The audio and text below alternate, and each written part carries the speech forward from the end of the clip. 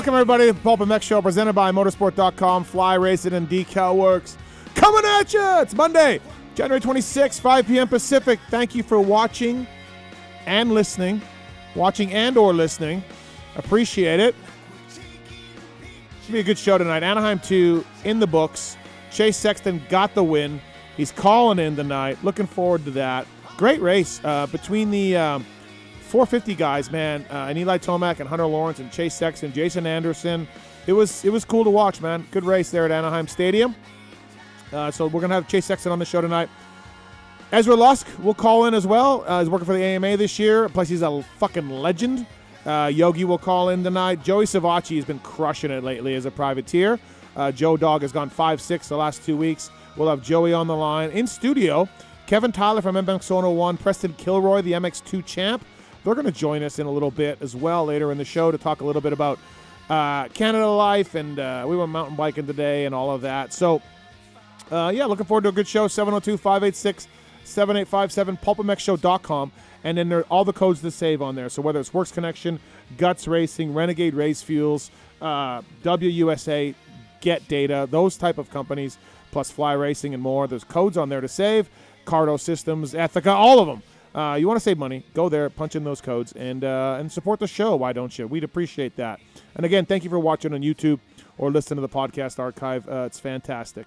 Lots to get into tonight with Chase Sexton, Ezra Lusk, Joey Savatgy, Kevin Tyler, Preston Kilroy, a couple of my buddies in studio here as well. I want to thank the folks at Motosport.com, Fly Racing, DeCAL WORKS, Race Tech, X Brand, Renthal, Michelin, Ceremonies, Firepower, Maxima, OGIO, Renegade, Atlas Neck Brace, Guts Racing, CARDO Systems, Pro Filter, Works Connection, PulpMX 20 to save with Works Connection, MotorcycleIndustryJobs.com, WUSA, Get Data, Fox Factory Vehicles, Wiseco Piston, Troll Training, LUXON, FCP Racing, Factory Chassis Parts, MTX Braking, and more. Thank you again. 702-586-7857. Let's talk some Anaheim 2. Maybe touch on the SMX Next stuff as well. There's a little bit of a controversy with that with the Chad Reed interview. We got a Vince Friese, Mitchell Harrison discussion coming up as well. Lots to get into when it comes to Anaheim 2. In studio here, a couple of guys that work for Swap Moto. One guy used to race. He wasn't bad at it, I guess. But first up from Swap Moto Racing, he's at the races most every weekend doing video stuff, photography, all of that. It is Chase Curtis. What's up, Chase? How are you, buddy? What's up? Good Thanks to for coming be here. in. Yeah, first time, you. right? Yeah, first time. Yeah, long-time listener. Beautiful mid-level, mid-class house. Yeah, thank you. Upper middle class is what we call it. Hey, so we actually talked to you on the air when you broke your leg there for when you got hit by the bike. You know what? I might have been slightly ingested with some morphine. So how I are we don't really doing? Recall that. We're all good? Like from that? Yeah, we're okay. I mean, I'm definitely worse off than I used to be, and no running in my future. But still, huh?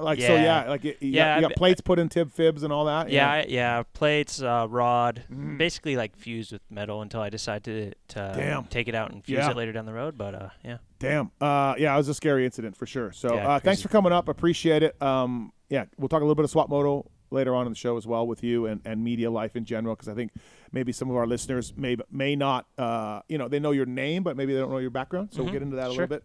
Also in studio here, he's captured your hearts over the years with his racing and his riding.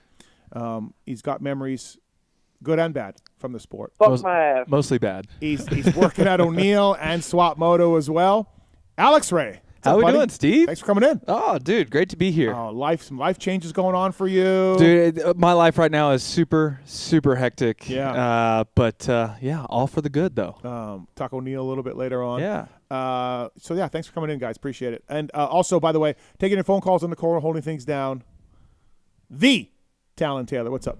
What's up, Steve? Thanks for coming in, buddy. Oh, thanks for having me. What's been going on with you? Anything new? Just watching Supercross on the weekends. That's it. Did Yar get some lingerie? No, not yet. No. Okay. She was scoping it out, though. Okay. All right. Divine Delicates. Yeah. I need to get that code. Double D20. Double D20. Yeah. Okay. Yeah, I need to write that down. Yeah, you do. Working the cameras over there. He took a week off last week, but he missed us all, and he is back. The Travis Marks. What's up? I did, Steven. Can't stand to be away for more than a week, so yeah, I'm here. Thanks for coming in, buddy. I really tried to get Nick to come in. again. Didn't work out. So I'm here. Alex Ray, brought to you by the folks at OGIO Power Sports. Pulp 15 is the code to save. Whether you want the dozer, the 9800, the rig bag, The trucker. the trucker, the trucker's great. The best. the ONU 22 or 22. We have 22, a 26, Okay. and Those a are- 29. I all think right. Chase, he uses the 26 Yeah. actually for his camera. Yeah, but you can't carry that on. No. No. You got to check that. Yeah. But yeah, Backpacks, backpacks are great, man. all of it. Yeah. Pulp 15, the code to save at OGIO Power Sports, Yep. a sister company of O'Neill. Yeah, we distribute Yeah. the brand and Distribute one too. yes, we do. You distribute, just distribute. Yes. Okay. Yeah. So the font on Ryder D's jersey. Who would I talk to about that? You just have to talk to some of our in-house guys there. But yeah, I mean, it all ships from the same warehouse, but Okay, it's totally different. The owners of one. Do we know who that is? They would like to be named anonymous. Okay. Yeah, So we so, don't. Yeah. yeah. Nobody knows. No one knows. Okay. Well, Yeah. but O'Neill doing Yeah. good. Yeah. O'Neill's doing yeah, great. Okay. You great. know, O'Neill's great. By the way, I nominated Justin Cooper for Lit Kit.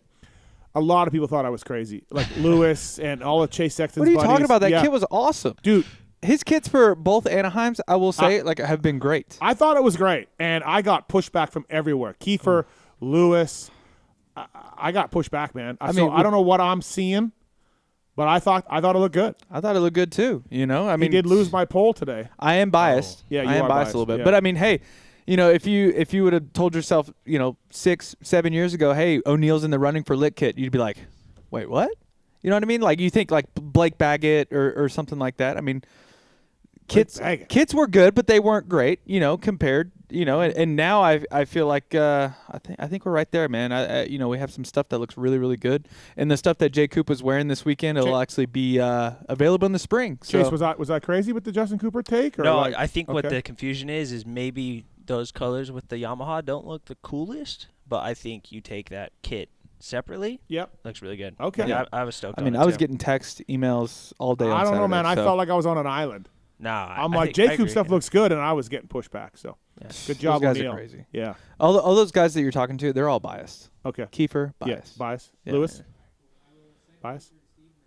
Probably. Yeah, Okay. yeah, Probably, just yeah. for his love for Sexton. Yeah, you he's know? never gonna say anyone else. Okay. Probably. Yeah. Well, I did a poll today on Instagram, and I got to say, Sexton won 65 to like 35. So Yeah, well, Yeah. we're in the running. okay, all right. Lots to get into. Don't forget, we're going to tell you more about the PulpMX Gives Back Foundation later on in the show. LCQ Challenge as well. We're giving away another Yamaha, so please check that out on LCQ Challenge page on PulpMX.com. Appreciate that. And so we'll get into more on that. Okay, so A2. Okay, so Sexton won. He didn't have to win, but dude, if he loses 3-5 points at A2, now he's down 23, 22, and it's almost a race, and we're 3 down. So, like, it wasn't a must-win situation, but he had to stop it, and also stop Kawasaki's winless streak. 2022 Crazy. was the last time they That won. is nuts. That's a Wild. long time. When you think about Stu and RV and RC and even Jason would whip off a bunch of wins, right? The one year he Yeah. had a bunch. So I told Chase after the race I was more happy for Cowie than him because those guys are awesome and they work hard and they had a hell year last year. But anyways, so I want to say this. So as good as Sexton rode, and he rode great, and he's going to join us here in a little bit, Hunter Lawrence, as good? Like he passed Tomac? I would say passed yeah. Jason? Yeah, I Like, would say that he is a major player. Catching Chase at end of race? I'd say he's a major player for this championship, and I was the one saying that, like, hey, like, he needs to win a race first. Yeah. But, dude, these last 2 races, he has been there, and, dude, he's, battling for the win. I mean, shit. I'd say he might have been even more impressive. I mean, Okay, he's yeah. doing for him to do the last few weeks to be able to fade back and then restart the Yeah. fire Yeah. later on. Like, dude, blown away. I'm with you. That's been impressive. Like, at San Diego, you're like, oh, okay, he's going to lay up and get a third. Good job. And then he catches Kenny, and then he catches Eli, right? Yeah. Now, Eli said he didn't know he was there. Whatever. He still rode good. And this week, again, he was settled back there, and he got on his horse and got going. Yeah. That's pretty impressive. And it's Yeah, not I easy to would do. say So, No. yeah. like I rewatched the race today, and I was like, I mean, Sexton deserves most of the praise, but I think Hunter, man, that was I think for Hunter, I think I'd like to see in the future if he can keep it going through the stretch since the season's so long. But from what I've seen so far, he's the real deal. He still not stoked on his bike, like 100% stoked on his bike, when you talk to Hunter or Lars or whatever, right? Which makes it even more impressive. So yeah, I was pretty impressed with Hunter watching that thing back. I think it's he could win anytime, but he's going to get a win. And also though, Chase Sexton could just go on a run. Mm-hmm. Like he's so fast, he's so good. This could be. It's such a stupid confidence sport that you're week to week. It's up and down, and for Chase, as we've seen, he can go up and keep going.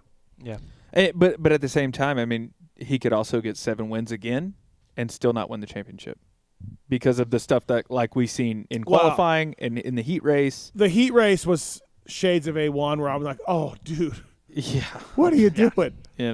He did you talk to him after the race? No, but Don did in the scrum and whatnot.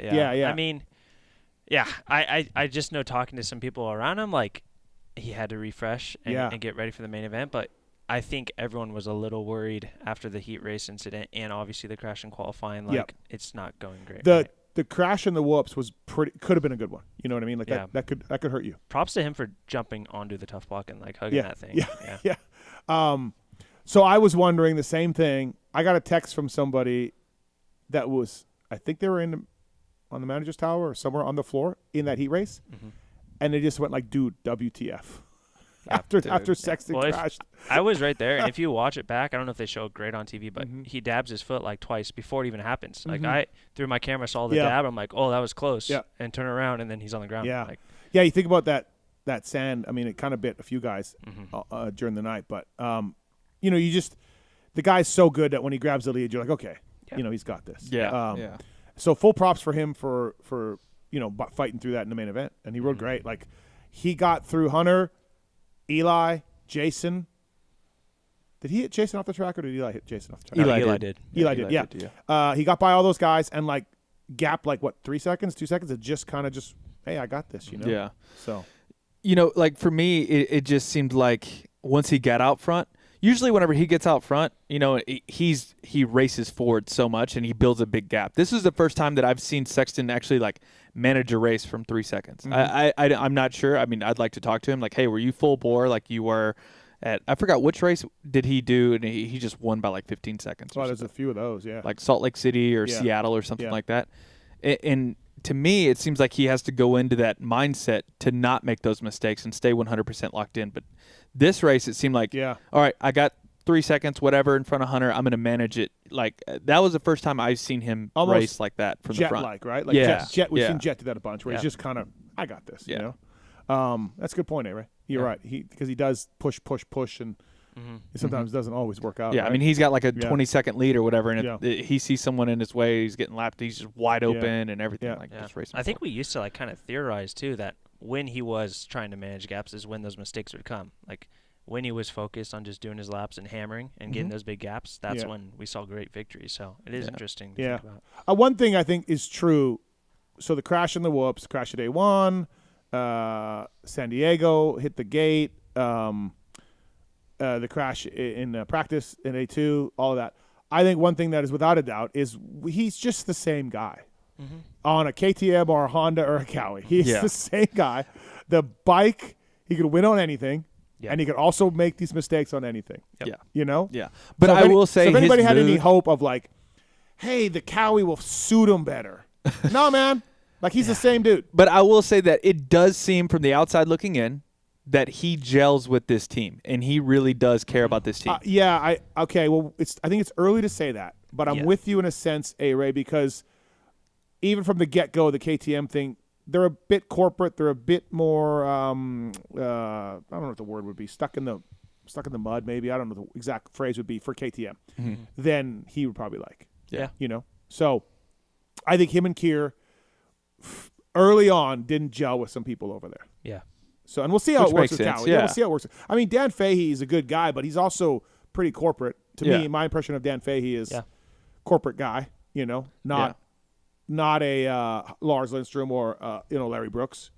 Yeah. So we'll see. But I'm just going off of like the first 2 races weren't great. Yeah. For Chase Sexton, Yeah. right? Yeah. But it doesn't seem. I mean, yes, he made a lot of changes, but it's not like he just goes back to the truck and starts motherfucking people. You know what I mean? Right. Yeah. It's like it seems like he does care, and he does like the group of people that he is around. I mean, dude, like I've spent a lot of time with. Obviously, Kawasaki is one of the only OEMs that's still in Southern California. So during the week filming when Jason was there, I mean, Jason, we all know what type of person he is. Yep. For that whole crew to be so cool with Jason Yeah. and buddy with him, like Yep. they're an easy crew to get along with. So I think it makes a lot of sense for them to be working well so far. Absolutely. By the way, ARay, we got $4.99 on YouTube, and this question's for you. Uh-oh. What's the latest you've stayed up before a race? Shit. I mean, does Finland count, or are we talking like? I needed Wait. help. I had 2 chicks. No, you've already told that story. You gotta do like something else. I would Damn. say, I mean, we're gonna have Yogi on it. He works closely with Christina later. But my first Cycle Trader Rock River fill-in ride at Daytona, I was up pretty early with a chick in a hotel room, and then What are we talking? I didn't get. I mean, probably like 2:30 before Okay. Daytona. Okay. I didn't make the main, which was probably on me. And then Probably. and then yeah, Finland. Okay, yeah. Finland. I would say I was up till about 3:30, 4. Yep. You know, and Okay. then the next day I just fucking whooped Cade's ass, just Wow. hungover. yeah. yeah. It's suck a Cade. I got a blowjob and I was shit in the main event. Yeah.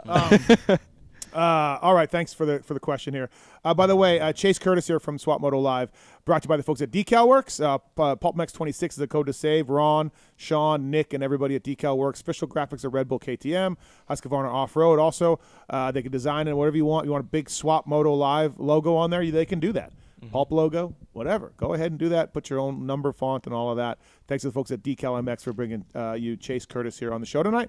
PulpMX 26 is the code to save with those guys. And OGIO Power Sports bringing you Alex Ray here on the show. Pulp 20 code to save as well at Maxima and Pro Filters. So whether it's MPPL, SC1, Suspension clean. suspension clean, Oh, suspension dude. clean's good. Anytime like I would give back the Swap Moto Live bikes, it would just be Just glossing, covered. Yeah, clock just covered. Yeah, you're like, fingers hey around guys, the rest took of the great day. care of this thing. Yeah. Yeah. Yeah. MaximaUSA.com, Pulp 20, the code to save with those guys, and Pro Filter as well. Pre-oiled, ready to use air and oil filters for street bikes, dirt bikes, and more. Okay, Tomac, third place, rode well, still has the points lead. Was I a bit surprised that Hunter repassed him? Yes. He looked. I mean, I thought he looked good. Like when I watched him, I wasn't like, oh, he's not as Tomac. I didn't see any obvious signs of where he wasn't gelling with the bike or the track. No. In the main event? Yeah. Yeah. Like I thought those guys just rode really well, and so did Eli, and it is what it is. But there wasn't a moment where I was like, oh, that was no good. Yeah. Eli did this, you know? It's crazy to me because whenever I look at the track, it's not an easy track. But then you look at the lap times, and everyone is so close in lap times. Yeah. You know what I mean? Yeah. And whenever everyone's super close in lap times, you say you have Eli and he doesn't get off the start first. He gets stuck behind someone like Hunter. I mean, yeah, he got by him, but then Hunter repassed him. I think that flusters Eli a little bit, and he sort of lays up after a bit. Like, if he can't get around someone fully, it's almost like he lays up a bit. Yeah. To me. Yeah. I was really impressed with Eli's whole day, honestly, because I think Anton and I were talking after qualifying. Like, it didn't start great. Like, he didn't look like his San Diego or A1 self in qualifying. Yep. And then, obviously, he kind of turned it around in the main event, looked a lot more like himself. And, like, look, this is a complete new change for him. They haven't made a whole lot of changes starting the season, maybe because they did so much testing and obviously the World Supercross stuff. But if this is your bad night at the beginning of the season, dude, that's great. This is the first type of soil that he's ridden like that. You know what I mean? Like when you look at the test tracks or you look at A1 in San Diego or even the World Supercross stuff. I guess Vancouver, this would have been Vancouver-ish, but that was a long time ago. And Vancouver's more of a Vancouver- sandy base, and it wasn't like grabby. But this would have been the first like real test on that type of ruts, and because it was moist, it got rain all week. I thought they prepped the start like it was Unadilla. Yes. They ripped the start like I it almost was. rolled my ankle, yeah. Yeah. So this would have been the first time on that type of dirt. You know. So what changes the bike? He was happy. Like, I was standing right there when he got off the track and pulled his helmet off. Like, dude, he was smiles, laughing, told Jade, like, I didn't know if I was going to play offense, defense. Like, he was actually stoked about his race. So JT said the same thing. He was down there in our review pod. JT said he was happy. He was happy with the race, which I think he should be. Like, no haycoms, you know what I mean? Like, Hunter passed him and Chase passed him, but, like, whatever, you know? Still rode really well. Still got the points lead. But, man, Sexton needed this, and he's going to join us here in like 10 minutes. So, Sexton needed to stop the bleeding a little bit there. You know? When he showed up at San Diego with different forks and clamps and link it, I'm like, oh no. Yeah, boy. Dude, boy. Up to before that main event, I think everyone was like, what's happening? This is not good. and I talked to Fahey in the afternoon, and I'm like, listen, Dan, as a former mechanic, like, this seems really weird, man. You know, like, you've had all off season to try Mitch's clamps and dog bones, and you know what I mean? Like, and he's just like, no, this is normal. We're just chasing a feeling. And I'm like, okay, man. Okay. This strikes me as like full-blown panic. Yeah. I will say, like, I've watched settings that he, which I want to ask him whenever we get on the phone. Like, I've seen him change different bikes, but it seems like the way he likes to set his bike up is always the same, right? Like, he likes a softer motorcycle, similar to Eli, honestly, like a softer, more active motorcycle. Yeah. But and I feel like under load, it could get a little twitchy in the front end or something like that. And whenever I watched videos of him on, say, just Instagram, you know, at Chambers Place or even at Anaheim 1, it just seemed like the bike was calmer, right? More calm, stiffer. You know, it looked like it had more hold up. The rebound was a little bit slower. It looked like it worked great. It looked predictable and everything, which I was like, hey, he probably should leave the bike alone and maybe, you know, just stay there. But he likes his bike a certain way. He likes it softer. He likes it more active, everything like that. But, hey, if it works for him and that's the way he goes fast, more power to you. Kiefer had a great point on the show last week where he mentioned that, because it is true, like, I think of Tomac and Sexton and Hurlings as three guys that hammer bikes. Their strength of their legs and their core is incredible, and they are so hard on motorcycles, right? Because they're pin, clutching it. It's 450, so they're pushing their bikes to the limit. And then so they do that, and they, you know, you really charge hard. But then, like Kiefer's point is, like, he also rides light, because you think about Sexton through rhythms. He's going forward. He's going through the jumps, right? He's not going up. He's going through. Yeah. And that's more of like a riding light and kind of like just touching down. Giselle.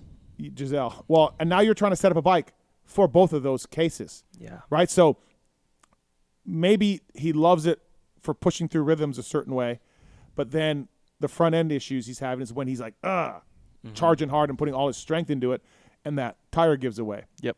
And Kiefer's, I never really thought about it until Kiefer brought it up, and I don't want to give him credit, but I got to give him credit. It's a great thing. Maybe some of his issues across 3 brands now are trying to set this thing up for 2 different types of riding. Yeah. And you think about the Kawasaki, right? It has one of the most forgiving, predictable frames out of all the brands, right? So maybe at the beginning, say at Anaheim 1, he had the extra clamp, which is like the split clamp. Right. So that's going to create more flex. So he had a stiffer fork with like maybe a softer frame. Yeah. But now he can run a softer set of suspension, but the clamps that he has are stiffer. The frame's softer, right? Yeah. Yeah. No, that's so all. It's like a give and take. Yeah, that's all what you're trying to do, right? It's all you set up something here, affect it over here. That's how motorcycles work. So. You're essentially always trying to chase this feeling, right? Yeah. And that's where my thing is as an old mechanic, where I'm like, you're never going to get a bike that works great everywhere. You're just not. I've been there. I've seen it. Not going to happen. And Ricky says that too. Like, Ricky, to his eternal credit, like, I'm not always sometimes I'm critical of some of the things that Ricky says, but, I mean, that dude knew that, hey, listen, I'm going to rail this thing around the corner, and it may not work great, and whoops. Yeah. You know, but I think today's riders, including Chase, try to chase this, you know, perfect feeling bike, and you're just not going to do it. No, you're not going to get there. You know, 702-586-7857. Chase Sexton coming up here. Joey Savatgy, Ezra Lusk. God, Ezra was a legend. Dude. Is he on Wyndham level for you or no? Style-wise, I would say yes. Like, just like back in the day, like Fox, you know, like the whole Terra Firma deal, you know, where he's like jumping over like that fucking levee thing. But Wyndham's still here. Oh, Wyndham is he's the height of these ceilings. Like, that's my guy right there. Yeah. Mount Rushmore. Yes. Yeah. Mount all right. Rushmore. We got some phone calls from people on here. We got Tyler's on 3. What's up, Tyler? Thanks for calling. What's your question, man? Hey, guys. Thanks for having me on. I had a question about the energy drink companies. You know, we got the big 3, Red Bull, Rockstar, and Monster. They sponsor Kawasaki, KTM, and Husqvarna, but we got these bikes out here that don't have energy drink sponsors, like, you know, like Ghost Energy. Triumph sounds pretty good to me. I don't know, like, what the deal is on that. Why aren't they jumping on? I think a lot of these energy drinks, and you guys can correct me, I think they're all owned by like Monster or Rockstar, right? Yeah. Like they're all like there's not there must be some independents out there, but a lot of them are owned by the big guys. Yeah, that's the big thing. I mean, Like, you even have like there was even talks this year of one of the teams switching to a different energy drink title sponsor just under the same brand. Like they're all really owned by the same people. I know.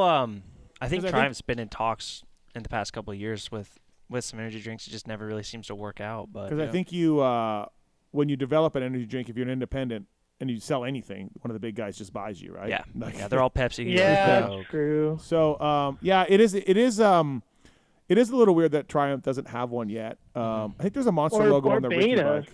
Yeah, Beta had Fiji. Yeah, That's that what was you sick. wanted. That was sick. Yeah, they had to see it. No, I mean, okay. listen, Tyler, they're trying. Like, if I guarantee you, they've approached it, they've talked, they've done all that, right? I think it's something too we could see maybe later down the road. Like the Monster groups, the last couple of years really pushing NOS and some of their other beverages and like other motorsports. So maybe that's something we see. Yeah. It makes more sense for them. Maybe we see a Celsius. You like that Celsius, Yeah. don't that you? Celsius was good. Oh, yeah, yeah. Celsius Yeah, that even. was- Are they independently open? They I are. mean, I think they're Chloe? independent, right? Because I thought Rockstar. oh, really? I thought. Okay. Oh, maybe. I don't know. It tastes a lot okay. better than the Okay. Rockstar. Oh my God, Rockstar's Rockstar was horrible. horrible. Rockstar was horrible. Thanks for the call, man. Hey, Yeah. I tried the cotton candy bang the other day, and you're right, dude. Dude. It's really good. Hey, I got Legit. try a bucked up. If you can find them, they're black can bucked up, dude. They're unbelievable. They're new. All right. Okay, That's how I got. awesome, That's what I awesome. got here. All right. Thanks, man. Thanks for the call. All right, well, thank Appreciate you for having me on the show. Yeah, Appreciate no it. problem. Thank you, man. Appreciate it. Jonah's on 2. Jonah, what's up, man? G'day, mate. G'day, I love mate. all your work, but I have a bit of a bone to Yeah, pick go with ahead. the app. Yeah. Well, so at work, I'm the supervisor, which means anytime one of my workers does something stupid, my boss comes straight to me, and I'm the one who cops the heat. But since you are the boss of PulpMX, Yeah. you need to take this one, even though it's not necessarily your fault. So what is happening? I specifically bought the old app with money because you said this amazing new app was coming in 5 years, and the current app is so outdated. My phone doesn't even let me open it. Yeah. I still have it on my home screen. Thank you. Waiting for the day. Appreciate that. I mean, updated. Marks, do we have an update? What's this call about? The app. I don't know, man. Okay, man. Listen, as the owner of PulpMX, you're right. I got to take this. My employees have been slacking on That the sounds like you not taking it, by the way. app, and we will do a complete audit of the app part of the company, and we'll kick some ass. I think Nick's going to be in that day. Yeah, we'll kick some ass. Awesome. But we're I think what the people really want, they want a blood doc between you and Travis for a release date of the app. Marks, Blood Doc. Just worry about live swap, okay? Blood doc. Blood Doc. All right, thanks for the call, buddy. I appreciate it. I'm sorry. Yeah. I apologize. All right. We'll get there when it's time. John's on 5. Yeah, probably have the app done about the same time Darkside sends Cowie the socks. two-stroke? Oh yeah. Cowie two-stroke? Yeah. Hey, I know somebody who saw a photo of it. I don't believe it. Nope, I know. I saw him looking. Do you at have the photo? I don't, but I See, I don't believe it. nope. I was already told some things about it. I've heard horrific things, but that was about a year ago. Oh no, I was Stu Baylor rode them, I think. Okay. Stu Baylor rode to Japan and rode them. I'm pretty sure. My source on that is deep, but accurate. Ugh. And, Yeah. I think they had some problems with them. Yeah, that's what I You know heard. what I mean? You know, whatever. Like, so they had some stuff that they got to pull up. John, what's up, man? What's going on? Steve, what is your least favorite tire to change? I've changed tires today, and Mr. Pirelli sucked. I don't know, man. I did Bridgestones back in the day when I was a mechanic. I did Dunlops; those were all fine. The Michelin stuff's good. do the ice tires like a Kenda ice tire on the taller wall? No, man. Why would I do a man. Kenda ice tire? I live in Vegas. I know you're from Canada. You never know, man. No, I never. I did ice race back in the day, but I don't remember having a problem with the tire. All right, last thing. Dude, you're like Charlie Kirk of motocross. You give everybody an opportunity to call in and talk, ask their questions, yada, yada, yada. Okay. You're the man. Thank you. Appreciate it. Thank you, buddy. Appreciate it. Yes, sir. I didn't know where he was going with that Charlie Kirk. Yeah, thing. I was a little worried for I a didn't know where that second. was going because I don't really know anything about that guy. But all right, okay. So let's get to our first guest of the night. This guy, we just spent 20 minutes discussing his win at Anaheim 2. He uses Renthal bars, brought to you by Renthal, and shop direct at renthal.com. Free shipping on over $99. Mountain bike stuff is available. Clearance stuff is available at renthal.com. Chains, sprockets, 7/8 bar, fat bar, twin wall bar, all of it is available at renthal.com. And the winner of Anaheim 2 is joining us, Chase Sexton. What's up, buddy? How are you? Thank you for doing this. Appreciate it. Yeah, no worries. How's it going? Good, thank you. So you were right after the race. You beat Justin Cooper in the poll. I put up. It wasn't even close. So yeah, what was the percentage? Like 70. I just looked. It was like 70-30. Yeah. Yeah, but I will say, like, he put out the video, and it's like a feel-good story It is a and feel-good everything like story, that. but- So, Yeah. I mean, like, ours, it was just like a part of our spring launch. I just said 2027. Lit Kid, ARay. I just asked Lit Kid. I didn't ask but about the yeah, story. I know, but like, Yeah. after the fact, It wasn't like I was trying to hate on Justin's gear or Yeah. anything, but Steve was like coming off hot and heavy with Yeah. saying that it was not even close. Yeah. Now, Chase, obviously the red is more iconic, but I think your Heat kit looked cooler, like the Rasta type one. Was the red Yeah, one I your think favorite that- or no? I think it looked the best on the Cowie, but I like the red one just because it has more of a meaning to it. Yeah. And I like the contrast too, like the red and green. Not so much like I get tired of wearing the same colors on the same bike. Like when I was on KTM, I was wearing orange a lot, and like even Honda I wore more like colors that didn't match the bike, and I like that more. But I feel like everyone kind of wears the same colors on their bike, and I think it's kind of annoying. The Tim Ferry wore red on Cowie. Looked good. I remember. Yeah, it looked good. I remember. So, I remember. Yeah, so you were right. And also, I had some friends of mine text me, Chase, and were like, J. Coop, are you high? Like, I seemed like I was on an island on this. Obviously, the O'Neill guy sitting across from me likes it. But. Okay, so Chris actually sent me a screenshot of the text. Oh. Chris, he's like, just FYI, I wasn't hating on the gear. It looked good. That's what he said. Okay, maybe I'm mixing up Chris with another Chris. I don't Maybe know. I so. got texts that were like saying, you're drunk, Matthes. Like, I thought it was I a think great the only looking kit. I think the only thing was you were so high up in the press box. It was the only thing you could see. It was neon yellow. I will say this, man. Andy Irons, I read a magazine article about him a few years back, and obviously a surfer who passed away surfing, and a legend, a big wave guy. I know you're into that. You surf, and you know you like that culture, and you're in Hawaii a lot. We saw that. So that was really cool. I didn't know all of that, but I heard about, you know, you had dedicated gear, but I didn't know what. And then I heard Andy Irons, and I remembered that magazine story. So yeah, that was really neat. Like, and you had his family there. So cool deal there. Yeah. Yeah, it was really cool. Like, I mean, I've been wanting to do it for a long time, and it just so happened that this year was the year that we did it. And they had like so Lindy runs Andy's like foundation, and they had like a drop with a whole bunch of stuff with Billabong last week, so it worked out perfectly. We didn't even time it. Like, that was just kind of like a coincidence. And originally I thought the A2 was a Triple Crown. That's why the 3-set thing came about. But then I realized it wasn't a Triple Crown. It was already too far gone that we already had it kind of in line for that round. So it was so cool, and I got to win in it, which made it even better. But yeah, they were all really pumped. Even Bruce, Andy's brother, Lindy had him on FaceTime at the podium, and he was stoked. Like, obviously, it was cool for me to wear it, but it's even better when the people that are involved with, like, we're involved with Andy and Lindy that runs his foundation. Like, it meant a lot to them, which even makes it better. And that's why I did it. So it was a cool thing that came together, and yeah, I think a lot of people liked it. Yeah, no, look good. Yeah, I mean, to me, it just always seems like it's like a feel-good story whenever you can have a set of gear or something that's special to you and just incorporate it with like a story or something like that. But hey, Chase, I'm just going to dive right in. bike changes, everything. What did you change? Obviously we've seen like on social media, you went with the PC forks and like different clamps and that type of stuff. But what is something that you like the most about the Cowie? I would say the thing that I like the most is that, I think I said this before, but I feel like a lot of bikes, they like to be set up a certain way, and you have to kind of keep it in that area for it to be good. Mm-hmm. At least that's what I've experienced. And the thing with the Cowie is you can kind of manipulate it however you want. Like if you like the bike low in the rear, like you don't want it to move, you like it like the suspension with a lot of rebound or not a lot of rebound, like it all, you can really tailor it to how you like it. And I think that's something that is really cool. I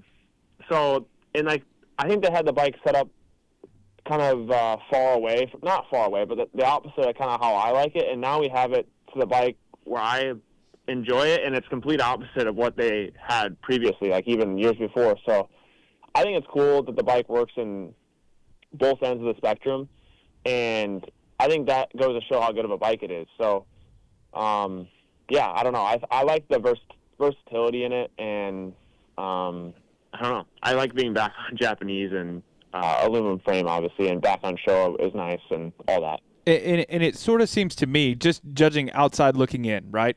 It seems like they had the chassis, so like frame and clamps set up softer, like as far as like X-trigs, and then the suspension stiffer. And then the changes looks like you went softer suspension, stiffer frame, chassis-ish. Does that sort of make sense? Yeah, I would say that's pretty accurate. Okay. What obviously one of the big changes too in coming into San Diego was your rear end is a lot taller. Was that something you didn't really notice till you went racing at A1, or something you were just waiting to figure out preseason testing? Yeah, I mean, I kind of I wanted the bike a little bit taller off the ground, just from like, even the first time I got on the bike, like that was kind of the thing I wanted to shoot for, because I felt like it was pretty low. Mm-hmm. So like it's kind of an evolution. Like it started super low and now we're pretty tall. So it's kind of just step by step. But I thought going to Anaheim we had a pretty good setup, and I was wrong. I had some pretty weird stuff. Like I had, just some weird stuff on my bike that is kind of out of the norm. And I realized that about, 1-2 laps into the main event. So it was, you live and you learn. It's really hard to tell, like, when you're practicing how the racetracks are going to develop. And, like, I try and manipulate the practice tracks for the races, but it's really impossible to do. So once you obviously have time on the bike, you kind of can tell where it's good and where it's not at the races. But when you haven't raced it, it's really hard to kind of guess. And that was kind of the story behind Anaheim. Also, I didn't ride good. That's another piece of the puzzle. But it was just kind of like both of those things came together, and that was the result. Renthal.com bringing you Chase Sexton here on the PulpMX show. Chase, I'm probably going to get another tweet from Eli off his tractor, but I think you're the fastest guy out there. To me, you have the most raw speed, okay? And generally, like when you get out front, you have the speed to pull away to a big lead. And something that us three were talking about before we got to you was you did seem like you were managing it. And Hunter was coming a little bit, and Jason was there, Eli was there. But it seemed like you were like, okay, I can just do this pace, and I got the win coming. And sometimes in the past, you've charged, and pulled huge leads. A few times it's bit you. But I'm wondering, was that just a conscious strategy a little bit? Or, like, was this the track was you didn't feel that comfy? Or were you, like, more like, hey, I'm going to just maintain this 3-second lead? It was a bit of strategy. I even told myself before the race started, I said, plan was to get a good start. And if I can just be up in the front off the bat, like I have a really good chance at winning, and I don't have to overdo it. Like I don't have to go wide open and make a mistake like I did in the heat race. So, it was kind of the track too. The track was tricky, but it was hard to really make up time because the rhythm sections were super rutted. Mm-hmm. There were some turns that were rutted, obviously, too, but we were all kind of doing the same lines. And I would say it was technical in the aspect of the ruts and how rough it got, but the track I don't think was super difficult. It was just you really had to hit your marks, and the turns were pretty for the most part, like slidey and kind of steer at the rear kind of turns. So there wasn't much technicality in the turns and the rhythms. Everyone was doing the same thing. So I was just trying to do my laps and be consistent and also save energy if I was to get kind of attacked late in the race. So because I knew Eli and obviously Coop, all the guys behind me can go the distance the whole way through. So I knew that in the back of my head and just wanted to kind of save energy. And if they got to me, and I could go again.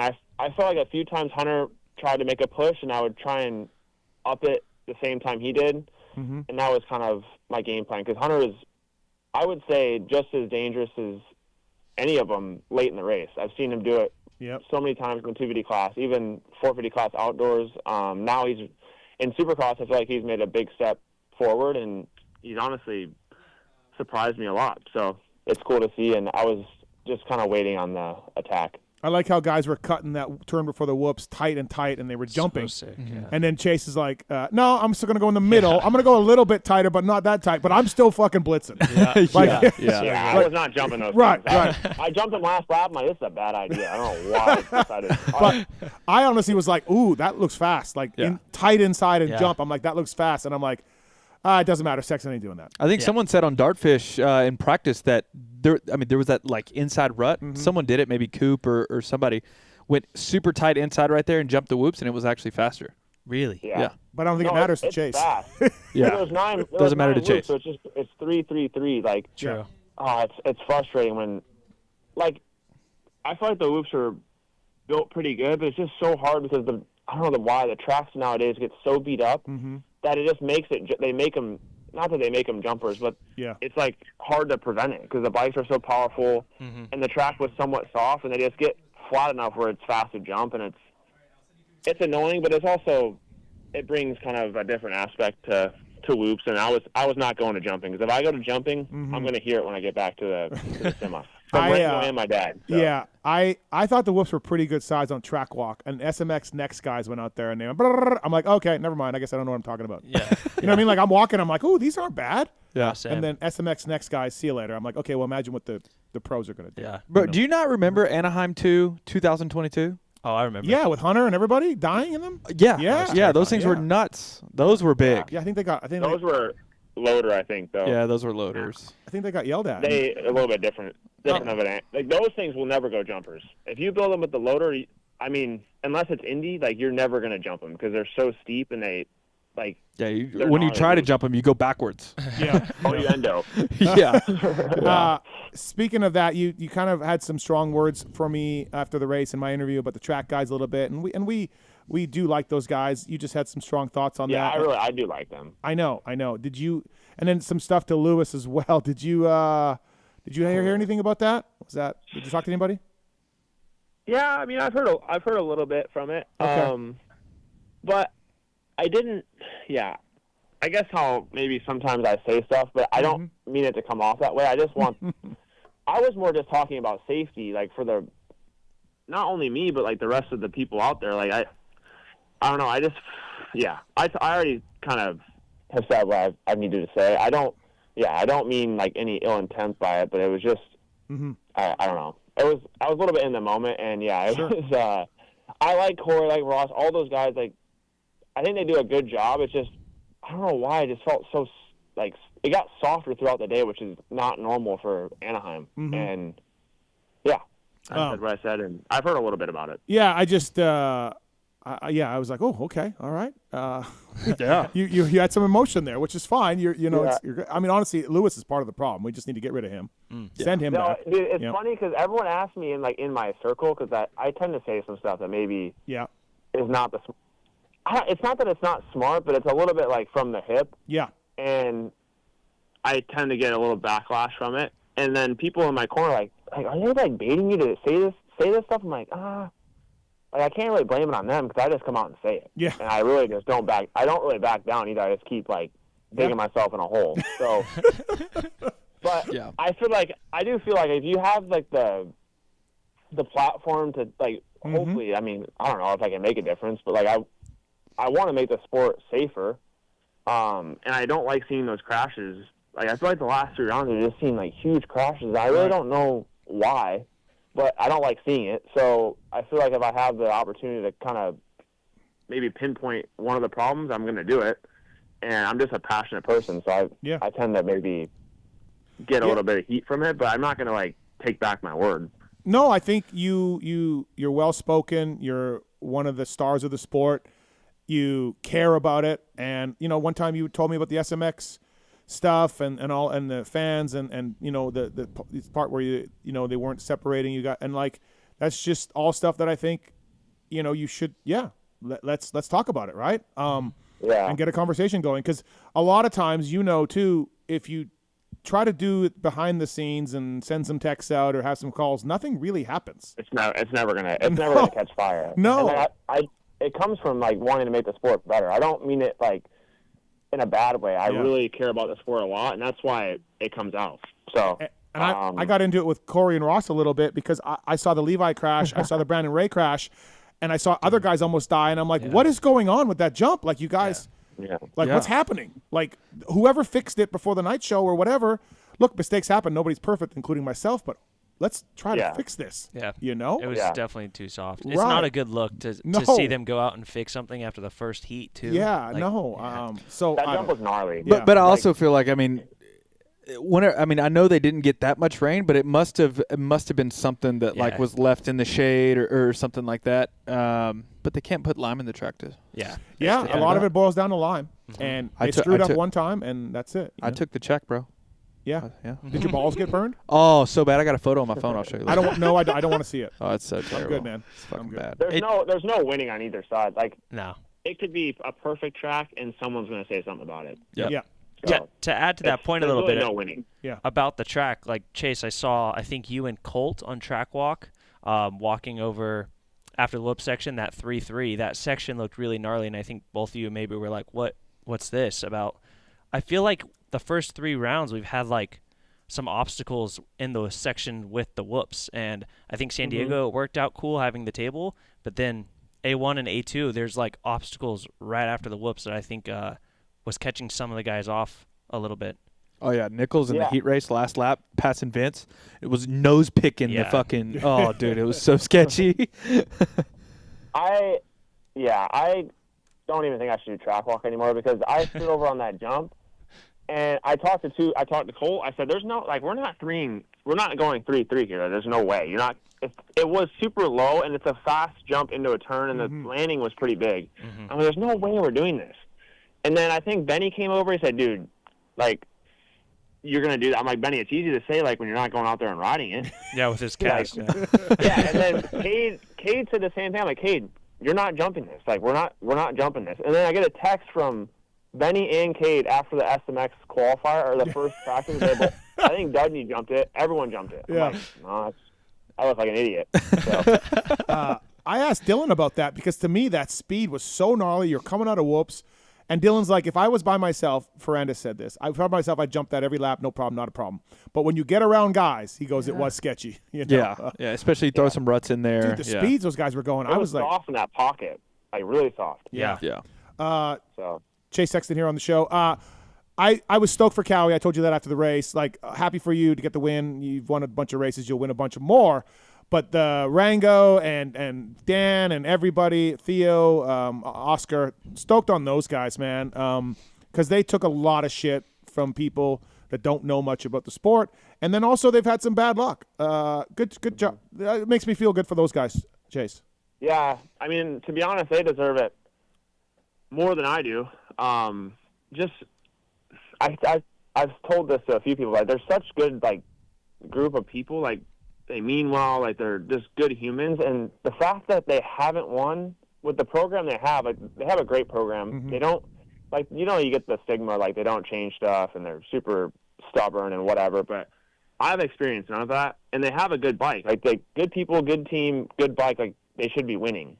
And I was coming to the team like, how are these guys not winning? And I was kind of scared because I was like, there's got to be something they're doing that's not right. That's the reason they're not winning, and it's just not the case. So honestly, they deserved it more than I did. And Rango after the race was dude tearing up and almost made me get emotional. Like, I mean, a few races. Obviously, they mean a lot. Like, everyone's special, Yeah. and you want to, like, enjoy it. But Mango was tearing up, and it was just really cool that it means that much to them, because when teams win a lot, they kind of get numb to it. Same with riders. And it was really cool to see how much it meant. And obviously want to keep doing it, because they've won a lot of races in the past. So they're definitely know how to win. So it's time for Cali to shine. So Dan and Theo come from a road race background over there, and they've always been pretty analytical people with data and all of that, and they look at it very analytical as far as a motorcycle. Do you find it being more analytical than other teams you're working on, more based on data, or more suggestions based on data than other teams? Because I think that's kind of how those guys roll.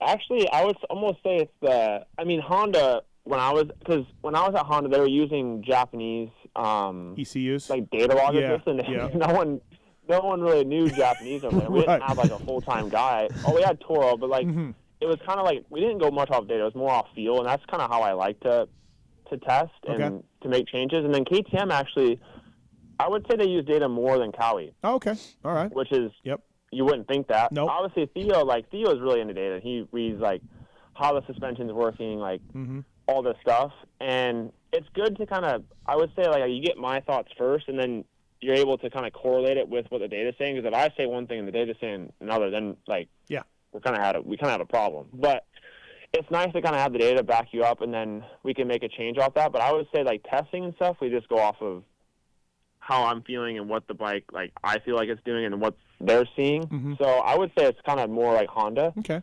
But yeah, Theo's into the data, but he's on top of it in every aspect, to be honest. He's all over it. So I would say it's just pretty normal. Yeah, I think those guys, it kind of started with RV and Weimer, went into the Eli hydraulic clutch stuff, and they kind of got this rep, and I don't think it's correct about not changing things, but that's the stigma that's happened over the years with those guys, Yeah, I think Lewis asked Dan about it on Friday. I don't think Dan was stoked on it. I was making fun of Dan. It was so funny. Yeah, Dan's pretty corporate and not stoked on that for sure. But it's stuff that Jake has said, Weimer said it, RV has said it. We know Eli in the clutch thing, so like that's where it comes from, right or wrong. Yeah. It's like 15 years ago, though. Yeah, it was a long time ago. I mean, I came back to RV when he told me that. I said, RV, I forget what fucking year it was, but they literally rushed you a brand new frame, the next year's frame, and bolted it on your bike, whatever year that was. So like, they seemed like they were pretty progressive then. Yeah. And he went, yeah, I guess so. So you told me about that story. They were at Glen Helen. Yeah. And I guess they didn't like. I guess it was 09. No. 09 and 2010? I think it was 10, 11. Yeah, it was later. No, than that. it was 12. 12? Yeah. Okay. So 11 was the old frame.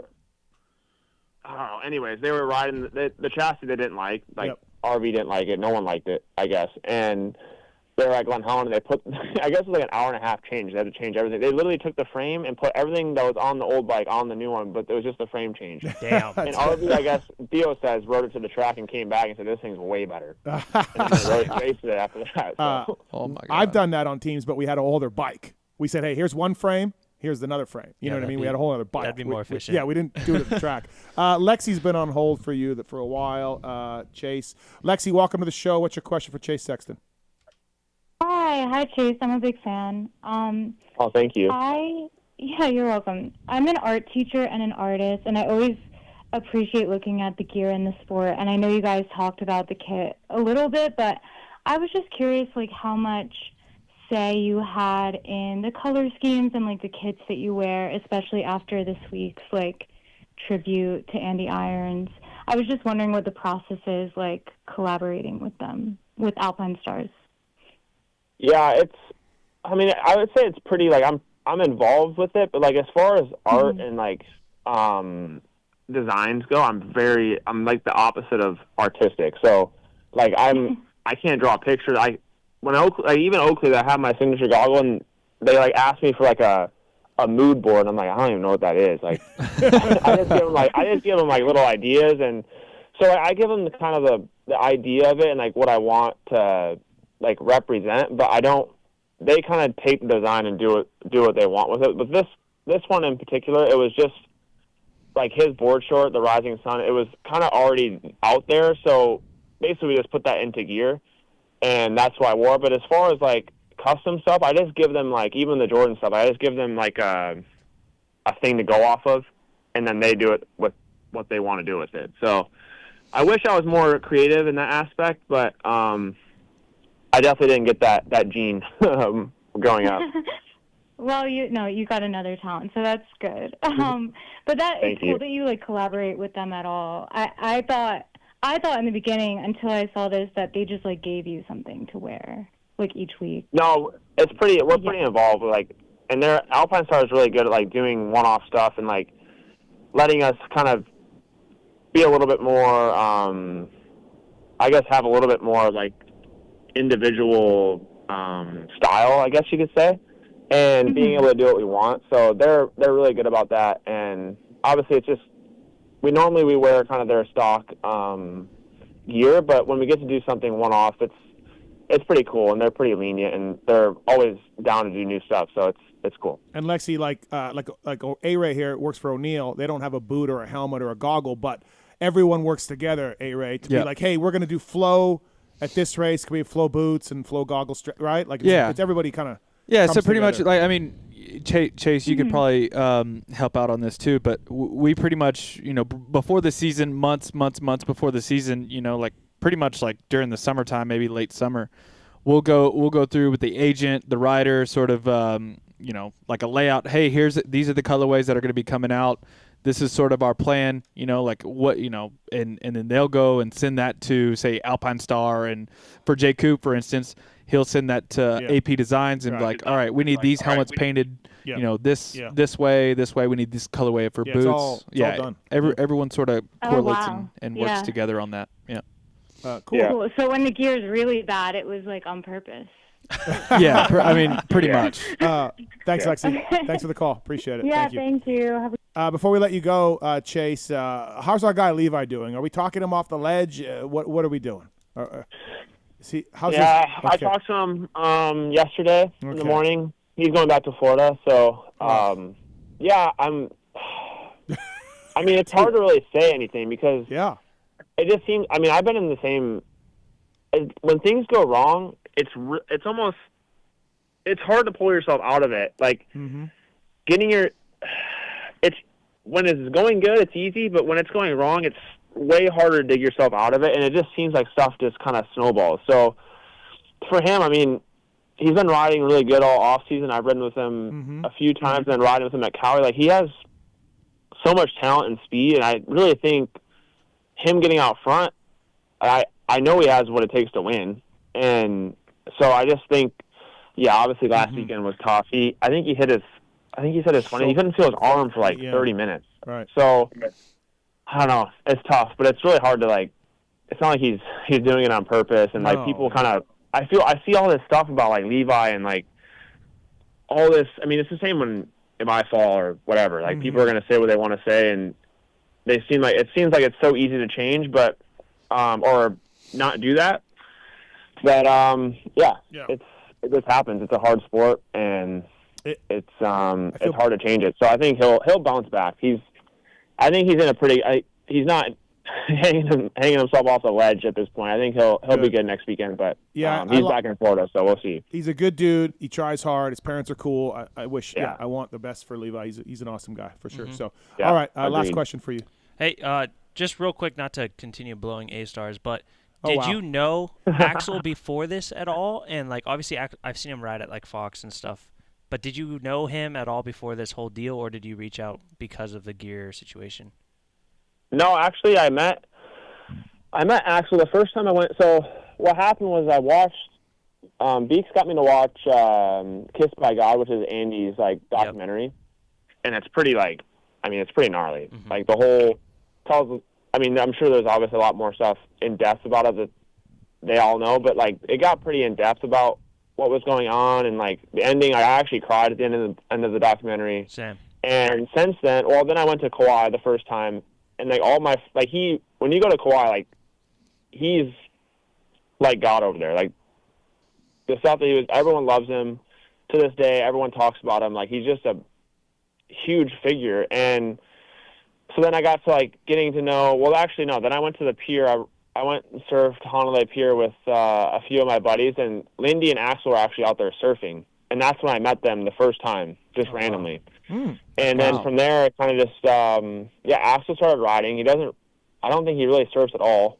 And he loves riding. He's got the itch for it. And he's gotten so much better. He was just on a Suron like 2 years ago. And now he's on a 250 and he rides well. So that's kind of how it started. And, he loves riding. And I think that's really cool. So that's another reason why I did the gear. And he was pumped. He got 2 sets of the stuff. He got the red stuff and the Rasta stuff, I think. Or he might have got the practice gear, the purple and green stuff, but he said he's going to hang up the red stuff. He's not even going to wear it. Like, that's sick. That's cool. Cool. Looked like an Alpine Star commercial out there for the entire fucking main event. Jeff was like crying and creaming at the same time. God, dude, it was nuts watching it. And it was all different brands. All A-Stars, different brands. Dude, that's crazy.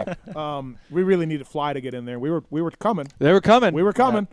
And then we fell. And Blue Crew. You got 2. I mean, Cooper Webb is pretty much your guy. Yeah, Blue Crew Fly. We're basically team. Chase is on Cooper Webb's shit list right now, though. Yeah. Yeah.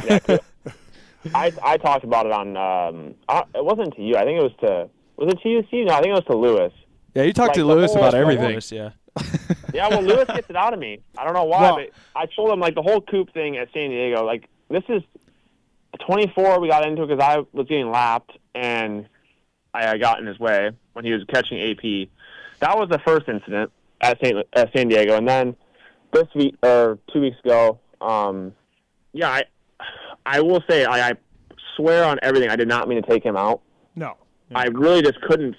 I mean, he was right when I said I couldn't turn because I couldn't finish the turn when I was going that. I went into the turn pretty fast, and I think he tapped because he was going to cut down, I think, and he realized I was there, and then he tapped my swing arm, and it made me even go straighter. And I'm like, oh, this is not good. 'Cause he's kind of coming down off the turn, and I'm going up, and it's not. I really did not mean to take him out. Obviously, he was unhappy about it, and I would have been too. I like Coop, and I think him and I have similarities, like, personality-wise, so I don't know. Hopefully, we'll get over. I'm sure I'm going to get. He's going to get his payback. I'm sure. But we'll see. A little bit. By the way, before we let you go, this job swap with Lewis, it's just a play on Kiefer and I life swap. It's you guys are just copying us. You job don't even. Swap. Well, the thing is, you guys didn't come. We came out with it first, so technically, you're copying us. No, we've come up with this life swap for it's been a while, but. The progress of the job swap, I feel like, is there really any progress? It's quicker. Can you copy something? I mean, is there really any progress with this life swap? Hasn't been done. Yeah, it's true. Mark has a point. Oh, me and Lewis had a full-on meeting with because. So I was sitting over there. Me and Lewis did the interview at my motorhome, and like Theo and they're all waiting. Theo was waiting for me, kind of, so I could kind of talk to him about like how probably the bike was and do some debriefing. And this is like, I don't know, 11 o'clock at night. And so Lewis and I walk over there, and we ended up talking about this whole thing. And they're gonna basically wait. Can you guys hear me? Yeah. We got you. Oh, I'm getting a call from PulpMX for some reason. Oh. That's our phone. Good job. So we all started talking, and I didn't really get Lewis like his numbers and stuff done from Decor. Like we're gonna get like a shop tour and put his numbers and stuff on my bike, and it's not happening. It's gonna be special. It's not happening. Congrats, Chase. You're already further than Steve and Kiefer. No, Kiefer and I have a date and everything. It's Nashville weekend. We're doing it. It's happening. Oh, well, we're doing it. We're gonna do it off weekend after Indy. Maybe it might be before us. Yeah, fuck. All right. Well, hey, listen. Thanks for coming on. I appreciate it. Good job in Anaheim too. That was great. Triple Crown this weekend. You're good at those two. So Well, Eli's good at him. You're good at him. Should be a battle royale this weekend. So, that'd be fun. Yeah, absolutely. Thanks for the time. Thank you, Ben. Thanks, Chase. Congrats, Chase. All right, that's Chase Sexton. Everybody, brought to you by the folks at Renthal, renthal.com. Appreciate Chase giving us time. Dude, he's just a great dude. Like, I mean, he just won on Saturday, and now he's just calling this janky show and shooting the shit with us for 30 minutes. You know? Yeah. Nice to have. Nice to have riders that would want to call in. Not all of them do. I know he not made another a lot of Eli changes. Tomac. Yeah. He just wants to tweet you. Oh yeah, you have the winner on this week. Congrats. I've sent some texts. Don got ET on last week. I saw that. There's hope though, because at one time Don and ET had beef. Oh yeah, no, for sure. And so it all comes around. Yeah, maybe there's hope for all of us, because at one time, what I find hilarious about Eli not talking about, like, I think he doesn't talk to me or reply to me because I said, like, hey, I don't think he's going to win. I think nobody's won the Supercross title being over age 30. He's been injured. I just don't think he can do it. And that's fine that he doesn't like me. But years ago when Dungey was winning, I'm like, dude, Eli Tomac's fastest guy. Like, Eli, and Dunge didn't like me. Yeah. So, like, I can't win. Yeah. I can't win. I was Team Tomac. Yeah. Now I will say Johnny doesn't like fireworks, by the way. Your dog. Johnny. Yes, my dog Johnny. I think John Tomac. No. John Tomac probably loves fireworks. John Tomac's probably shooting them off nonstop. Johnny, my dog, Yeah. the fat puggle, hates fireworks. Dude, I'm telling you. Throw people in jail. Throw them in jail. Thanks to Chase Sexton. By the way, our next guest, also a legend. This man has a whole lot of Supercross wins, championships, 125 Supercross. Brought to you by folks at Renegade Race Fuels, PulpMX 26. They deliver right to your door. Renegade Race Fuels, MX4, SX4. They got an AMA legal auctionated fuel for the 50. RenegadeRacefuel.com. Racers that win pour it in. They won championships with JB and Will Hahn. Some guy named Will Hahn. Yeah, don't know. But let's get to our next guest. He works for the AMA now, but he's more than just a Supercross motocross legend. It's Ezra Lusk. What's up, Yogi? What's up, fellas? How are y'all doing tonight? We're good. So ARay here tells me you're an O'Neill guy? Enjoying the ride. You're O'Neill? That's my guy.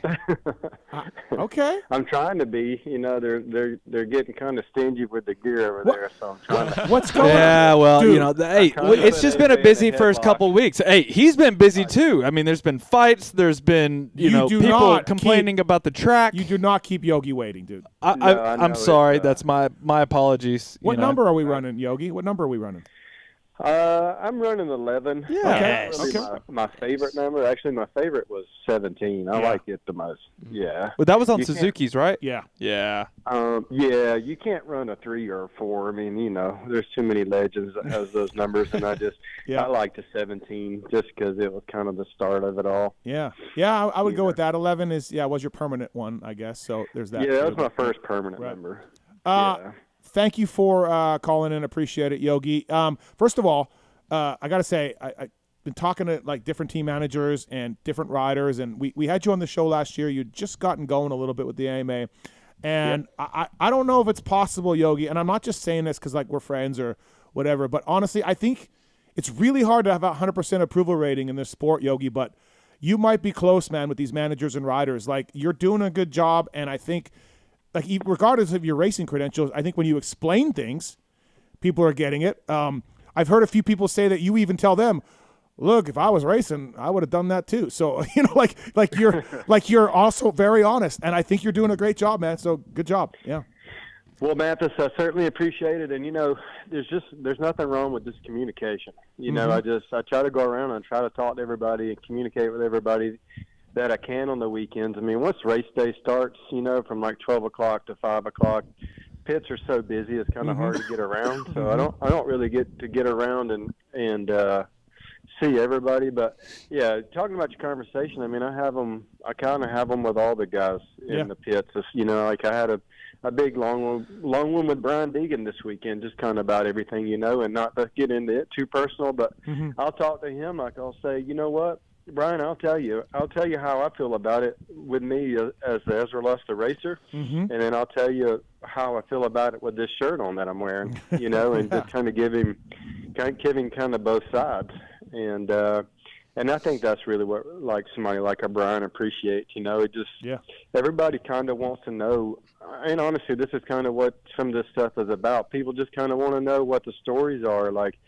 How is the mood in the truck? Like, what are y'all talking about? Like, what's on y'all's mind? Like, what are y'all seeing? What are y'all seeing in block passes nowadays? Like, what are you looking for? Like, and try not to give you a complete, like, a 1, 2, 3 scenario of how a pass goes down and how we're going to break it down. But, at the end of the day, I tell them, listen, I want y'all to race dirt bikes as hard as you possibly can. But when it comes to endangering each other, then I'm here to protect all the riders, not just your rider. Yeah. Somebody last year, there was some incident, and they told me that you said, look, when I was racing, I would have done the exact same thing. So I get it. Yogi, didn't you tell Levi to learn to learn to pass better or be more? Learn to take out better. Yeah. Well, your comment probably came from the pro circuits or the yeah. Well, Charlotte, that happened with Seth and the red light and stuff, and that was a real bad situation that I hated to happen. But then the takeout with Levi, yeah. I mean, Mitch was saying, I've been trying to get him to be more aggressive. And I'm like, Mitch, or I said, Levi, I totally get what he's saying. Like, you've been a sissy. Like, yeah, you need to be more aggressive. But you got to learn how to execute the takeout, man. Exactly. If you're going to do that to somebody, like, you can't take yourself out. I mean, Ricky says it on shows all the time. Like, what you can't do is take your own self out. Yeah. And honestly, there's a lot to be said about that, because when you stay up, most of the initiation of that is you're planning on staying up. You're planning on yourself staying on two wheels, and a lot of times it works out that way, and it don't look as bad as some of the things we've seen. Yeah. For you, we had an SMX next crash, and it sounds like Ryder Malinowski is going to be okay. Chad did an interview and kind of said the track wasn't great, and I could see what he was saying. Dudney told JT, like, oh, it's pretty good. So that was pretty weird to see. Yeah, like right afterwards, right? Like it was weird. But I do think there's a place where we could run those right out of the gate. I think Chad has a point. Yogi, where do you stand on all that yourself? I think in that situation, I think Chad was acted a little bit emotional with that. And he's a dad. I'm a dad. Like, I reacted the same way. I honestly went down there immediately after that and said something to him about it. We had a personal discussion about it, and because at first I was kind of hot because I'd got messages on my phone that said, Chad just threw y'all under the bus. Chad just threw y'all under the bus. And so I went down there and we just talked about it, and Chad and I are completely cool, just to get that out there. Yeah. Like, me and him, we've never had issues. And but I know as a dad, he just kind of spoke out and just, wanted to see things different. But now that the dust has settled a little bit and we all look back at it, like, I mean, really and honestly, Matthes, think about it. Like, if we put the guys in the program where the track is completely fresh, now the speeds are going to be higher. Now crashes are going to be at a higher speed. That's something, you need to think about. And the program was it was set up and it was designed to, if everybody that's listening to this tonight, if you don't really know the schedule of the day, here's the way it goes. So those guys are on the track first. Track is brand new. That's their free practice. Their next two practices are basically last after all the groups have been out. So they get to see the track when it's at its worst. So the first practice, brand new. The first time qualifying, which is their second time on the track, is rutted, and then the final practice is rutted. So they get to see it at the worst. So when they raced the other night, I kind of have to say what Caden said. Like, it really was not that bad at all. Was there ruts in the first base line straightaway? Yeah, I mean, there was ruts. Yeah, of course, yeah. But at the end of the day, I think if I wanted my kid to turn pro the next year, once again, I'm not butting heads with anyone because I'll have a conversation with anyone about this because I want what's best also. But if I wanted my kid to race that the very next year, I would want my kid to see the track at its best and at its worst, because that's what I'm preparing him for. Yep. I don't want to coddle my kid to go race a professional race. There's not coddlers out there. You don't want to make these kids soft to go race a Hayden Deegan, a Ryder D. Like, when you've got to learn when you land off these rhythm lanes and go to do another rhythm lane, you have to have perfect balance. Like, I watched the replays of it all. I mean, we watched it and watched it and watched it, and both kids lost balance and veered over into each other. It's just, unfortunately, it's racing Supercross. Yeah. But so I ask you, like, which would be the better of it all? Like, I mean, obviously bad things are going to happen in Supercross races. It's dirt, it's ruts. And, there's definitely not going to be a knee-jerk decision and just change the whole program right this second. Right. Because we need to think this through, and we need to get everybody's opinions all involved and make a very smart decision. But as I've thought about it more and more, that whole day, to be honest with you guys, was pretty bad for the Supercross Next kids. Mm-hmm. Pretty bad. Mm-hmm. Like, from the beginning to the end, because they were just at another level of aggression. They were just going bananas in time qualifying, and there was a lot of crashes. Mm-hmm. Like, they were just, seemed to be very urgent and just very... a lot of testosterone. Yeah, pent up. A lot of testosterone. Oh, yeah. Absolutely. Yeah. Backed just up. like probably our days when we were 16 years old. Oh, yeah. But kids were getting taken out because they wasn't moving over, for the kids that were doing their fast laps. Mm-hmm. Just a lot of things that happened that could have been prevented, but really only could have been prevented by you actually going through these stages and making these mistakes, Yeah. Like, I watched two kids get absolutely punted over a berm because the other kid was trying to do a hot lap and the kid didn't move out of the way, like a lot of the professionals do now that are racing on Saturdays, But the only way they learn is to do it and to be in that situation. So one of the bigger things, I guess, that I came out of the whole weekend is, should we raise the age limit of the Supercross Next kids? Mm-hmm. I mean, should it be a minimal of 16 years old? Because we do have some 15-year-olds in there. Mm-hmm. The two kids that had the crash that night were, I think, the older kids of the bunch. Yep. So that just kind of shows you, and more experience. They've done next races before. So, they weren't brand new young kids that's never done it before. I just think that was just, one of the freak accidents of Supercross. Yeah. Sure. I think there's so just where do you go there's with a lot you more guys tell factors. Me. You be the rider rep right now. I mean, would you want those kids to race on a brand new fresh track with no lines to ramp that speed up even more, or where you put them where we put them? Because where they were was not where the track was the worst of all night. It was kind of halfway through the program, so it wasn't that bad. Mm-hmm. Nothing, absolutely nothing like it was all day long in their practice sessions. It was a tough track. It was the toughest one we had by far due to the wet dirt, right? Only on the first baseline. Yeah. Which to everybody that knows, they're basically the very first rhythm. Which never gets sun, right? It basically always stays that way. Well, because all day long that part of the track, it kind of stayed in the shadows all day, and it didn't really dry out as much as the other side of the track. Yep. So that was really kind of the most rutted. But once again, it was nothing like it was all day long for their practices. So we got two choices there. Yeah. It's tough. I mean, it's tough. Yeah. But I will say that, you got to think Caden Dundee. I mean, he's riding the same track as everyone else, and he's like, oh yeah, track's not bad. Yeah. So I mean, you kind of, it's like Yeah. Usually the best time the track is like probably 450 heat one. Mm-hmm. I would say Yeah. after the 250s go, there's a couple lines, everything like in, that. Everything's burn in a little bit. 450 heat race one. So maybe like 250 heat races and then SMX next and then the 450 guys. Yeah. Yeah. Yeah, not sure, but right. Renegade Race Fuels. Oh, go ahead, Yogi.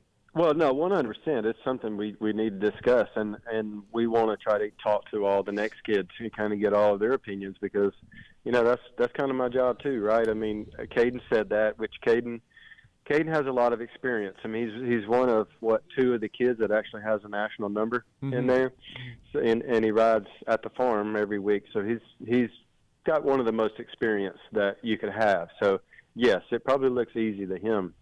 But, you know, we kind of want to know what all of them think. But honestly, I really think I know what they all think. I think they all going to say, I would not want to race the track with 0 lines because there will be no passing. Yeah. You know? Yep. Yeah, that's true, too. So, you're right. You know. The license points thing that we're doing this year, and we'll get to Friese and Harrison in a little bit here. But the license point thing, Ezra, I like it because – in your day and for a long time, it was just, hey, you're on probation, and hey, you're on double secret probation, and hey, you're really on probation now. Yeah. We never had now we're like, hey, here's a point, here's 2 points, here's what you're doing, and at some point you're going to lose your gate pick, and at some point you're going to lose championship points, and so there is some sort of accountability now, and there's some leeway there. So Yogi, I like this. I think it's a good system, an improved deal. Well, the system was created last year going into the 2025 season. So they ran it through all year and got points on everybody and just kind of did a little under the table deal and didn't really tell anybody. And so we kind of know who would have gotten points and kind of where it went. So on and so forth. But it was created kind of for the guys, like you're saying, the ones that's not always in like big time trouble, but just they're always doing something. Yeah, they're always not obeying blue flags or the sound thing. I was kind of on the fence about the actual racers to get points for sound. Yep. But Jeremy Albrecht, which we all know Jeremy Albrecht, longtime mechanic and racer, he does all of our tech stuff now. Well, he decided to kind of let the first one kind of be a freebie for sound if he failed it and not do the points. Like Jorge, when he got the points at the first round, he didn't get a license point because he kind of felt like the first one, okay, let's put it on the team. Maybe the rider didn't really know. He didn't really, because they don't choose their silencers. Right. You guys know you got 3 or 4 silencers you're trying to choose from. They're all kind of right there at that number. So, but going into the next one, he's well aware of it. So if it happens again, then he'll get a license point, which I really don't think that would ever happen again with KTM. I think it was kind of a freak thing. Right. But yeah, it was created to get those guys that just always do something. And we're hoping that it works out to where at the end of the year, when things get real serious in those playoff rounds, that the guys that have been bad all year, maybe kind of have a little bit of something to have to pump up the brakes about. Yeah. And it's just not going to be T-Bone Central and No, I like it. I think it's good. Some accountability. Yeah. Absolutely. Exactly. Accountability is actually, that's kind of the best word to describe it for sure. So Harrison not happy with that pass by Friese, and I get it. It's 19th place. So by Vince Friese standards. Yeah, what would Yogi have done there? He ain't doing that for 19th. Well, I know, but Yogi, I would assume, like, if Yogi was in Mitchell's position, what's Yogi doing? Like, is he acting the same way Mitchell? We're probably having words, right, Yogi? But well, yeah, Matthes, I'm going to have words. We're going to, but what? Honestly, I've only done something like that in my whole career one time, and that was to NC, and I regret it to this day. Because he didn't deserve it. Right. Because that's just not the way MC rode. And, but, yeah, to talk about that situation, Mitchell came over to the truck right after it happened and told me everything, like basically the aftermath of it all. I don't know if y'all know the aftermath. Yeah. There was. Well, actually, what's funny, Yogi, is I have 2 different stories. I have one where Mitchell did some aggressive body slamming, and I have one where Vince was the winner, and I don't even know. I don't even care. Yeah. But yeah. That's how these Well, things what do you work. want to talk about first, the aftermath or the actual track pass? Well, let's talk about the pass a little bit. Okay. I think, Vince was fined 5 championship points and license points again. Yeah. And it wasn't like by the things of like Vince has done or even other racers, it wasn't that bad, but no. I get it. I get that part where it's just like, hey man, Vince, we're just stop doing that. I'll be honest with you. Like I struggled to penalize him. I really did struggle with it. Like we were there. Me, Mike, and Tully were at that truck till I think 10:30 that night. There was really no trucks in the paddock at that point, and dealing with it, and because Mike had some other things he had to deal with before we could do it. But like, I didn't really want to punish him because if you really watch the video, like the best footage we actually got was some videos we got from the stands that people sent us. Like it was really, really, we had great angles. Yeah. And Friese did a very, very good job at skirting around that inside and getting his bike turned at the last second, and hitting him. But looking at it slow motion kind of compared to what I saw, which was 15 feet away from it, because I was right there at those steps. It literally shook the whole scoring tower because he hit the scoring tower. Yeah. Like shook it hard, and I heard metal to metal. Like it was pretty brutal. But I guess to really walk you through it, the only reason why I just said, yeah, I think we should probably do something about this, because they kind of left it at me. They were both just looking at me like, okay, well, what are we gonna do? Because as well as I do, y'all, like ARay, you had a career, like a professional career. When you land off that last jump and you go across that inside, the percentage of you coming out of that, number one, was that you're not going to be hurt, and number two, that you're going to keep it on two wheels, is very, very low. 10%. Yeah, you black out. Because that guy coming off that berm to that finish line jump is pretty hard second gear, getting just about tapped in second gear. Yeah, I mean, he's like Mitchell was committed to the finish line at that point, right? Committed. So the intent was pretty malicious, and it was they were going to make contact, and they were going to make contact hard, and there was no like worried about anyone's safety. And that's the biggest thing when I'm doing this job, is I got to make sure that these guys, I want them to race the freaking wheels off these bikes. I want them to stuff each other, do whatever they want to do.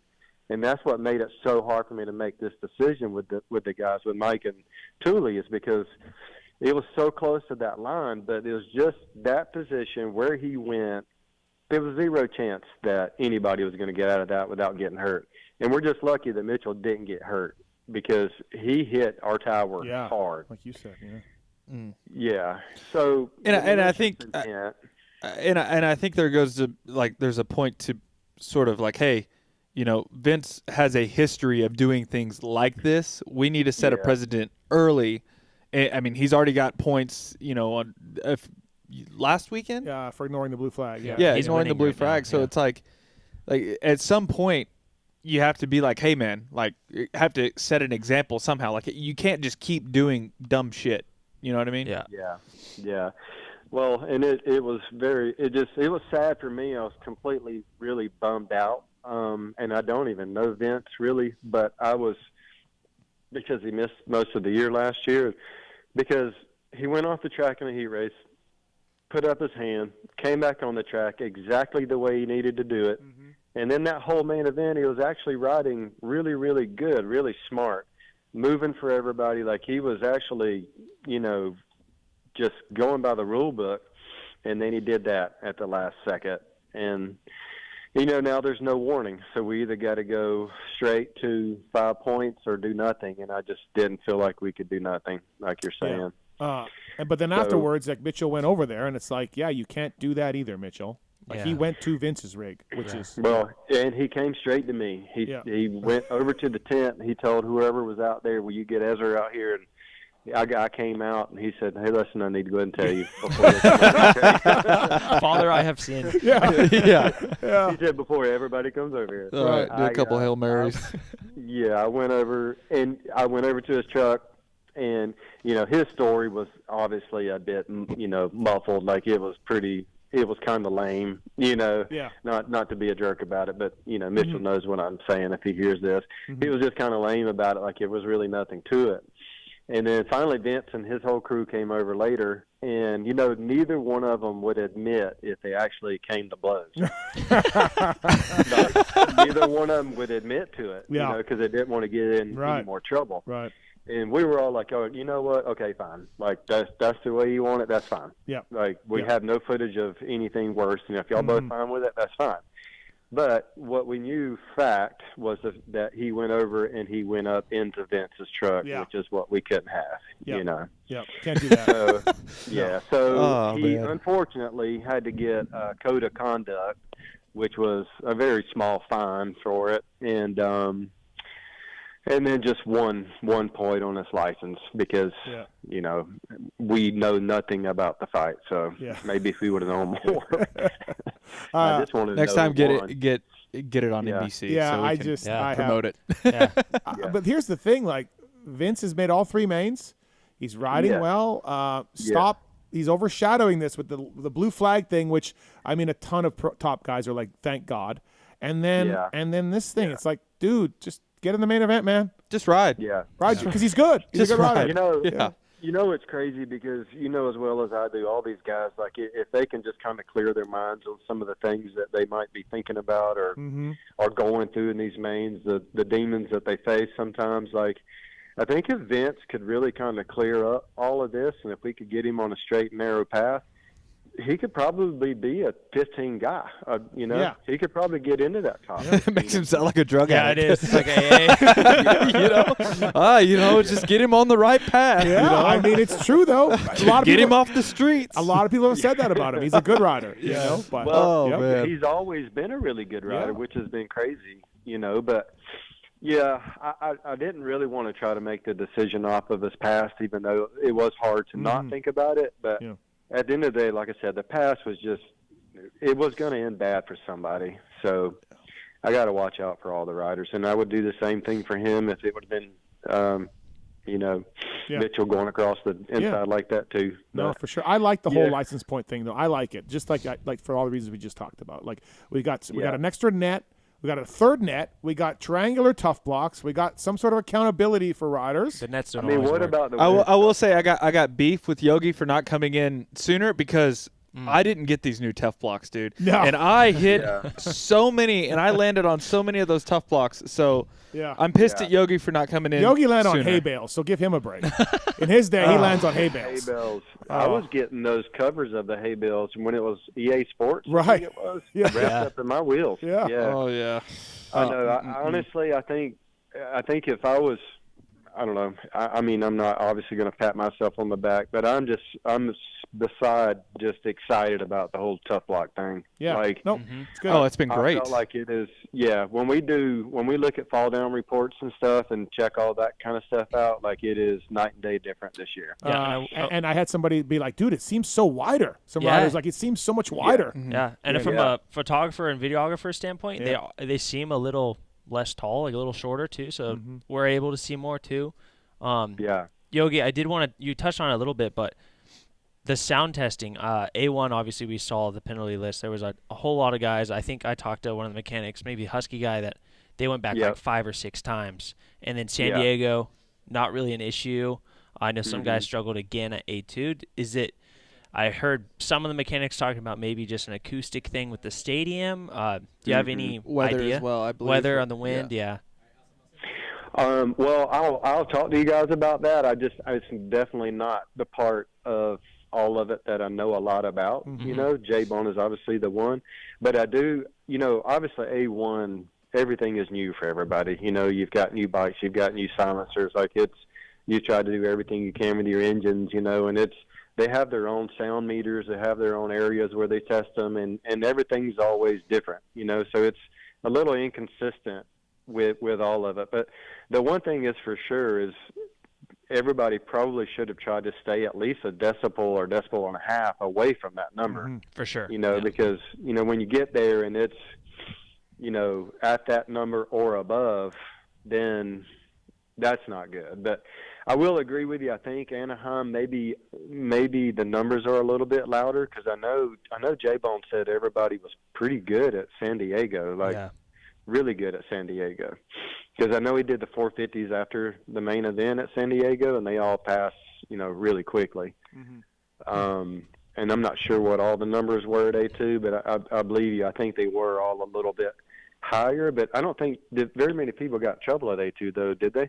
No, I don't think so. I think just mechanics were struggling to get them to pass on press day. Yeah. Well, what they all do when Jeremy has time is he tries to get everybody through that does press day first, and then he tries to get everybody else through. And then if you want to bring back silencers and just kind of run it through and see where they are just for the rest of the weekend, like he does that too, That's cool. We got to call them mufflers, though, Yogi. Silencers are your day. Mufflers. Mufflers. Shorties. Shorties. Awesome, man. Well, hey, Ezra, no, you're fine. Thank you for the time. Thanks for explaining some things. I said, it's hilarious you've got a high approval rating, which I don't think is possible in our sport. Obviously, I get a high approval rating from all the riders as the #1 journalist, but generally speaking, you've done a good job, Yogi, for sure. Thanks for the time tonight. Yeah. Thank you, Matthes. I appreciate you. All right, man. We'll see you this weekend. All right, Thanks, Yogi. Thanks, Yogi. Bye. That's Ezra Lusk, everybody. Legend, dude. Legend. Yeah. Legend. Thank you for the time tonight for that guy. Always love the. I really feel like I've talked to him even off the record about things, and he's been like, very honest, very open, telling me what he would do, what he wouldn't do, what he can't do. You know, all of that. When I first heard that he was doing this, I think Anton told me. Yeah. I thought it was just a coincidence. Someone else named Ezra Lusk. I'm like, there's no way he would come back. Well, even like Shorty was doing it for a bit, but I think Wyndham did it for a few weeks, but. Like, these guys, they've made good money in their careers. They don't want to travel. They don't want to do this. I mean, Kennard was in place there for Trey was doing something different. But the point being is, like, it's hard to get a guy like Yogi or Shorty. They got lives, and it doesn't pay great and, and all of that. But he wants to help. He wants to make a difference, right? That's cool. ETHIKA, PulpMX 20 is the code to save with ETHIKA. Great hoodies, underwear, kids, ladies, yoga pants. If you got, like, a hot chick, she needs yoga pants. Yeah. Oh, yeah. Like your chick? Yeah. Your chick would look hot in ETHIKA yoga pants. Yes, she does. PulpMX 20.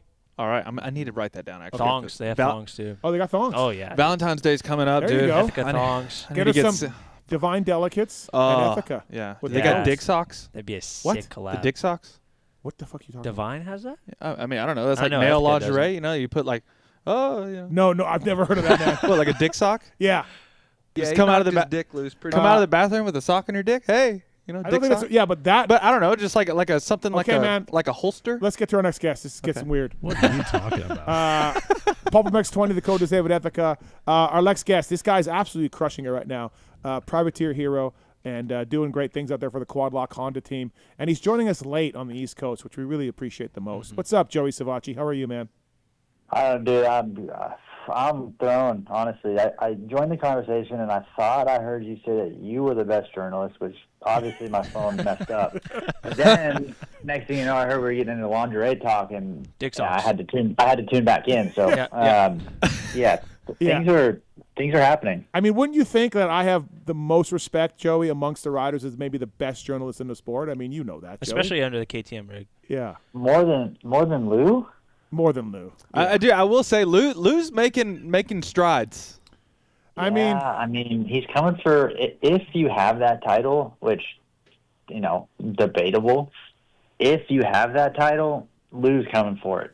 He's It's not the first. It's not the first challenger I've had. Not the last. It's not a problem. I'll deport him. Maybe he's a world traveler, though.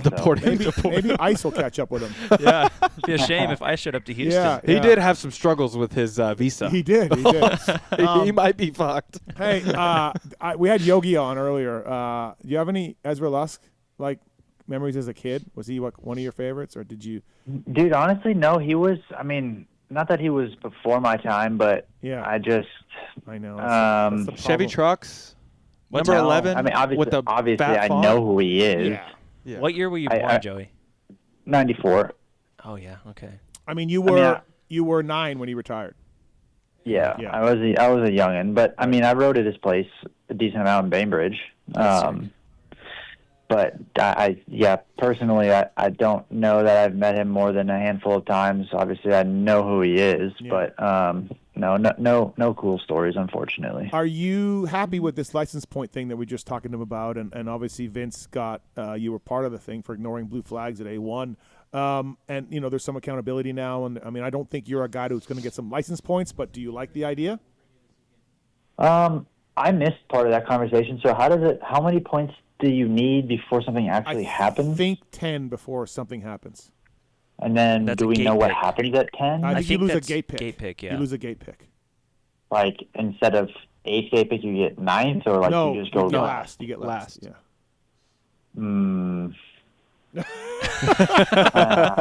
Are we thinking about getting 11 points, Joey? Or no, if you're getting 11 points and you're only losing a gate pick, I just don't feel like that's enough.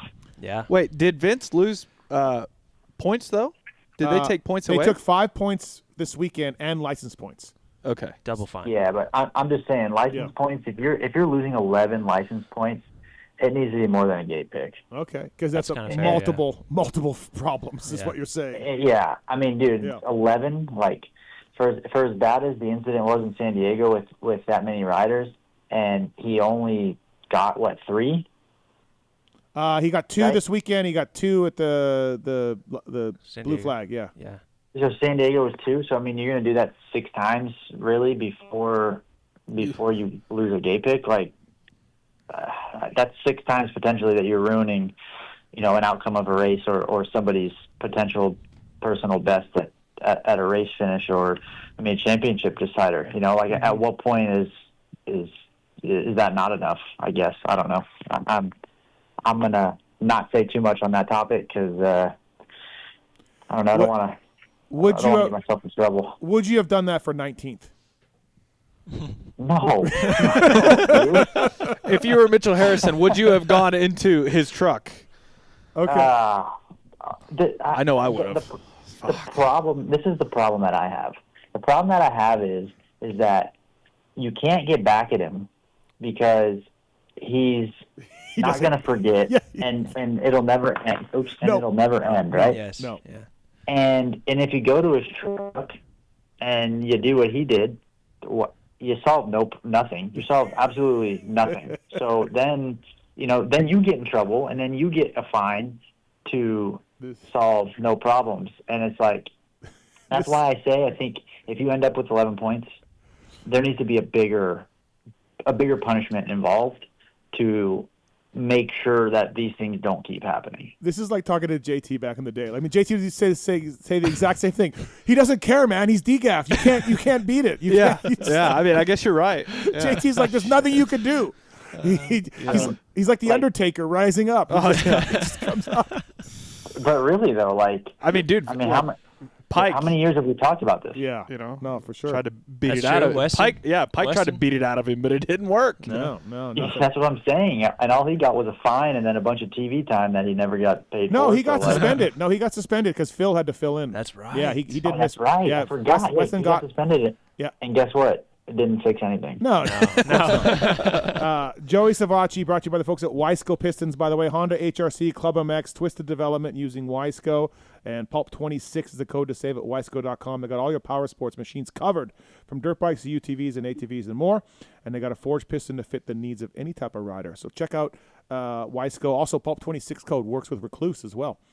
Dude, you're on fire right now. You're riding great. You're such a confidence guy, I think. I make jokes about you being glass half empty guy, because but you're a great interview. But sometimes you're hilarious because you're a glass half empty guy. But the glass is half full, and you're riding some confidence right now.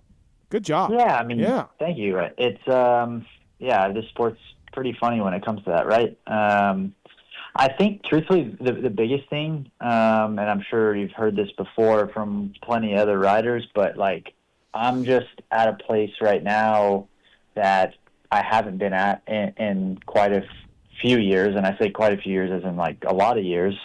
Mm-hmm. My motorcycle is doing more or less what I want it to. So I'm able to actually feel like I can trust my bike, and I know what my bike's going to do and how it's going to react, and I'm confident in that. And when you're not 100% sure that, okay, these whoops are starting to get edgy, I don't know how my bike's going to react, or this corner is starting to get really bumpy before this 353, but my bike's not handling great, so I'm exiting the corner, my front tire's off the ground half the time. I don't know if my front tire's going to go over the jump or if it's going to catch up the face and knife and throw, there's so many things that run through your mind when you don't have any feel in the motorcycle.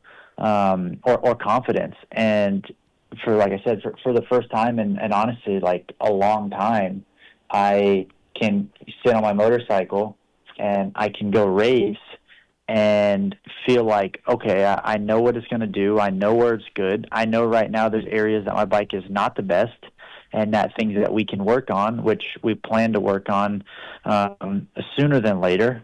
But, I'm just... Yes, I am more confident now than I've been in a long time, but a lot of that has to do with the fact that I'm on a bike that I can trust and that I feel comfortable racing. ARay had those same thoughts and didn't care. He just pinned it again. Mm-hmm. Yeah. I don't know what bike's going to do. Fuck it. Yeah, at some point you just, you're at the race. There's nothing you can do if you're me at the race. Shit, I didn't have a suspension, guys. I just fucking did it, Made the best of it. Better than me, dude. You lined up me. How about that? You lined up next to AC with a front flat. Yeah, and I also just said, oh well. Another time I started next to AC. It was Salt Lake City. It was the last round of Supercross, I think. I forgot my goggles, and I had to use a pair of his goggles. Yes. Oh, I remember that. Dude, yeah. That's legend. Yeah. Amazing. Yeah. It was fucking. Hey man, raining. you gonna use those? Yeah. Hey, no, I had to use the Sight Lab goggles. Yeah. I forgot my goggles at the truck. Shanty was like, Yeah. Joey, I think I talked to you at Anaheim, and you were telling me your WSX stuff. You've had to change it a little bit from that suspension wise. So I'm wondering, are we way off WSX spec now at round 3? Did we hybrid it a little bit? Like, because you talk about how comfortable you are on your bike, and you certainly rode well in World Supercross. And I'm almost positive you told me, am I right that you weren't exactly comfy at A1? So. Yeah, yes and no. Okay. I the biggest thing that I've noticed between the series is just that the way that the Feld guys build tracks, the transitions are a little bit. I don't like to use the word jankier, but they have a much flatter transition in between with a steeper face, right? So like the way that the bike throws you and the way that you time and jump things is different than World Supercross, whereas World Supercross is a little bit more half pipe-ish, round, a little bit more forgiving. Yep. So I think that is more or less what I was hinting at, is that it threw me off a little bit to race those transitions, because jumping the jumps is one thing, but then trying to find that limit of pushing through and racing them was totally different.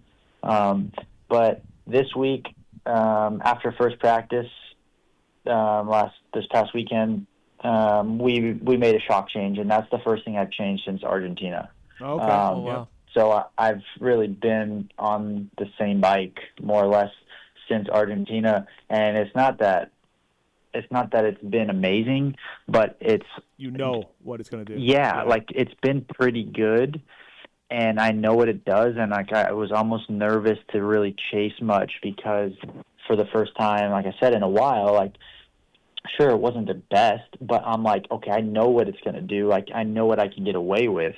But then, Matt, my suspension guy, and I, we've kind of been talking at the races during the day and even during the week, just kind of what he sees. And we haven't been able to test, unfortunately, like I said, but something that we've been talking about is just overall balance seems a little bit off. So we made a shock change after the first practice, and I went back out, and obviously we qualified good, 5th, which was awesome. And right away, like I went out and I was like, yeah, this is better. This is the direction that we needed. So that obviously I think helped the main event for sure. But I'm in a good place with my motorcycle and mentally too. Like that's why 7 Deuce Deuce, he talked to me at San Diego, and he's like, hey, A1 wasn't good, but what's your goal? And I'm like, well, 5 to 8. And he's like, well, I think you're underselling yourself. And I'm like, not really, like maybe a little bit, like maybe do I think 8 is too far down? Well, no, because look how many good guys there are. Yeah. Do I believe that I can do better? Well, yeah, of course, but I also understand the situation. There's a lot of factory bikes. There's a lot of really good guys, a lot of titles that are ahead of me. And I just know that if I can stack these performances and I can put myself up front or near the front every weekend, it will become not easier, but mentally it will become more solidifying of like, hey, this is where I belong, So like, I just need to keep myself in a mental space of, hey, 5 to 8, it's okay. 5 to 8, it's not the end of the world. If we qualify P12, oh well, who cares? Like, our goal is main event when the points matter, get a start, put ourselves in a position to succeed, and try to make the adjustment on the fly. And I think if I can keep doing that, then I think it will be very beneficial later on down the road. I think Marchbanks was a bit bummed at his ride this weekend, and I'm like, bro, it's your first one. And I'm like, you got 14th. Craig, champion. Mookie, champion. Ferrandis, champion. Justin Cooper, champion. RJ, champion. Ken Roxon, going back to what you're saying, like, hey, Garrett, like, no offense, but let me read you these names and what they've won. You know? Yeah, and read their resumes. And by the way, tell your friends to calm down. You passed RJ. I know you passed AP, but my point on the review pod was that while you were in your position, there was Mookie. And there was a battle royale going behind you. I didn't say like you got there. I'm not saying you didn't get there, but just there was a battle going on behind Bro. you. Unbelievable. It was chaos. See? Dude, No, I mean, I know. being in there in person, But like they don't Joey show it was, on the TV. It was perfect because Joey was just ahead of those guys, and they were going at But it. how soon did you make it ahead of them, Joey? Because I swear I looked up and all of a sudden you were ahead of them and kind of had a little bit of a cushion on them battling it out. Well, honestly, it's a little frustrating in hindsight because my start was actually really good, and I came around the first corner right next to Malcolm, and I think he went through the first lane in fourth. But when I came out of the first corner and like I manualed that first little double, and then I doubled out the next one, when I gassed it in the air, my front tire dropped really quick. Well, I went into false neutral. So I went from being in like 5th to 11th. But I would say that I got close to RJ. I couldn't get around him. I made a mistake in the sand and went off the track and had to go around the sand section, which allowed Prado to almost get me in the next corner. And then from there, like once I was able to finally get around RJ, I had a little bit of space. And I want to say like maybe 6 minutes to go, unironically 6-7. Somewhere around that time frame, I think I passed Malcolm, and that was kind of like when I got that little bit of a gap. And I didn't even know who was behind me or really if everyone. I was in danger. Yeah, everyone. And the reason I didn't know that anyone was there is because I was focused on the next guy in front of me, which was Jason. But I did keep an eye on Kenny because Kenny was ripping, and I could see him making up positions on the track, and I could see the gap getting. You're like, oh shit. Yeah, I was like, that's not the guy that I want. No, he's no. Believe it or not, he's pretty good. Yeah, not bad. No, not bad at all. Joey Savatgy here, brought to you by folks at Weisco. Pulp26 is the code to save. No, it was great. And also, by the way, I don't know if you guys have Dartfish or not, but it was Anaheim 2. Joey, was Anaheim 2 the first time that a split lane kind of worked equal? Like once it got broken in, I felt like it was pretty equal. I mean, it didn't take long for that outside after the finish line to get broke in, dude. Yeah. That thing was like, oof, it was sketchy. Every time someone was seat-bouncing it. I think race time, the race time outside was way better. Really? It seemed like most of the guys were going outside. I was looking at the lap times, and it looked like guys, the arrows were, they have arrows on the stats, and it looked like the arrows were both ways. Okay, maybe not. I mean, I know Justin Hill was going inside and throwing scrubs, but I think he was just trying to have fun. Hill was? Yeah. If there's anything weird, Hill's just gonna he's just gonna jump it and have fun. I think outside was a decent amount better because going inside you had to roll that first one enough. Like you couldn't manual into it because if you carried your front wheel over that next one, then it would have been Levi 2.0. And then in the sand, they made the big roller steeper. In the main, Massive. the 250 main, the inside ruled. Yeah. Everyone went inside. 450 main. Dude, they made that thing so big. Yeah. So how soon did you learn that? Oh, sight lap. Oh, okay. Oh, so yeah. Chase told me on my interview, he's like, it took me 2 laps to realize that.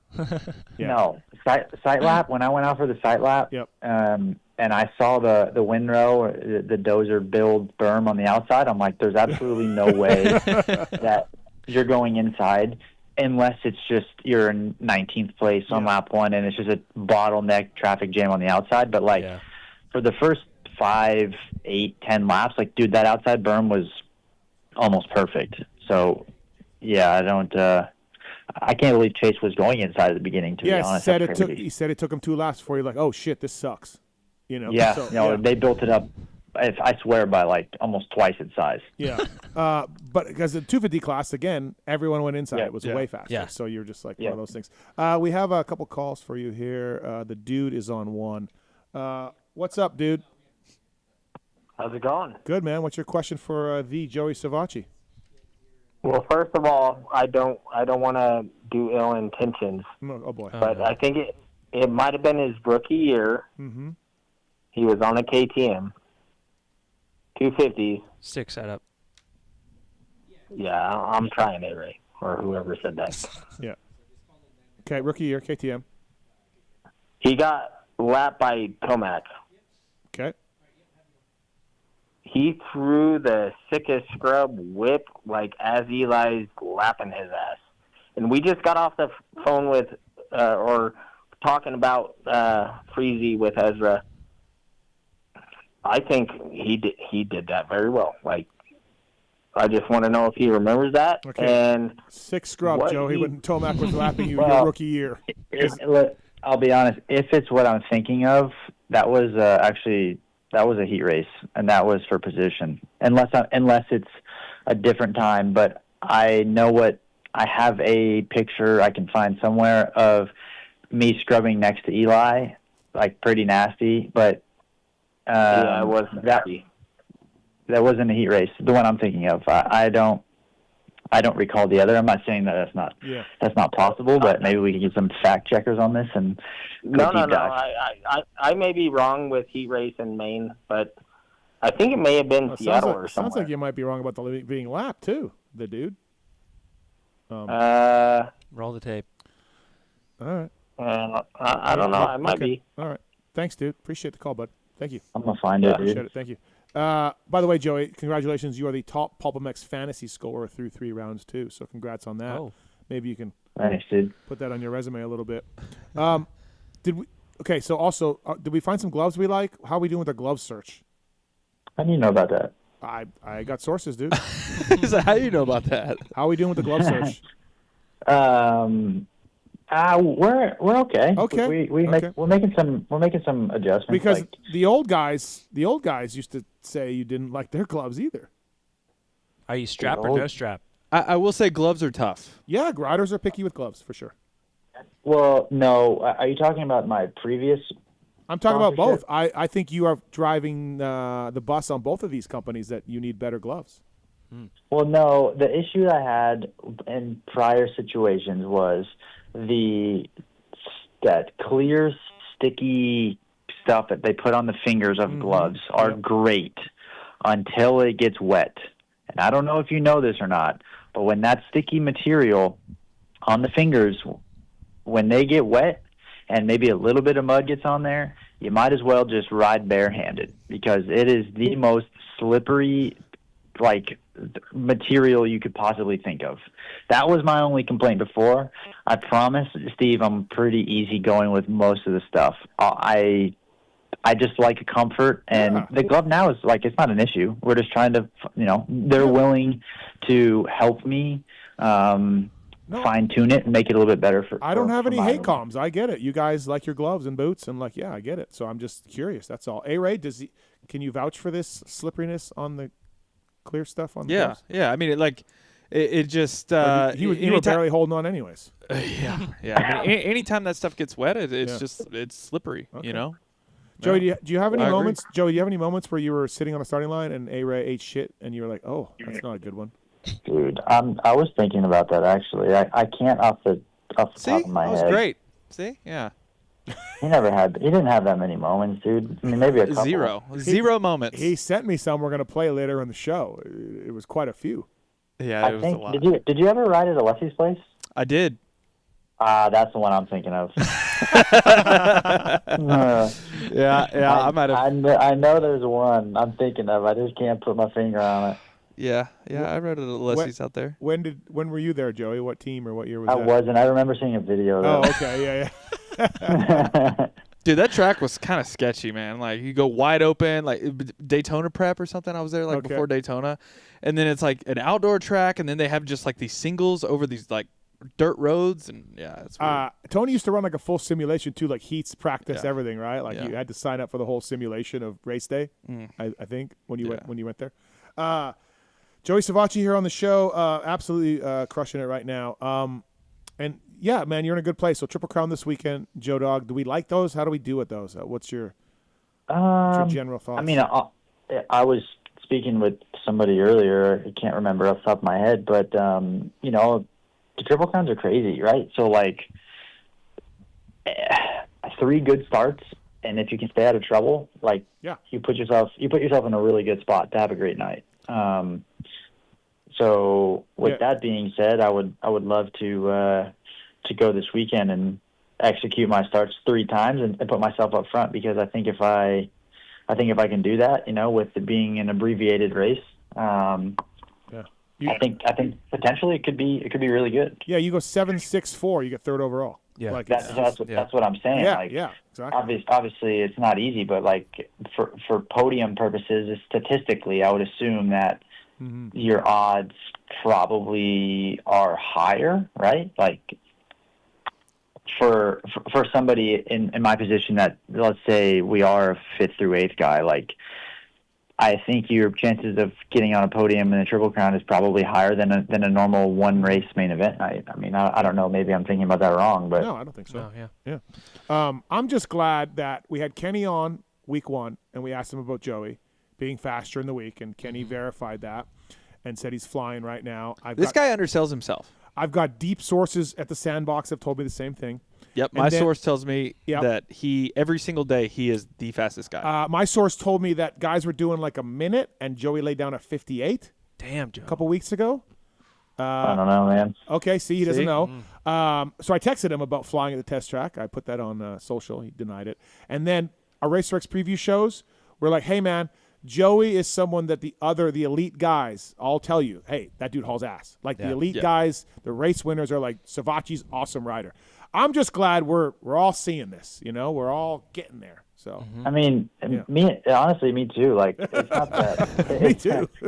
It's not that I didn't do well when I turned pro in 2019 with Cowie. Like I felt like I had some good rides, but I would be lying if I said that I don't feel like I'm better now. Like more rounded rider. Like obviously mentally I'm a little bit older, so maybe intelligent wise, like maybe I'm a little bit smarter with things that I do and the risks that I'm willing to take. But I swear, like, dude, even the 5th in San Diego and the 6th this weekend, like, I feel like those were better rides than when I've gotten 4th before. I remember getting 4th at a race, and I led for a while, but like, I'm also glad, Steve, that I can not just be a practice guy during the week. I'm trying to transition towards being a race guy also. Yeah, it's like Roxon. Like he's not a practice guy, and then even qualifying, he'll be like 6th fastest. Yeah,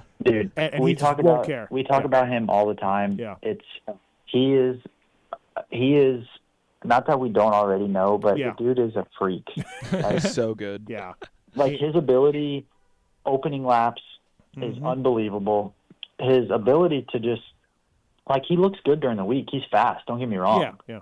But like the ability to show up on race day and just be that much better than what I see during the week is like, it's seriously, it's an impressive in a different way, but equally as impressive as it is for Coop when Coop qualifies 8th and doesn't have the Grace Heat races and goes and wins the main event. Like both of those dudes are so good at being a racer in totally different ways, if that makes sense. No, for sure. I saw it with Reedy, man, at Yamaha, day in and day out. He wasn't the fastest guy during the week. Timmy would have him. Villeman would have him. Yogi was the year when Yogi got the Mach 1 ride and he had like old factory Yamaha stuff, Yogi was fastest probably half the time compared to Chad. But every Saturday night I'd be like, oh, we got him this week. Timmy's riding good. Timmy qualified well. Timmy qualified better. And dude, Reminds me of Chiz. When the lights come on, and Chiz would also get you all the time. Oh, dude, it gives me nightmares. I think how many guys Chiz is Chiz, where you're like, hey, here comes the old man with the neck brace. Yeah. Just fuck off. Yep. And then Chiz is just getting you. But bad. I saw it with Chad. He Saturday nights, man, the lights came on. He rose. It's impressive, dude. It really is. All right, last question, because I said I told Joey I wouldn't keep him too late. So. Okay. Yeah. Hey, I just want to know sort of like what your plan is for the summer. I mean, I know you're on Quad Lock. You're doing World Supercross, but are you doing Australian Supercross as well? Are you doing any outdoors? I don't know. Great. Great. I haven't got that far yet.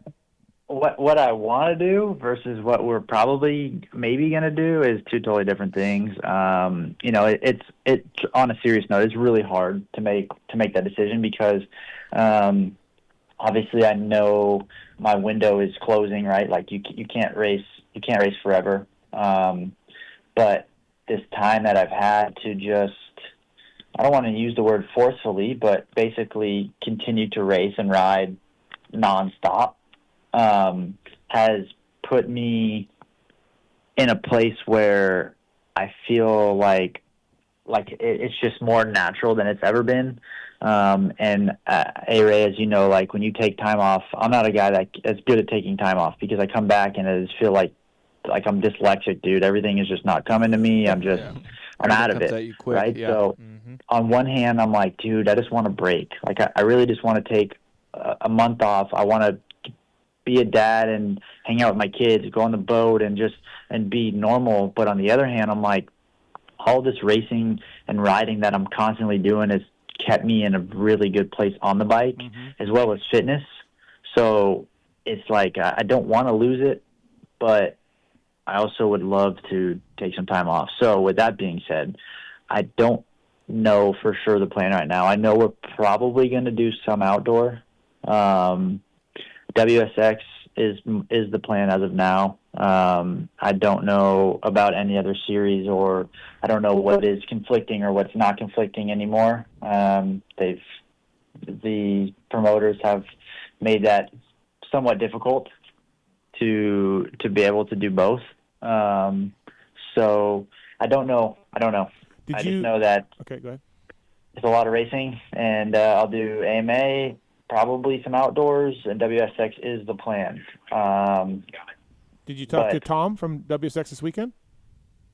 Yeah. Yeah. Okay. Yeah, Was he at the race? Yeah, he was there, I guess. Oh, nice. Yeah. Yep. Him, Emerson, and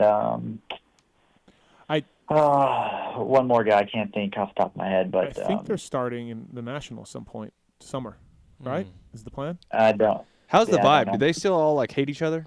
Yeah, I don't think Feld would have given him passes. Oh, okay. You know what I mean? Yeah. Maybe I could be wrong, but I don't think they would have given him passes. I think Steve got him passes, right? Oh, you got me.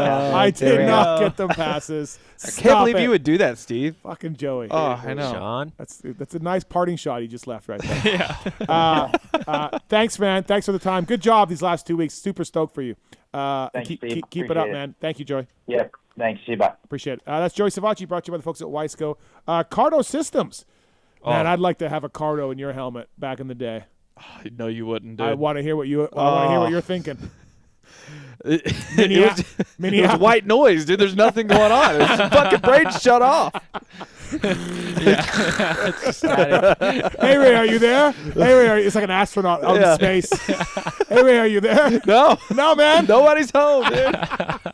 CARDOsystems.com. Depends on the practice. I was probably concussed. Yeah. PulpMX to save with CARDO systems. PackDock Edge phones are waterproof and dirtproof, allowing you to communicate up to range up to a mile away. Love CARDO. I've used your code actually. Wait, you did? Yeah, you did. I did. bought you said, my chick one for her helmet on the Harley. Thank you. Love it. Did Jericho say you could go? Come on. Yeah, if you get him WrestleMania tickets. I thought you were serious joking. No, that's legit his request. Yeah, let's get him on. All right. Okay, we're gonna get Derek Rankin on, our buddy, the manager. What seats are we talking of here? the International Supercross race team. I don't even know. Is WrestleMania still a thing? Does anybody know that? I think the tickets are cheap. It's gotta be cheaper. Jake, what's up, man? How are you? Thanks for calling the show. What's up, Jake?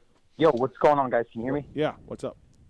Cool. Hey, I had an idea. It might not be a particularly good one, but I listen to the show quite a bit, and you hear riders talking about fatigue and it being a long season, going through injuries, illnesses, and stuff like that. It seems like there's a lot of debate on how to solve that. What about a drop score, kind of like MXON? Your worst race of the year, you drop from your score, or if you're banged up, you don't have to race that one. But it's mandatory. I don't mind it. I don't mind it. Yeah. Fine. We have a drop around in PulpMX Fantasy. It works well. Yeah. I think it'd be cool in like the maybe 2B class. Yeah.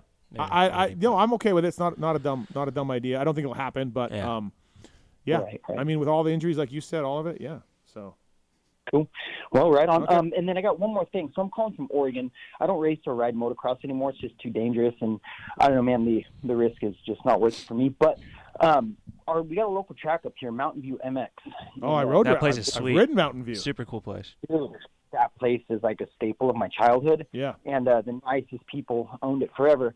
Anyways, they're selling it, and it would be so tragic if it got sold and it wasn't a motocross track anymore. So maybe we can reach out to some rich dudes that like motocross. RV? We can buy it. Steve. Keep it. Yeah. Go. Steve's a rich dude. I didn't know it was still for sale. That's been for sale for a upper while. middle class. Great track, fun track. We did a Honda intro there. Oh, you did? 3 or 4 years ago. Oh, okay, Yeah, cool. super fun. Well, let's buy it, RV. Yeah, do it. Give back Come on, dude. to the Pacific Northwest, RV. Yeah, with all that money that he probably got for that cheap ass. Yeah, for that house that he just sold in Costa Mesa. Yeah, he told me he made a bunch of money on that house. He could buy Long Mountain View. If it was like a club like they do on the East Coast and everybody could buy into it, I bet in the Northwest, I bet people would pony up and pay and keep it in the motocross community for sure. Yeah, for sure. Thanks for the call, man. Appreciate it. Thank you. Right on. Thanks, guys. All Have right. a good one. Friend of the show, Derek Rankin. We got him on the line. He's the manager of this international supercross race team with Max Miller, Vince Friese, and they're making a little bit of news. And Derek, I can't help but think, like, you love this. You love wrestling. This is all just. This is you. This is KFAB or whatever they call it. This is a great marketing Yeah. strategy. Yeah. Congratulations, Hey, Derek. brother. No, I mean, there's business size to it, and then there's a personal size to it. So, would you like to confirm or deny there was a slobber knocker after the main event in the trailer? I don't know, because I might be able to get like extra license points if I confirm it. You know, like okay, all right. You know, code of conduct. Yeah. Follow you anywhere nowadays, right? Yeah, it's a good point. You're right. You never know. Hey, but the thing is, though, Derek, is like, he had the blue flags, and we all know Vince and all this. You signed him last year, coming back from Arena Cross and all of that. He's made all 3 main events. Mitchell Harrison has, Vince Friese has, Joey and Christian, like as far as privateers go. Like, this is Shane, too. He's riding well. He's made the main events in all 3 rounds in the stack field. Yeah, no, I mean, obviously we signed him because he's a better rider than what we've had previously. So, we knew what we were getting with Vince. We had many talks leading up to the season.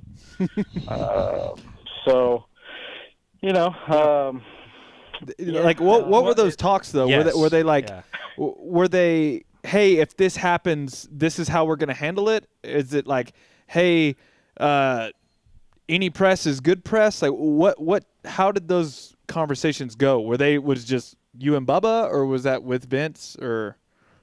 Yeah, I mean, me, Bubba, and Vince, right?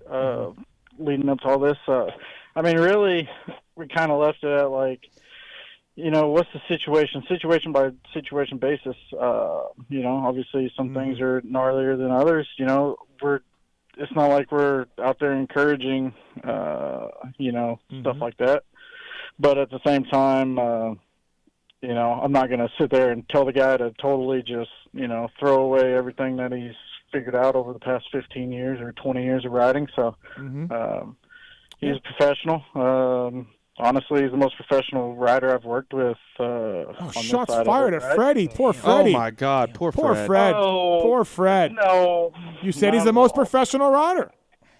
Yeah, well, me and Freddie were friends, right? So, like, there was a friendship there. Me and Vince, we didn't know each other going into this. So. Okay. Hey, Max Miller, he made the main in San Diego. He was up front this weekend before he crashed. Like, Max's outdoor skills have been better than indoors over the years, but I feel like he's raised his indoor game a little bit, Jericho. Yeah, I mean, he sends I think Max is a main event guy. I think he's proved it the first 3. His results have stayed similar. He was 10th in his heat race at A1, 10th in his heat race at San Diego, and then I think he was like 13th this weekend. Obviously, he's a good starter.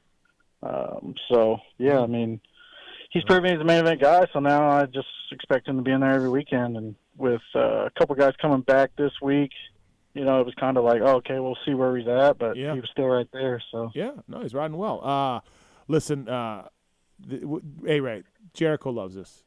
He loves this, right? Oh yeah, 100%. Okay. He he's being professional on the phone, which is cool. He has to be. He doesn't want to get any more points on his deal, but like He's all in on this freaking fighting, cleaning people out. Yep. He's over there. Dude, I guarantee you there is a bruise on the side of Derek's freaking Jericho deal from him smacking his bicep. Yes. 100%. Yeah. 100%. Congratulations, Derek. You've got what you wanted. Mitchell Harrison was just posted up in the walls of Jericho, dude, in the mad parts, dude. I mean, honestly, guys, I was still on the start straight while they were, Oh, they were? So you missed it. No, I wasn't there. I was still on the start straight, man. I had to walk from the tower. You got to get like a nanny cam and throw it in the rig, just for the base. Yeah, well, I mean, there may or may not be CCTV back there, so you know. Maybe one day we'll release the files. We would love that. We obviously have Michelin on this show, but Matthes is a big partner of ours on some other shows, and Mitchell Harrison's on Matthes, as is Vince. And this is a terrific collaboration they're doing. That's why I'm saying this could all be Chris at Max's could have planned all of this. Oh, yeah. Vince was able to cut that corner so tight. So tight. Because Max's was stuck like glue on the track. And think about Mitchell's Max's, how bad he would have been sent if he hadn't stuck to the track. As much as this is a Jericho like good thing, this is also a Chris Meyer good thing. Like this is totally up Chris's alley. It's fantastic. I don't even know whether I'm getting played or what's real or what's not. I'm trapped in this imaginary world. Is it a work or is it a shoot, brother? Yeah, I don't know. I don't know, man. Yeah. It's weird because, like, going back to Vince, it seemed like World Supercross, there wasn't many incidents in the first two rounds. Electric is not his deal. No. Yeah, but the first 2 rounds, there wasn't really any instances, I don't think, with other riders. It was just like the blue flag thing. But then round 3, it's like he relapsed. Yeah, the anarchy addiction kicked in. Yeah. I mean, the thing about that whole situation that nobody's really talking about is Vince was letting up for the blue flags right before this happened. Mitchell passed him under blue flags because if you look, Jason and was it Webb or Justin Cooper that finished right behind Jason? They're kind of battling right there, right behind him, right? So Pelletier after the race, because we went to the AMA, obviously, we had a meeting. And they were, telling Vince, hey, you did a good job this weekend on the blue flags. They were very clear that, they're like, hey, we gave you crap last weekend. We got to make sure that, that we think you did a good job this weekend. So, yeah. So, and then Harrison got him under blue flag. That's slimy. That is slimy. That's what you privateers do, man. Oh, I used to love that shit, dude. That's the problem. Oh, yeah. When the blue flags come out, that's when you start. You guys got no morals. You privateers. You Islanders got no morals. There's a few, like, I tried to be somewhat respectful, but there are a few who absolutely abuse that shit. Oh, Moran's is bad for that. He's noted. Yeah. Heath Foss back in my day. Foss would do that all the time. Kyle Lewis was that way. Yeah. There were some of these guys that just were like, cool, man. Watch this. Yeah. And like, I get it. It's not cool. But by the way, Derek Rankin on the show. Do you guys use the Cherubies plastic? We do not. Well, Cherubies brings you Derek Rankin on the show. At Cherubies USA. You guys should. It's a world leader in accessory dirt bike plastics. Please check it out at Cherubies USA. You know who does use a Cherubies is Factory Cowie. So Derek rides Cowie. So I think they use that circuit equipment or something. I don't know what's going on. I thought that was gear. What's gear? Gear, it's everything. I guess the Cherubies is gear too. Plastics. We're not with them anymore though, so let's not. Oh, good job, ARay. Nice. Good job. Well, listen, man. Derek, thanks for jumping on. Just to clarify that whether this is a work or a shoot, we don't know. But so far through 3 rounds, this has been really perfect for you. Wygan and I are loving this. Yeah, this is great. Stay tuned, dude. Yes, yeah. And to any other victims that may come, there is CCTV we know now, so don't be lured into the rig. Yeah, we got 15 more rounds of this. This could be good. Hey, I might take the guy outdoors. You never know, dude. There we go. There we go. See that? Hey, Derek loves like Supercross, but he really loves outdoors. Right. Outdoors is it. So ARay, we got you, Freddie, Noah McConaughey, Benny, although Benny may be on the rocks. Oh, yeah, I don't know about that relationship. Right, so maybe that one's a little on the rocks, but Freddie. It's fine. Everything's fine. Where do you think Vince is in Derek's rankings right now? Like, obviously the Russian. I don't know. Mikhailov's number 1. The Russian is Evgeny's, number 1. He's number 1. But do you think Vince, with all of this, is moving up? That's hard to say. He's moving up, yes. Especially after this weekend, I would say that he is bumped in front. He's in front of Benny and Fred. And Fred? Yes. But behind you and Noah? Yes. And the Russian? Yeah. Yeah. Yeah. I would say he's number 4. Derek, is that accurate? I mean, probably not, but I'll let you all kind of decide what you want. Is he higher? Am I even in this anymore? I mean, you guys haven't talked about Dakota Alex, Justin Bogle. Oh, we'll see. Dakota Alex. Yeah. Dakota Alex is a pull. That's a pull. Yeah. That's a pull. Yeah. Bogle, Me and Dakota talk all the time. The Austin Baggett Rankin Bogle thing was pretty good. That was pretty funny. Good times over there. Oh, yeah. Yeah, me and Austin, we were reminiscing in San Diego. Hey, Austin runs around and calls himself a world champion, Derek. Like, he's just running around, dude. World champion. Yeah. He told somebody that this Supercross series is just a warm-up for the world title. Oh, my God. Like, he's fucking gone way too far, man. Yeah. He's way too far. I made him watch a lot of wrestling in a lot of hotel rooms over here. So, he learned how to, Sell bring it. the character out. Yeah. Mm-hmm. Yeah, he's fantastic. So, all right. Well, I forgot about Colt, too. Colt's got to be on the list. Colt would be on there. Yeah, I'm way down, I think. Colt, though. I mean, Colt are just buddies. Yeah. There's a lot. There's a lot. ARay, so you're not even maybe top 3 or 4 anymore. No, I think I'm Hey, out. I will say this. ARay's the only guy I've had to pick up off the track with his eyes in the back of his head. So. Yeah. He thought he lost me that day. State Fair? Oh, it's State Fair? Yeah, State Fair. Oh, yeah. That was a bad probably day. my worst. Yeah, crash, It was not a good day for ARay. Yeah. Yeah.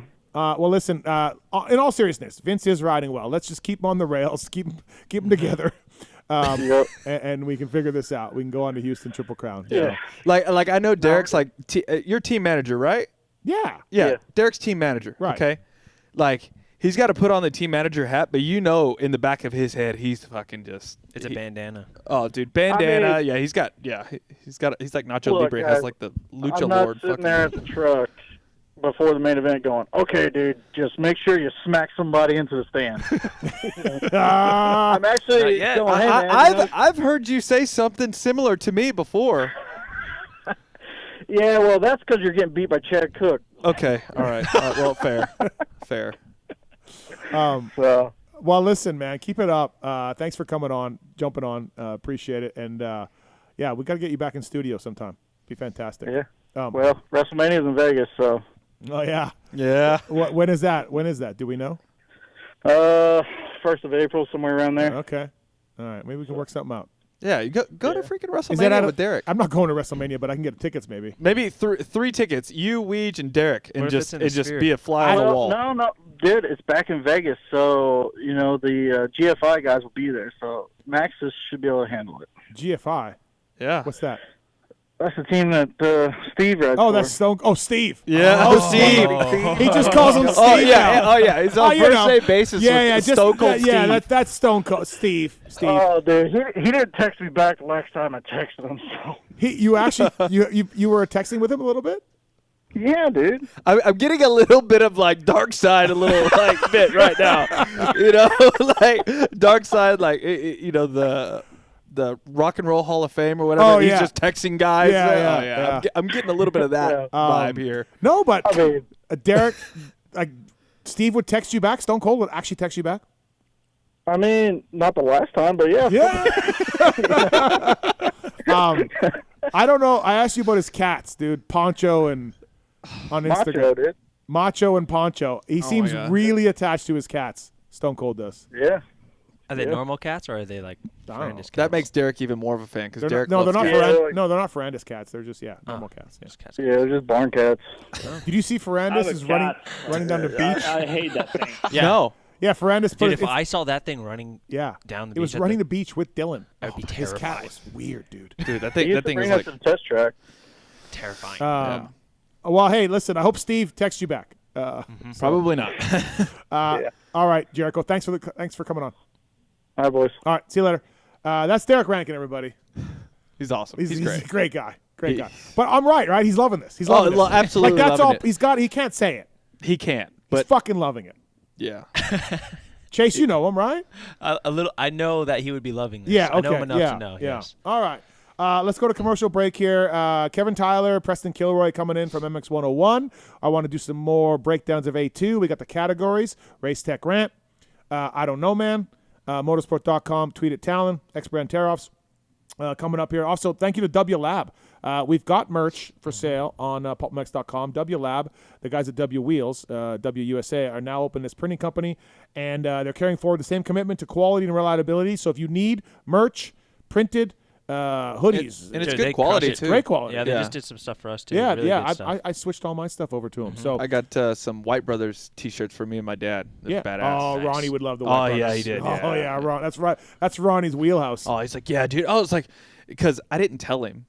And he's like, it just showed up to the, his pawn shop or whatever, and he opens it. He's like, man, did they like turn their old computer on and just see that I was like one of their best customers because I used to buy so much shit from them, Like he's like, no. I was like, no, Dad. Like I got that now. I ordered it and sent it to you. Mention PulpMX for a free sample and a discount on your order. WLab.com for more information and consistent craftsmanship, vibrant prints, dependable service. Tell them Zane sent you, I guess. Yeah, do that. Yeah. WLab.com for more information. All right, go to commercial break here. Come back. Chase Curtis, Alex Ray, and more on the PulpMX Show, presented by Motosport.com, Fly Racing, and DeCAL WORKS. He's just in my ass. Wow. Not in. Sorry. Get ready. The ultimate ClubMX race bike sweepstakes presented by Motosport.com is here. For 17 straight weeks, we're giving away epic prize packages from the biggest names in motocross. WUSA, FMF, Fly Racing, Hinson, Dunlop, Luxon, CARDO, and more. Each week brings brand new prizes that every rider will want to snag. But that's not all. It all builds up to the grand prize, a 2026 Yamaha YZ250F ClubMX replica race bike. The real deal built for real champions. You can enter in person at select Supercross rounds or each week online at motosport.com/win. Don't miss your shot at Moto Glory. Enter now and ride like a pro with the ultimate ClubMX race bike sweepstakes from motosport.com.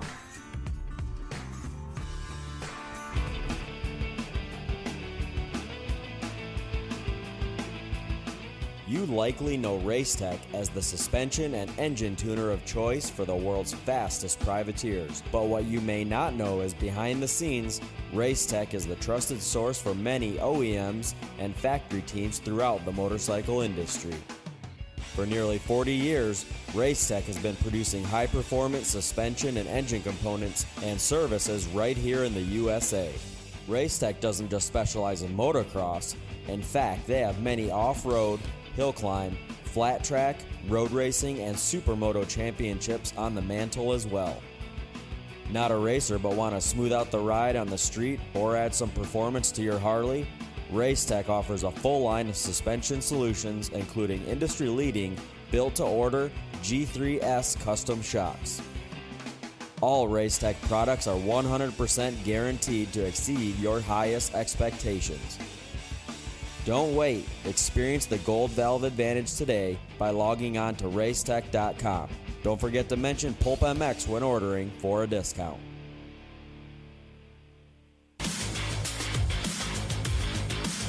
Established in 1989, Eric Phipps had the idea to manufacture factory-styled products for the everyday rider.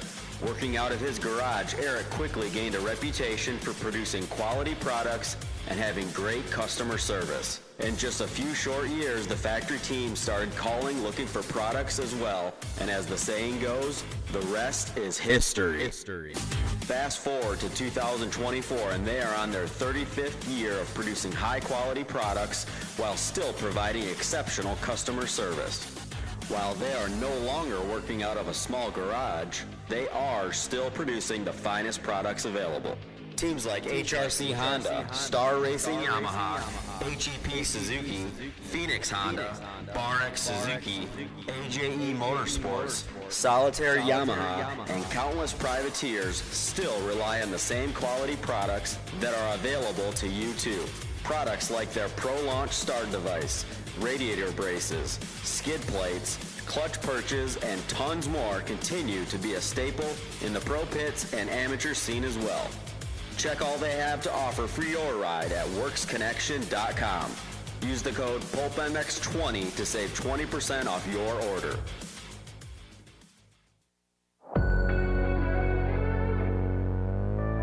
Wiseco Piston has over 80 years of experience manufacturing pistons in Cleveland, Ohio, USA. Wiseco pistons are developed and proven through professional racers, teams, and engine builders, including factory Honda HRC, Club MX, DBTV, Twisted Development, and many more. Wiseco is rooted in supporting grassroots racers across the country. Wiseco has been a sponsor of Loretta's and GNCC Racing since their very first events. Wiseco has a piston to fit the needs of any type of rider, from reliable rebuilds to serious racers. Wiseco is still the piston expert. However, the brand has evolved and has a complete range of performance components, including engine rebuild kits, clutch and valve train components, crankshafts, gaskets, and more. Wiseco has all of your power sports machines covered, from dirt bikes to UTVs, ATVs to jet skis. Find what you need at wiseco.com or wherever you like to buy your parts.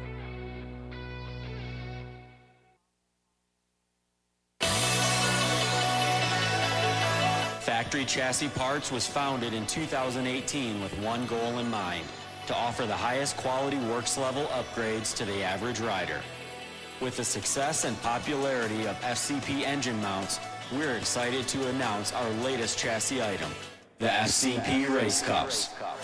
Offset steering races have been used by top motorcycle professionals to adjust the geometry on race bikes for years. Now, Factory Chassis Parts offers an impressive way for you to experience the same improvements in handling and traction by changing the rake, trail, and wheelbase of your bike. Whether you ride the track or trail, these bolt-on parts drastically improve the comfort, cornering, and experience on your motorcycle. Check out fcpracing.com to view the entire product line and learn how to improve your bike today. PulpMX 25-chassis is the code to save. MAXIMA Racing Oils was created for world-class racers who challenge the limits of possibility. Their demands on equipment drive us to look beyond conventional ideas and to exceed industry standards. It's in our DNA to identify problems, formulate solutions, and execute at the highest levels of competition. Case in point, the championship-winning factory Kawasaki race team, longtime MAXIMA partners who extensively use MAXIMA throughout the bike. MAXIMA's USA-made products exceed JSO requirements and can be used in all motorcycle brands: Kawasaki, Honda, Yamaha, Suzuki, KTM, Husqvarna, and more. MAXIMA Racing Oils. Experience the difference. Visit MAXIMAUSA.com for more information.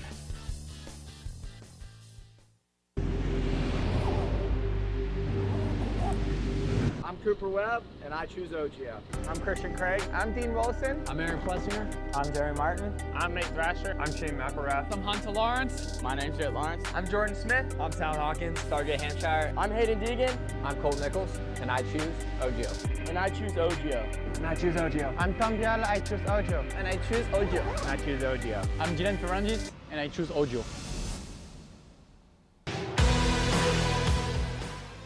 In 1990, my dad, Jamie Gregg, started Guts Racing. Guts stands for Greg's Ultra Trick Seats, because I was just a little kid that wanted a trick seat. And if you're out there looking for a trick seat, go to gutsracing.com, your local dealer, or Motosport, and place your order. Support the people that support PulpMX. You can use Pulp 2025 for 20% off at gutsracing.com.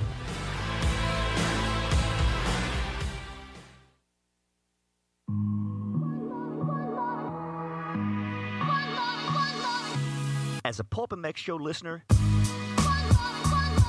you all know about the Michelin Starcross 6 tire range that are designed to win in a wide range of conditions and terrain.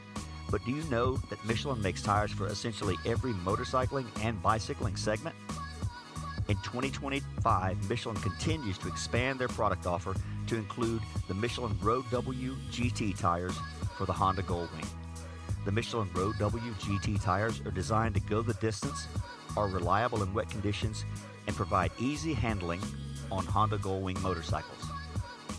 Michelin has multiple options for V-twin motorcycle riders, from the Michelin Scorcher range of Harley-Davidson original equipment tires that are co-developed and co-branded, to the Michelin Commander 3 Cruiser and touring tire lines that offer exceptional wet grip for cruiser bikes and class-leading mileage for touring bikes.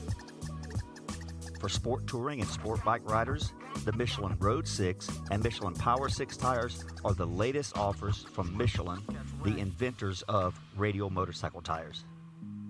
If you're a bicycle rider who rides downhill, enduro, or cross-country mountain bikes, gravel or road bikes, BMX racing, or even city bikes for urban commuting, Michelin offers a wide range of tires to enhance your riding experience. To learn more about these and all other Michelin two-wheel products, check out MichelinMan.com, visit your local dealer or online retailer, and make sure to follow at Michelin Motorcycle and at Michelin Bicycle on Instagram. Having traction problems lately? The all-new traction boots from Atlas may be just what you need. Developed as a premium entry-level boot for the masses, they are super lightweight and durable, featuring a modern Velcro-free enclosure, molded sole, and plush memory foam around the ankles for maximum comfort. An incredible value at just $199 in the United States. Atlas traction boots are available in MX and Enduro sole versions to suit the needs of all riders, racers, and weekend warriors. The addition of boots to the Atlas product line is just the start. Head to social media and follow at Atlas Brace so you don't miss all the product announcements that are still to come. To shop now, visit atlasbrace.com.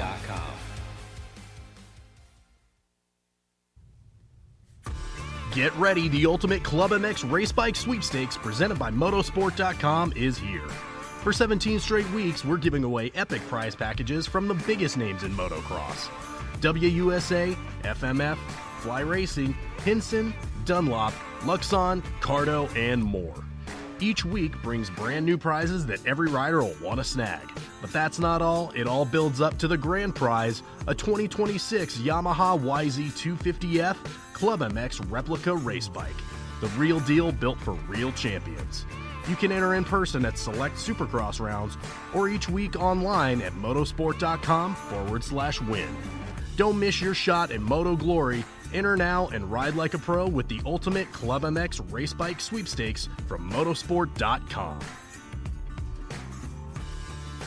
MAXIMA Racing Oils was created for world-class racers who challenge the limits of possibility. Their demands on equipment drive us to look beyond conventional ideas and to exceed industry standards. It's in our DNA to identify problems, formulate solutions, and execute at the highest levels of competition. Case in point, the championship-winning factory Kawasaki race team, longtime MAXIMA partners who extensively use MAXIMA throughout the bike. MAXIMA's USA-made products exceed JSO requirements and can be used in all motorcycle brands: Kawasaki, Honda, Yamaha, Suzuki, KTM, Husqvarna, and more. MAXIMA Racing Oils. Experience the difference. Visit MaximaUSA.com for more information.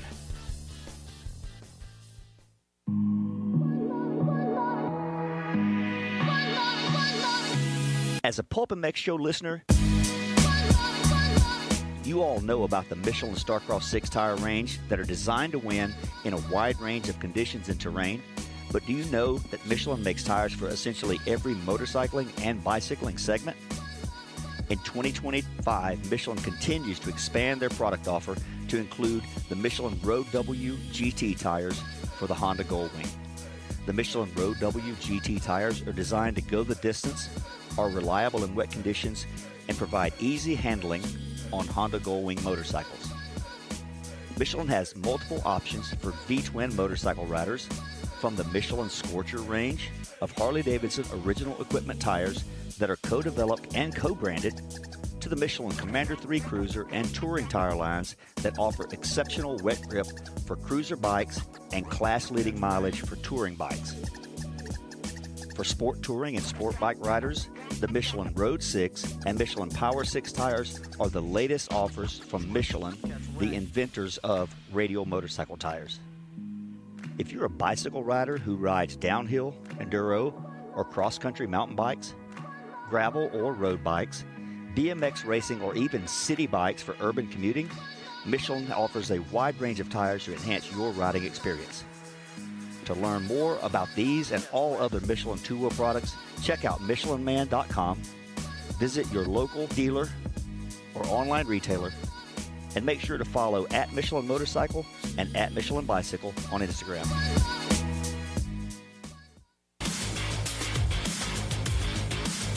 Established in 1989, Eric Phipps had the idea to manufacture factory-styled products for the everyday rider.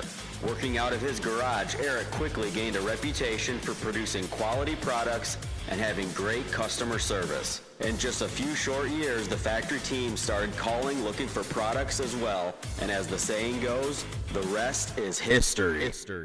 Fast forward to 2024, and they are on their 35th year of producing high-quality products while still providing exceptional customer service.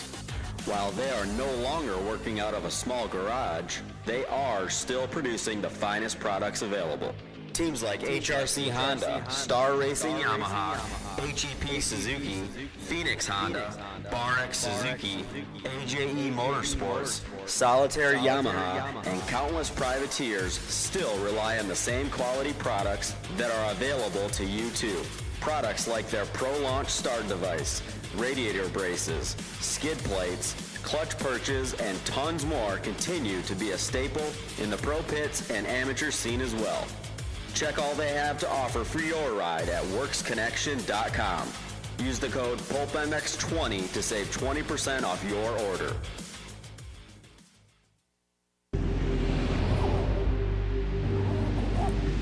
I'm Cooper Webb, and I choose OGIO. I'm Christian Craig. I'm Dean Wilson. I'm Aaron Plessinger. I'm Jerry Martin. I'm Nate Thrasher. I'm Shane McElrath. I'm Hunter Lawrence. My name's Jett Lawrence. I'm Jordan Smith. I'm Tal Hawkins. Stargate Hampshire. I'm Hayden Deegan. I'm Colt Nichols, and I choose OGIO.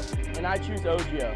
And I choose OGIO. I'm Tom Biala. I choose OGIO. And I choose OGIO. And I choose OGIO. I'm Jiren Ferrangis, and I choose OGIO.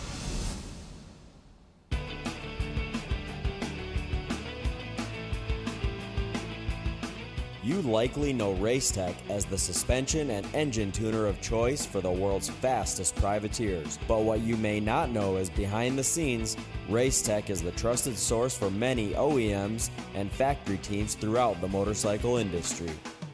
For nearly 40 years, Racetech has been producing high-performance suspension and engine components and services right here in the USA. Racetech doesn't just specialize in motocross. In fact, they have many off-road, hill climb, flat track, road racing, and supermoto championships on the mantle as well. Not a racer but want to smooth out the ride on the street or add some performance to your Harley?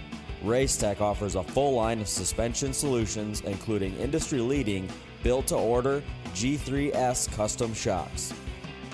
All Racetech products are 100% guaranteed to exceed your highest expectations.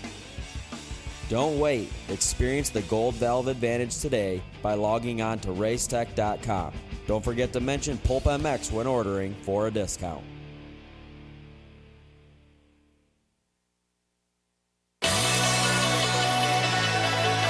Factory Chassis Parts was founded in 2018 with one goal in mind: to offer the highest quality works level upgrades to the average rider.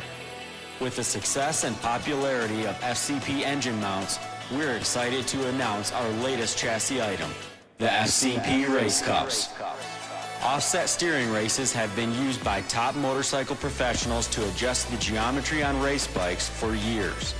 Now, Factory Chassis Parts offers an impressive way for you to experience the same improvements in handling and traction by changing the rake, trail, and wheelbase of your bike. Whether you ride the track or trail, these bolt-on parts drastically improve the comfort, cornering, and experience on your motorcycle. Check out fcpracing.com to view the entire product line and learn how to improve your bike today. PulpMX25-chassis is the code to save.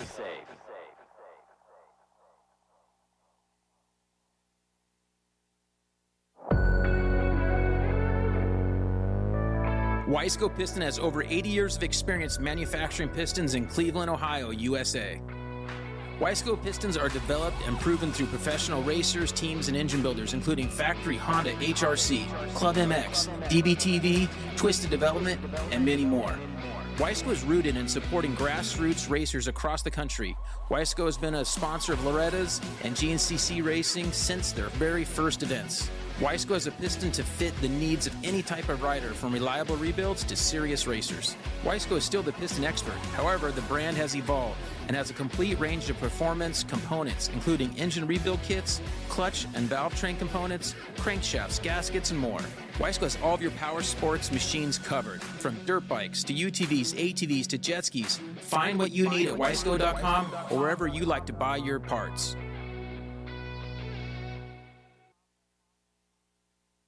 From beginners to seasoned vets, race teams, project builds, and magazine tests, DeCAL WORKS' mission is to cater to those who love to ride, upholding the true definition of quality, service, and knowledge.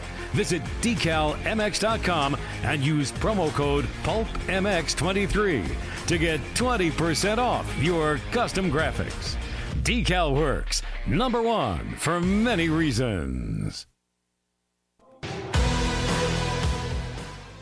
In 1990, my dad, Jamie Gregg, started Guts Racing. Guts stands for Greg's Ultra Trick Seats, because I was just a little kid that wanted a trick seat. And if you're out there looking for a trick seat, go to gutsracing.com, your local dealer, or Motosport, and place your order. Support the people that support PulpMX. You can use Pulp 2025 for 20% off at gutsracing.com. Yeah, welcome back, everybody. Having PulpMX Show. Okay, all right. PulpMX Show presented by Motosport.com and DeCAL WORKS. By the way, Tallon, was that you calling Chase Sexton from PulpMX? No, that was a different person who has access to the phone lines. What? That was someone else. It wasn't me. I don't know. Yeah. I saw that glance. Janky. Unbelievable.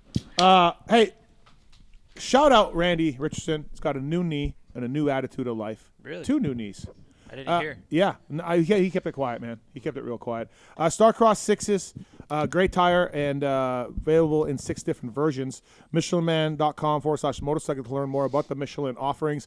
Their E-Wild tires are great. Speaking of e-bikes, we'll bring a couple gentlemen here that we rode with today. Their E-Wild mountain bike series, they've redesigned them, redone them, and they're fantastic. It's like DH tire / e-bike tire. That's amazing. So check that out at Michelin Motorcycle to learn more about Starcross 6, at Michelin Bicycle to learn more about the mountain bike tires. Thanks to Michelin for coming on board. If you need a tire for your cruiser, for anything, they can dial you in with those guys, sport bikes, cruisers, all of that. Firepowerparts.com. Thank you to them. PulpMX using their batteries, and Firepower Parts, great loading ramps, and a lot of hard parts. Firepowerparts.com for more information on that. Okay, let's dive more into Anaheim too if we can. We got the X-Brand Goggle tariffs coming up as well. Let's do the Race Tech Rant. It's probably a good way to start right now. Racetech.com. The new gold valve is out for the 65s and 85s, Yamahas and KTMs. Also, they're doing motor work for a lot of guys out there. Racetech.com. Tell me, listen to this show to get a discount. How's the Huddle beer? It's good.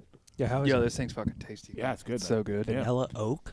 Dude, vanilla oak. Yeah. It's a chocolate cream ale. Oh, my God. Racetech.com. Thank you to guys at Racetech. They're probably part of Swap Moto.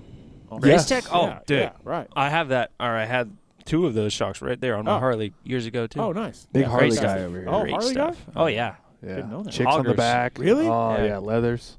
Christian, Chaps? Christian Cameron and I, and Matty G. Just cruising. Mm-hmm. Wow. Yeah. I like that. No chaps, though. He's Oh, lying no about chaps? that. Okay. I'm not a street guy. I'm not either. I'd no. hit a car. I would like. You would, yeah. By the way, we have some videos to play later on in the show. Okay. Race Tech Rant. You got one?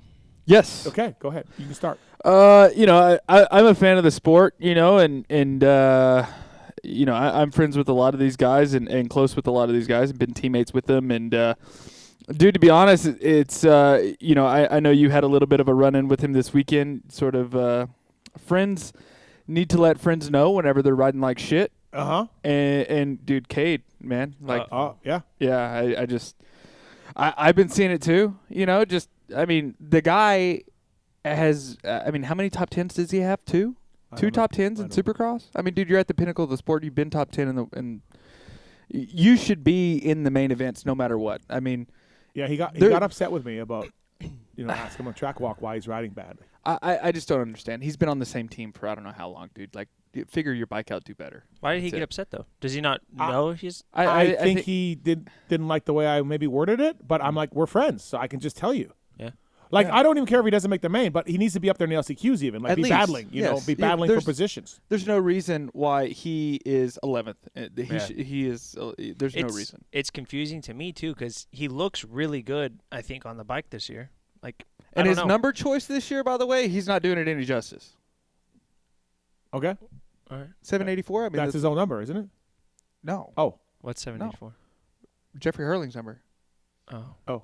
Well, hers was just 84, actually, sir. Well, no, he was 784. He was? Yeah. It's an Ironman? I think Ironman too. Yeah. Oh, okay. Anyways, Cade, you got to ride better, Cade. You're better than this.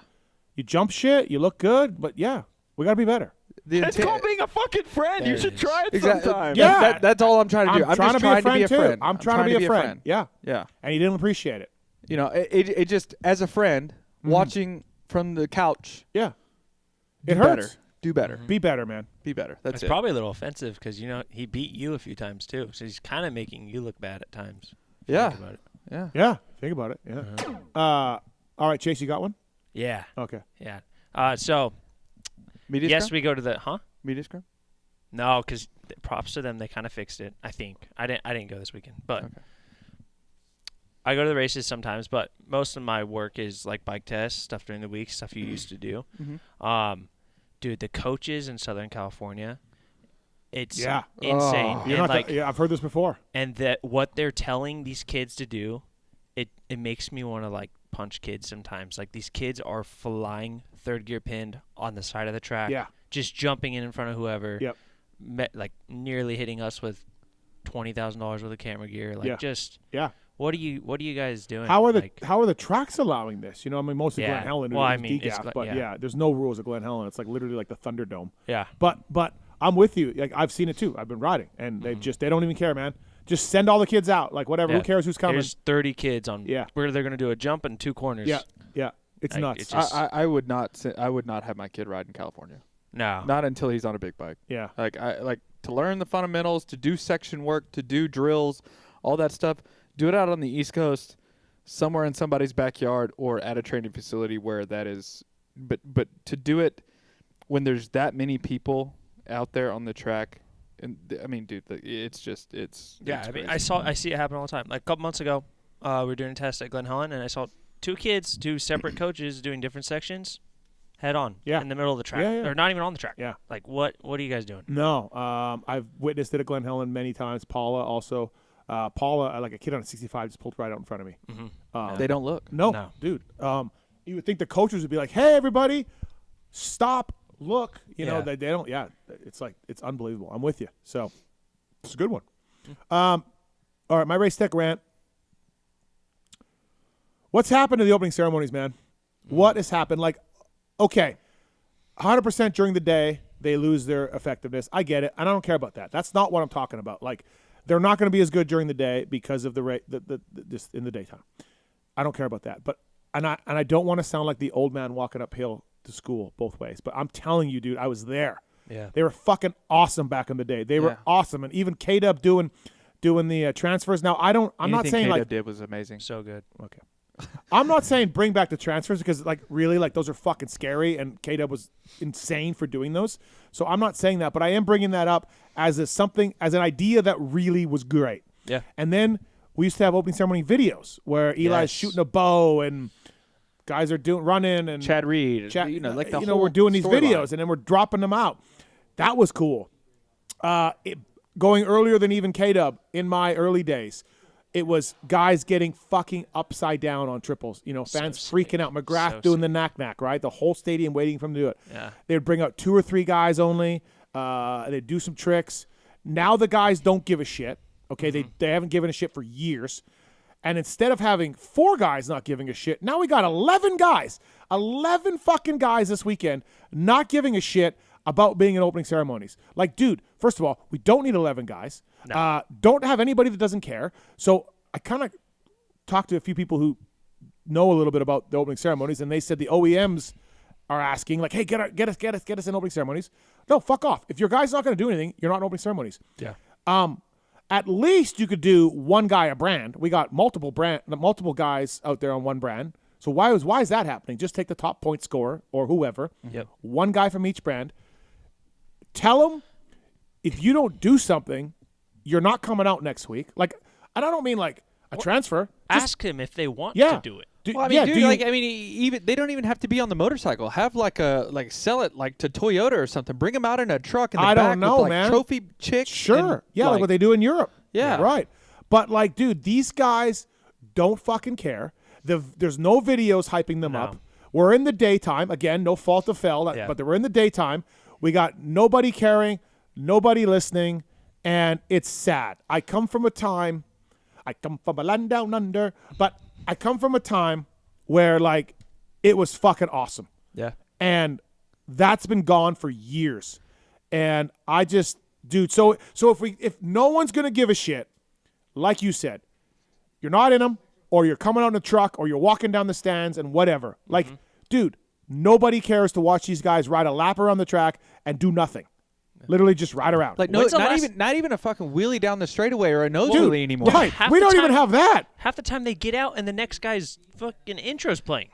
And then they don't even they don't shoot T-shirts into the crowd anymore. Nothing. They don't have riders coming out of the crowd like, oh yeah, shaking hands. No chicks with the cannons though. There's no chick with cannons or the gun cannon. With the cannon shooting the cannon? No. Well, they probably got sued. Knowing America, they got sued probably Fair. from a T-shirt hitting a kid. Yeah. Just think, as a kid, you're sitting in the stands. What do you watch? You watch opening ceremonies. And as a kid who's a young dirt bike rider, you dream of being in fucking open ceremonies. So and true. now it's So a true. joke. Yeah. I'm so glad. Yeah. I heard they may be bringing back some videos. Again, I talked to some people. I think that I've talked about that like last year. I talked to some people, and a lot of the riders are just difficult preseason. Well, don't want to schedule a shoot. Fuck off. You're not in opening ceremonies then. Yeah. Like, fair. do you want to be in opening ceremonies? Hey, Dan Fahey, Sternstrom. Hey, Lars and Brandon Wilson. Like, you will not be in opening ceremonies if we don't get a video. Yeah. And I guarantee you that fucking video will get made. You know what I mean? So, like, start exercising that this is not a right, it's a privilege if you're Feld, and tell these dudes, do something. Yeah. Make opening ceremonies great again, man. Yeah, where they come out of the podium and they're like fucking fireworks, and then they jump on their bike. Just, these guys, and they don't care. No.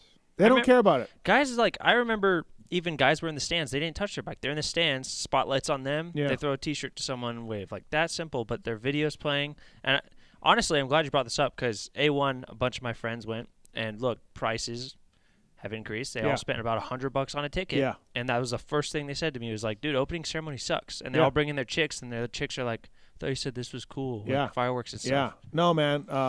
We got to fix it. It's not good, and it hasn't been good.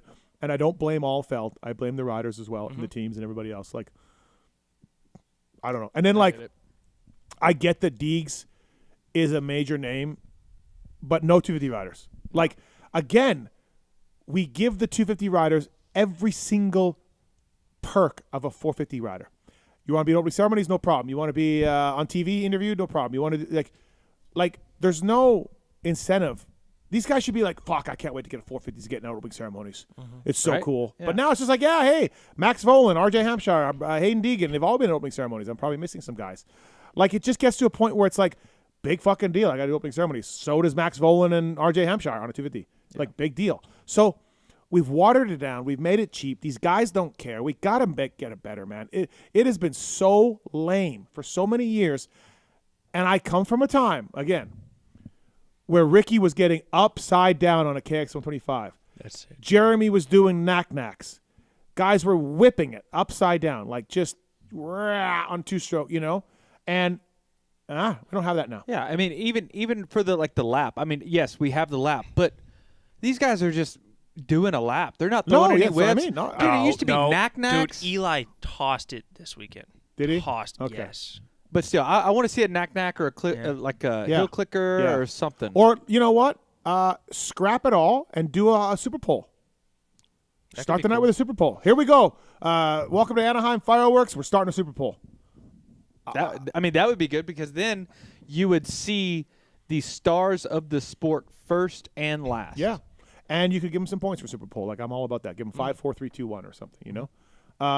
That's my race tech round of the night. Make opening ceremonies great again. That's good. That's great. Thank you to that. We do have some people on phone call. We're coming up with some MX101 guys. I want to thank the folks at MTX Braking, by the way. Code PulpMX to save. Great brake pads for your mountain bike or road bike. They're all about power, modulation, and silence for your bikes. And you throw an MTX brake pad on there, and the thing will stop on a dime and give you 9 cents change. The red compound is what I like, but they got red and gold. The red is a little more softer. But use code PulpMX at mtxbraking.com to save direct. We have Drake. Drake says he's friends with Chase. I don't know if it's Chase Sexton, Chase Curtis. Drake, what's up? Hey, guys. How's it going? Good. What's up, buddy? You friends with Chase Curtis? Or Sexton? Yeah. Or Sexton. My name is Drake Evans. Chase is actually one of the first to give me a moto edit back in the SoCal days. Oh, cool. Yes. I met Drake and his brother were some privateers, fast A-class kids out at the Milestone days. What's up, Drake? Yeah, not much. Just wanted to give a shout-out to Chase. I know he's been grinding, and it's really cool to see him on the PulpMX show along with Steve and ARay there.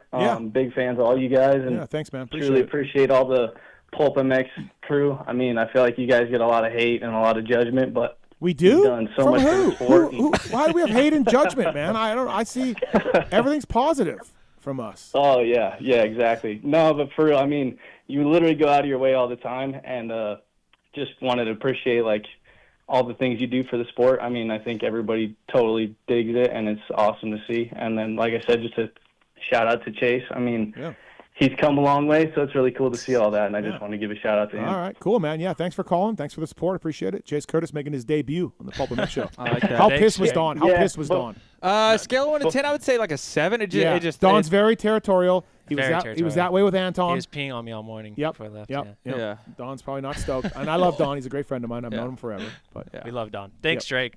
Tell the family I said hi. Yeah, and then just before I take off, I just wanted to follow up on the opening ceremonies rant. I also think nicknames need to make a comeback. I mean, I don't know what happened, but Hot Sauce, all the OGs. I mean, there was really good nicknames back in the days. Yeah, we just started. I don't know. We just started doing ET and RC and that's CS23 for a while there, right? So and then I also wanted to ask you, Steve. I don't know if anybody's ever told you this or like come across this over your years of doing things, but being with the Yamaha crew in 2004, they actually came out with a 2-track.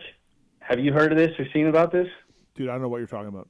2-track. So they made like an all-wheel drive dirt bike. It actually had a front wheel gear mechanism. Yeah. And then they didn't do it. They partnered with like a French company who made it. Really? I mean, it was a Yamaha thing, but it wasn't. It was a French invention, and they put it on a Yamaha.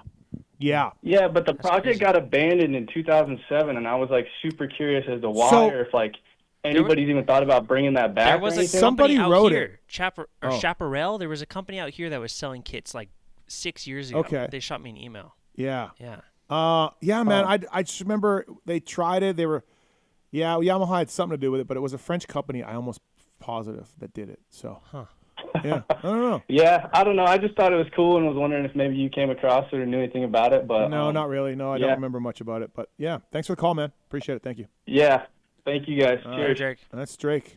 And then Greg Albertson, the show that the stars call in. Wow. From Deep South. What's up, Greg? How are you, buddy?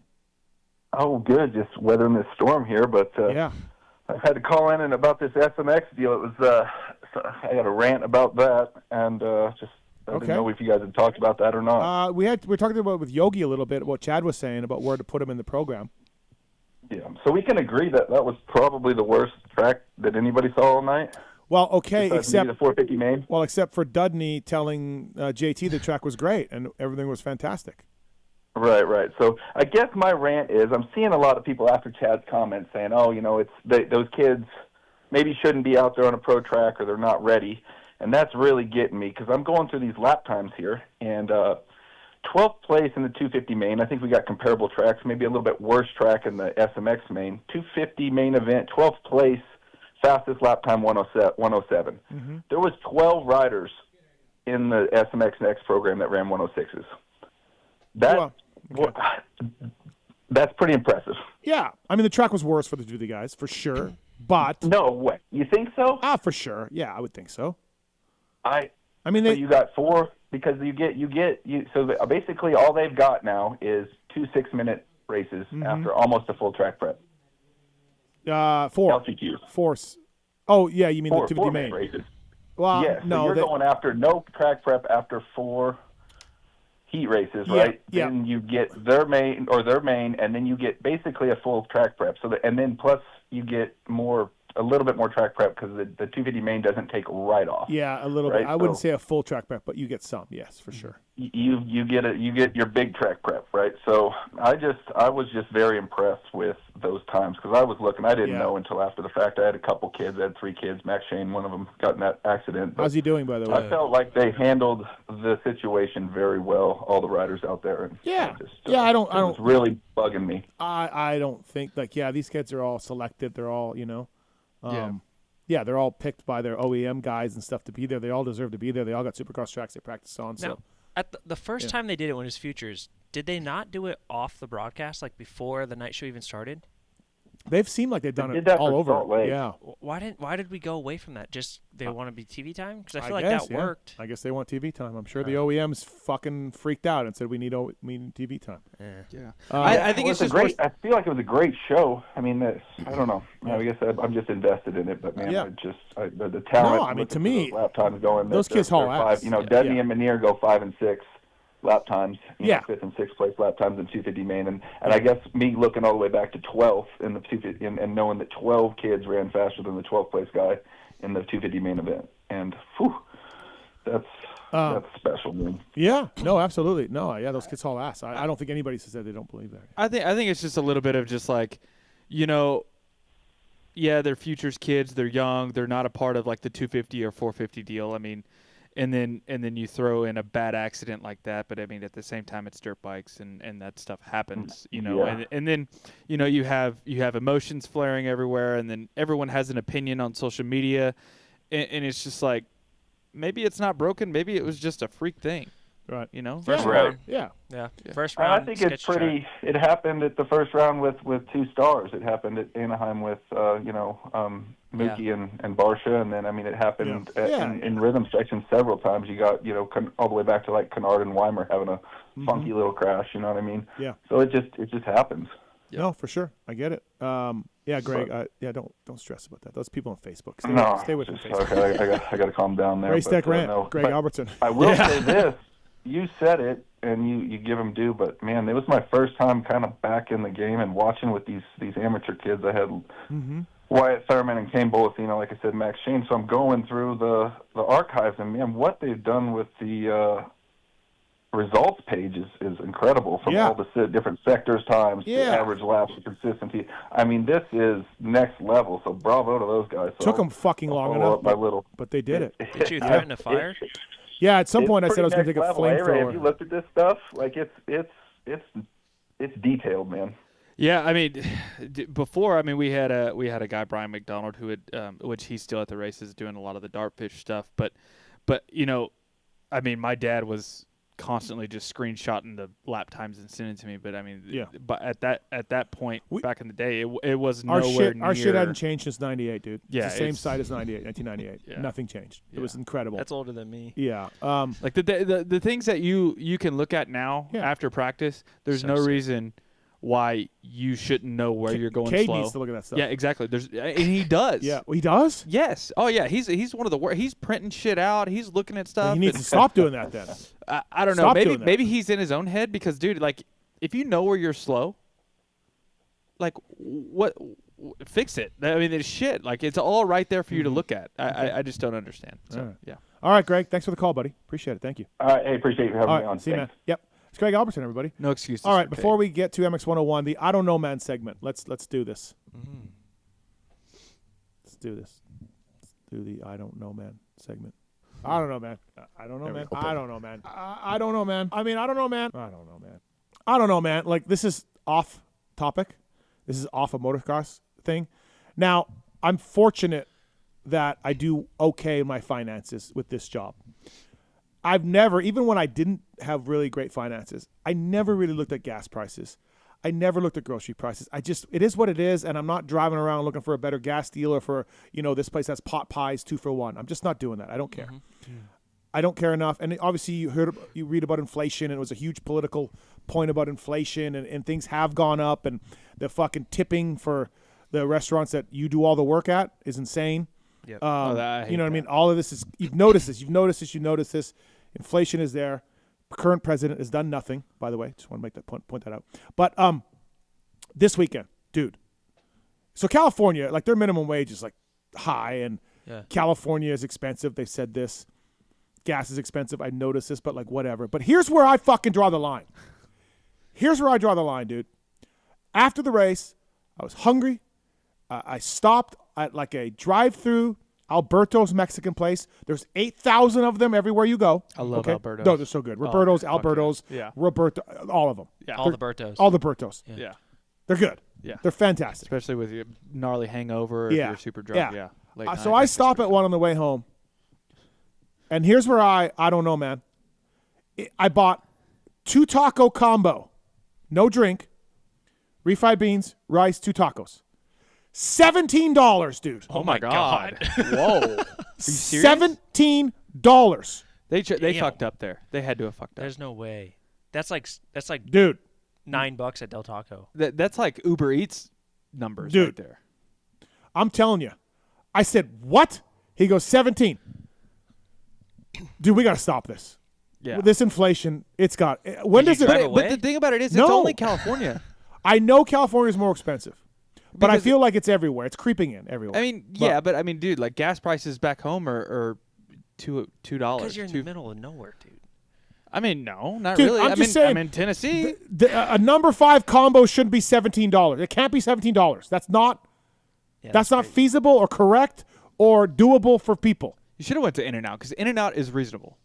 I think that's an hour. That's an hour wage. Yeah, in California. something like that, right? 1 hour for two tacos and some revived beans that probably been in the slot bucket for 2 days. $17, man. So I don't know, man. This has got to stop. Like, now I'm affected, and now I'm mad because that's bullshit. He's gonna expense that for sure with the company. Well, I mean, I can. I'm traveling. It's on my business card. I put it on my business card, so it will be a write-off for food. But that's Marks, fucking terrible. $17 for Alberto's is a bit steep. I will say. Yeah, no, it's crazy. That's insane. It's crazy here too. Like it's not much better here. What is it here? Like I go to Roberto's. There's a Roberto's right by my house. Sadly, yeah, it's really bad. Really convenient. Dude, really convenient. It's like not even a half a mile from my. I know where that is. But by the Shell station. It's by the Shell station, right? Yeah. But yeah, you go get a couple tacos and I don't even get rice and beans and stuff. $10-$12. Oh my God, yeah. dude. It's out of control.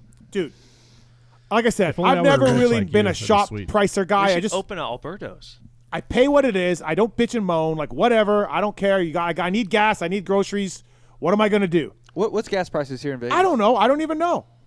It doesn't matter. That's when you know. That's when you know you're rich. Yeah, that's when you know. Marks, what's gas prices here? Like $320, $350. No, they're higher than that. The guy driving the Raptor. Yeah. The guy's got more fucking money than he's a coder. Probably stealing money. It's weird that your money. It's weird that like you have the guys that work for you just are millionaires, like Tits. Yeah. Freaking Mark's over here. Yeah. It's nuts. Talon's not, but that's okay. He's on his way. Yeah, he's on his way. Yeah. He's climbing that mountain. He's got the Brunt work boots. There we go. Dude, I'm just telling you, like, I don't know, man. Now I understand. Mm-hmm. $17 for 2 taco plate that's insanity. And I pray for everyone in California. Oh, it sucks, man. Who has a family and is trying to feed them Roberto's. Yeah. That's why it's time to open a taco shop, Steve. Yeah. Pulpitos. What is it? Pulpitos. Pulpitos. I like that. So that's my I don't know, man. You guys got one? I got one. Okay. My I don't know, man, is you, Steve. Oh. It's you. Okay. Because I get it, you're getting older, you don't want to work as much or whatever. Wow. But dude, the I know where this is going. The PulpMX Fantasy Podcast was such a good production. The best. And it has just gone to. I mean, no offense to the guys. You know, Paul will punch you in the face. I know he will. Yeah, I know he will. He's a very aggro man. But I mean, dude, we got sound issues. Yeah. No one's arguing. No enthusiasm. No enthusiasm. And it's just like you just don't want to do it anymore. Like this is your empire, and you're just giving up. You're giving up. Look those because two tacos are $17. You're just gonna fucking give up. Well, here's the thing. I gave up money. Okay, for that well, show. do the fucking podcast and make some money to buy the fucking tacos. That could be a possibility. Okay. I'll get my money back from not doing that show, and buy some I tacos. can guarantee you that I am not the only person who thinks this way. Listen, I don't want to throw my partners, my friends under the bus, but there have been more than a few complaints on social or DMs and all of that. Mm-hmm. Okay. I'm just a fan. Marks, So, have you listened? I have. And? I think it's getting better. Okay. I will say, no hate comes on Paul because honestly, he's it's doing been a 2 lot. weeks, so you should give him some slack. I know, but man, 2 shows. I just 3 shows. I don't see. I just don't see it 3 without the shows. star. You're the star of the show, Steve. Only because I've done podcasting for 8 million years, and give Paul some time. I don't have time to give Paul 15 years.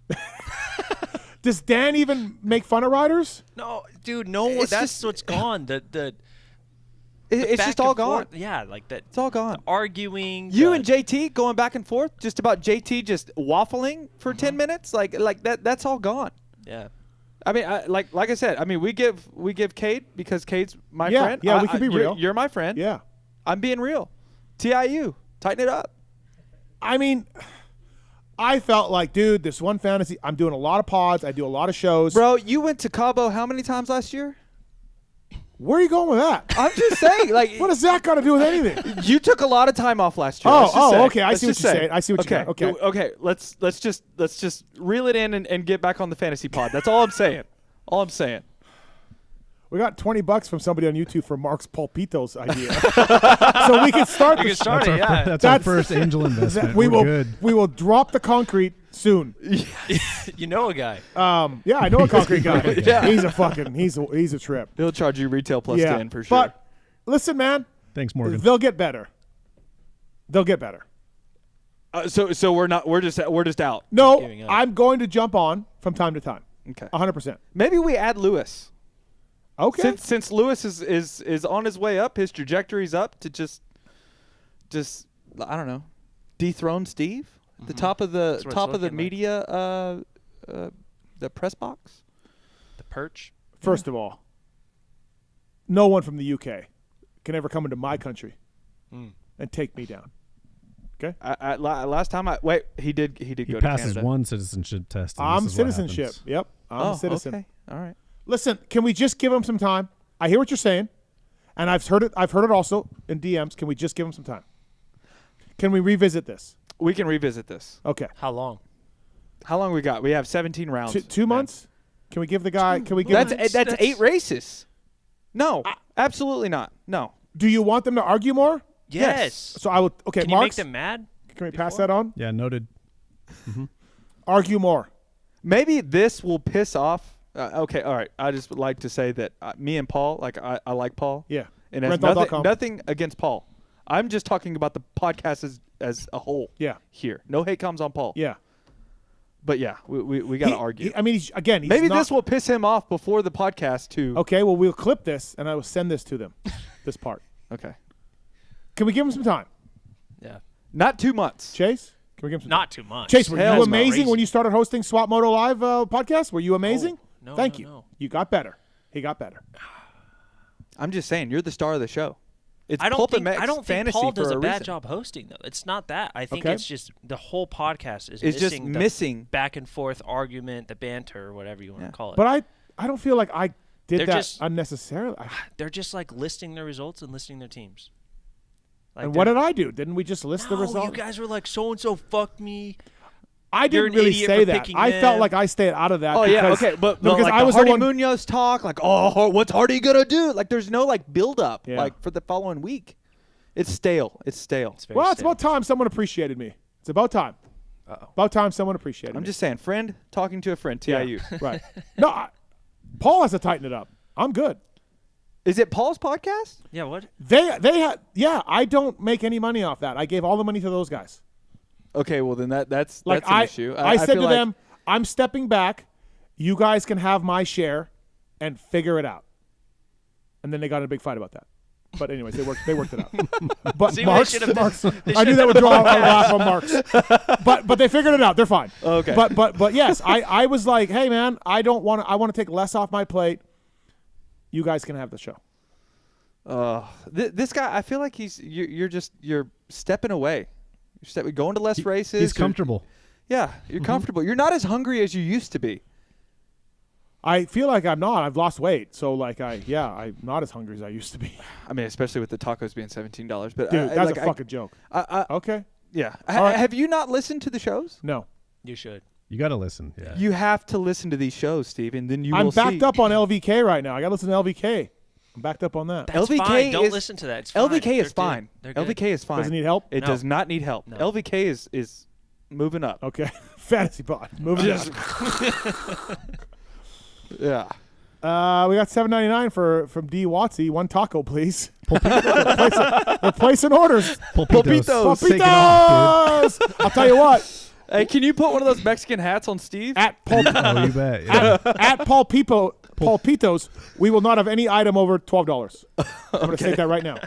There'll be anything over $12. All right. You have an item, man? Yeah, I do. Okay.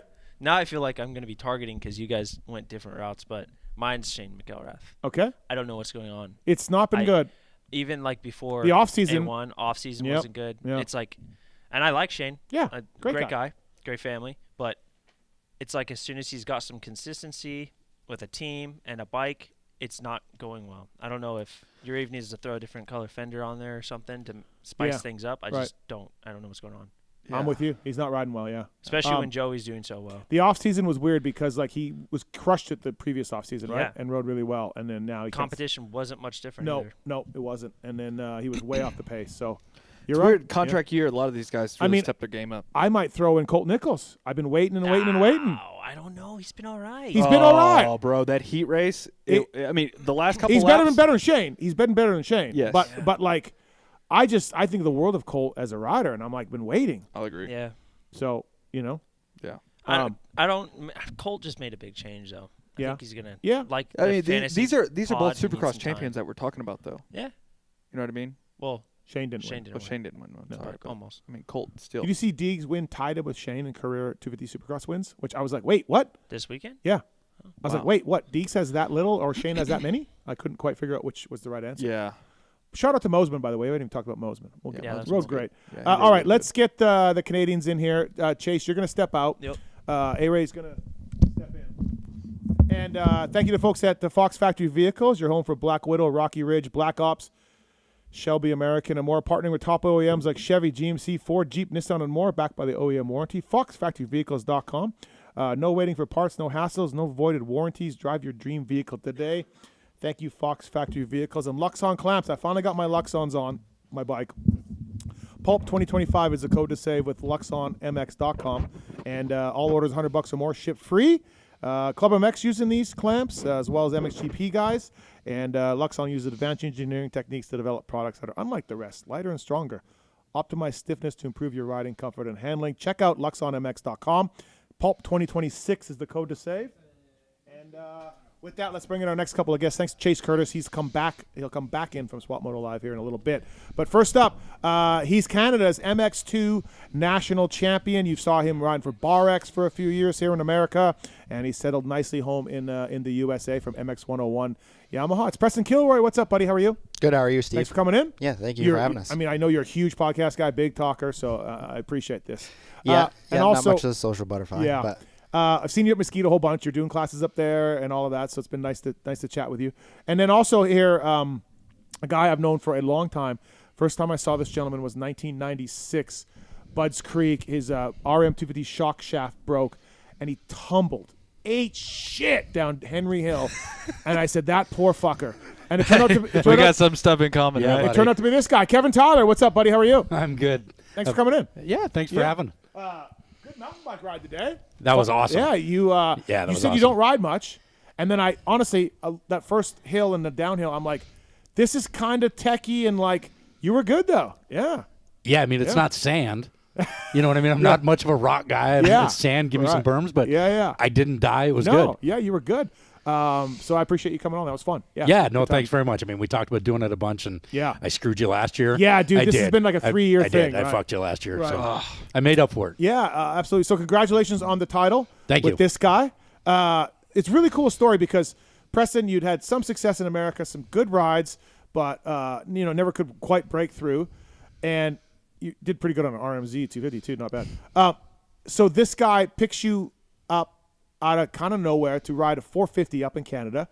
And when you signed him, I'm like, oh yeah, that Kilroy kid. Like, I don't like. You were great in fantasy because we noticed how in shape you were. So you would come up late in America, and we're like, oh, fantasy points. So we knew your name. But I'm like, I don't know how he's going to do. You got on the box a bunch in the 450 class, had a nice season, and then this year dropped down to MX2 and you won. And then like Canary or like Matt Gerke or whatever, you're really finding out it's fun up there, right? And I mean, it's a good time. Yeah, no, I've been enjoying it. We just kind of been having a good time. I go spend the month up there and live up there with these guys, and I'm around the shop. Get to live the Sandali life. There's no way you ever thought like, hey, I'm going to go to Canada and win one day, right? Like, there's no way like your career path. Like, I don't know if that is in many people's career path. I know, but so I brought up Gerke and Canary, and there's a whole bunch for sure. It's a nice place to race for these guys. I think it's good. I mean, obviously, it's nowhere near America. Phil says that we're worse than Australia by a far bunch. But I mean, you can come up, you can make some money. You're racing for championships instead of 8 races. It's 8 races. And it's fun. Yeah, I mean, it is good. It's like it's pretty relaxed. I remember until it's go time. I remember talking to you. So you dropped down to MX2 this year. I remember talking to you in the off season. I'm like, hey, like you can win, and like not that I'm like some sort of like guru. I'm like, you can win, and I didn't know your reaction. You're like, yeah, like I'm going to win the title. Like that's your, and I was like, oh, he's set. You know what I mean? Like you had a right mentality where you're like, I can win this. Which I think would help. Yeah, I knew the 250 suited me a little bit better, to be honest. I just spent a lot more time on the 250. I like riding the 450, and so when they asked me to come up for the first year and ride the 450, I was all game because I just feel like the 450 is easier to ride and it suits me a little bit better. But I spent a lot more time on the 250, so I feel a lot more comfortable. And so I knew when I was being brought down to the 250 class, like, win was it was at the end of the year, right? When we did the Yamaha ride day, he came out and rode the bike. And I said, what do you think? And he's like, I can win. Yeah. There we go. I'm like, well, let's go do that then. Yeah, absolutely, right? And for you, like, did you go to Bar X and in Canada, or did you lose the Bar X ride? Or what were you like, I guess, what was your situation in America when Hot Dog Vendor says, hey, I got a team, Yamaha, like, are you, do you even know, are you interested at all? Like, what's in your mind, Preston, where you're like, okay, like I'm going to close that U.S. chapter for now? Like, so I did, let's see, it was 3 years at Bar X. Mm-hmm. I got to a point there where I feel like it was time for me to move on. They were making some changes, which I felt like was the right move for me. Mm-hmm. So I went to club, started doing the Supercross boot camp because I didn't feel. Fuck, I forgot about that. Yeah. Yeah, Supercross was never my strong suit. Mm-hmm. I don't know why. I always thought that me being more relaxed on the bike would fit Supercross better, but it just never worked for me. And so I went to club, did the boot camp for 2 months, and then that's when Marchbanks got hurt. Mm-hmm. So I got a fill-in deal there, and then did the summer with them. I got hurt right away, and then did the summer with them. That's right. Yeah. And you did then your wrist or something, right? Yeah, I got both wrists. Yeah, both. Yeah, it was pretty rough. But and then the following year, kind of just did my own thing, and it wasn't going too great. And Brad Behrens from FXR actually hit me up the one day. And he's like, hey, we got a spot up in Canada to ride a 450. Would you be interested? And I was like, yeah, I'd be game. So I called Kev, and we ironed it out. So it's Brad. We got to give Brad the credit for this. For the Noob, intro. Noob's going to be pissed. Oh. Noob's going to be pissed. Why? He was championing him for a couple of years. For a couple of years, Noob was, in fairness. He's on another team, though. I know, so fuck him. Yeah, fuck him. Yeah, fuck him. But Brad made it happen. Yeah. But Brad made it happen. Right, right. Yeah. So that's how it all came together. Wow, yeah, it's been really cool. It's been really cool to see this. And again, in the theme of so many Americans who are like, this is cool, make some money, have some friends, and, good tracks, some of good tracks anyways. Some. Yeah, some. Kevin, so how long have you had MX 101 for? I think we kicked it off in 2000. Okay. And then incorporated in 2001. Yeah, Started with just riding schools. Yeah. MX 101. We'll teach you how to ride bikes. Right. And then the race team came about when? We came back. I mean, I raced through the hot dog vendor phase into kind of 08 when I was well past my prime. Mm-hmm. And then just kind of did the Sandali thing. and it was actually Jeremy Medallia getting fired from KTM. Okay.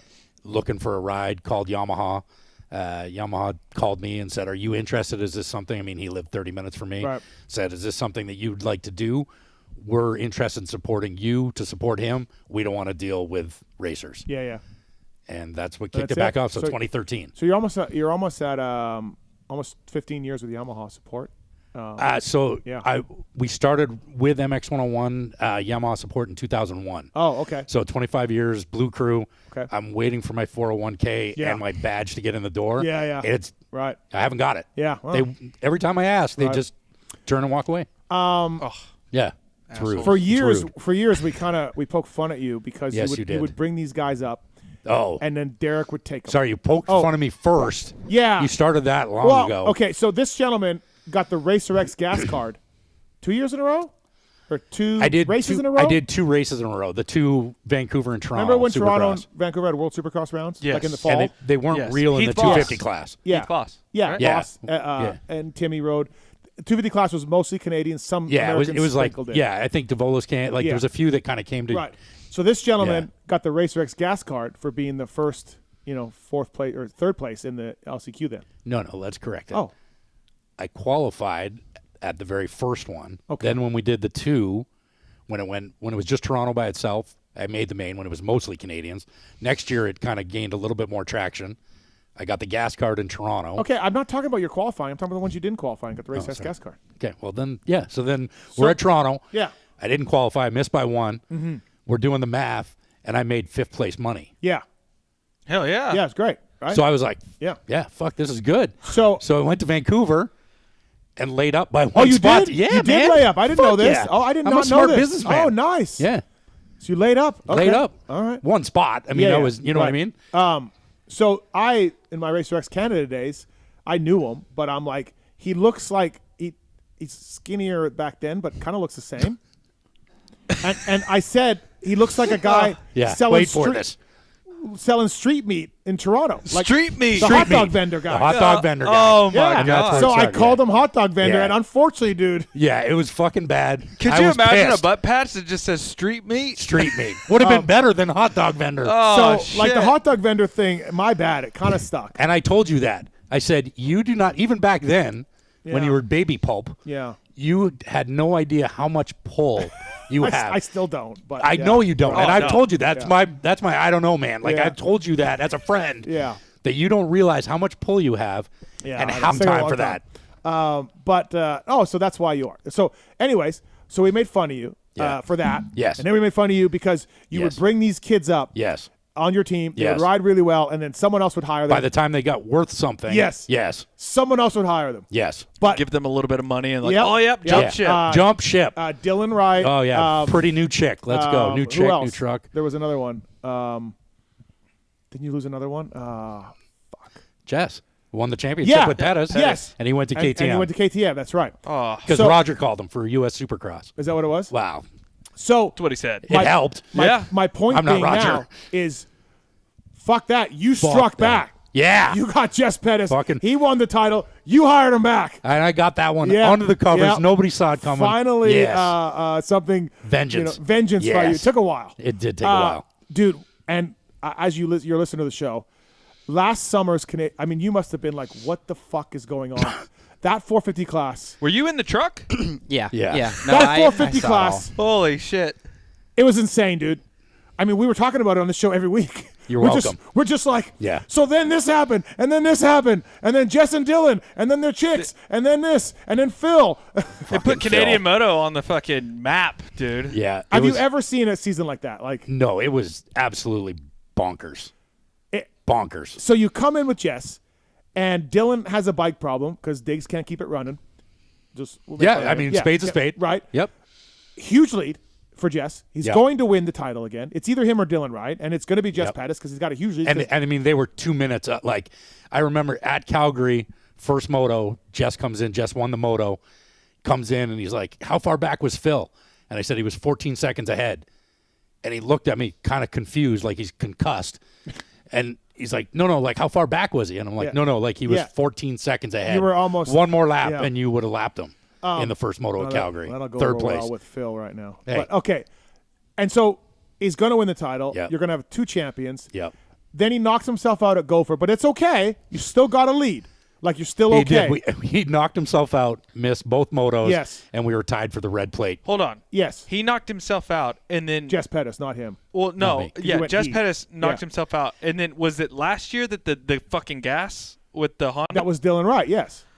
Dude, I would No, have just- loved to have been there. And then, but you're still tied for the points lead, and Jess has been riding great. Yeah. So no problem. Everything's under control. Yep. And then the next week happens. And At Sandalene. at Sandalene, and Dylan. So at the first moto we had a Yeah, mechanical. Oh, yeah. Sorry. Jess was leading. Jess is leading. Yeah. Gone. Mechanical. Boom. Yeah. DNF. With like 5 minutes to go or something. 2 laps to go. Okay. Second moto, Dylan sort of loses his mind. Although I saw a better. Dill had saw he an had angle- a rough day at Sandalene. I saw an angle that didn't look as bad as the other angle.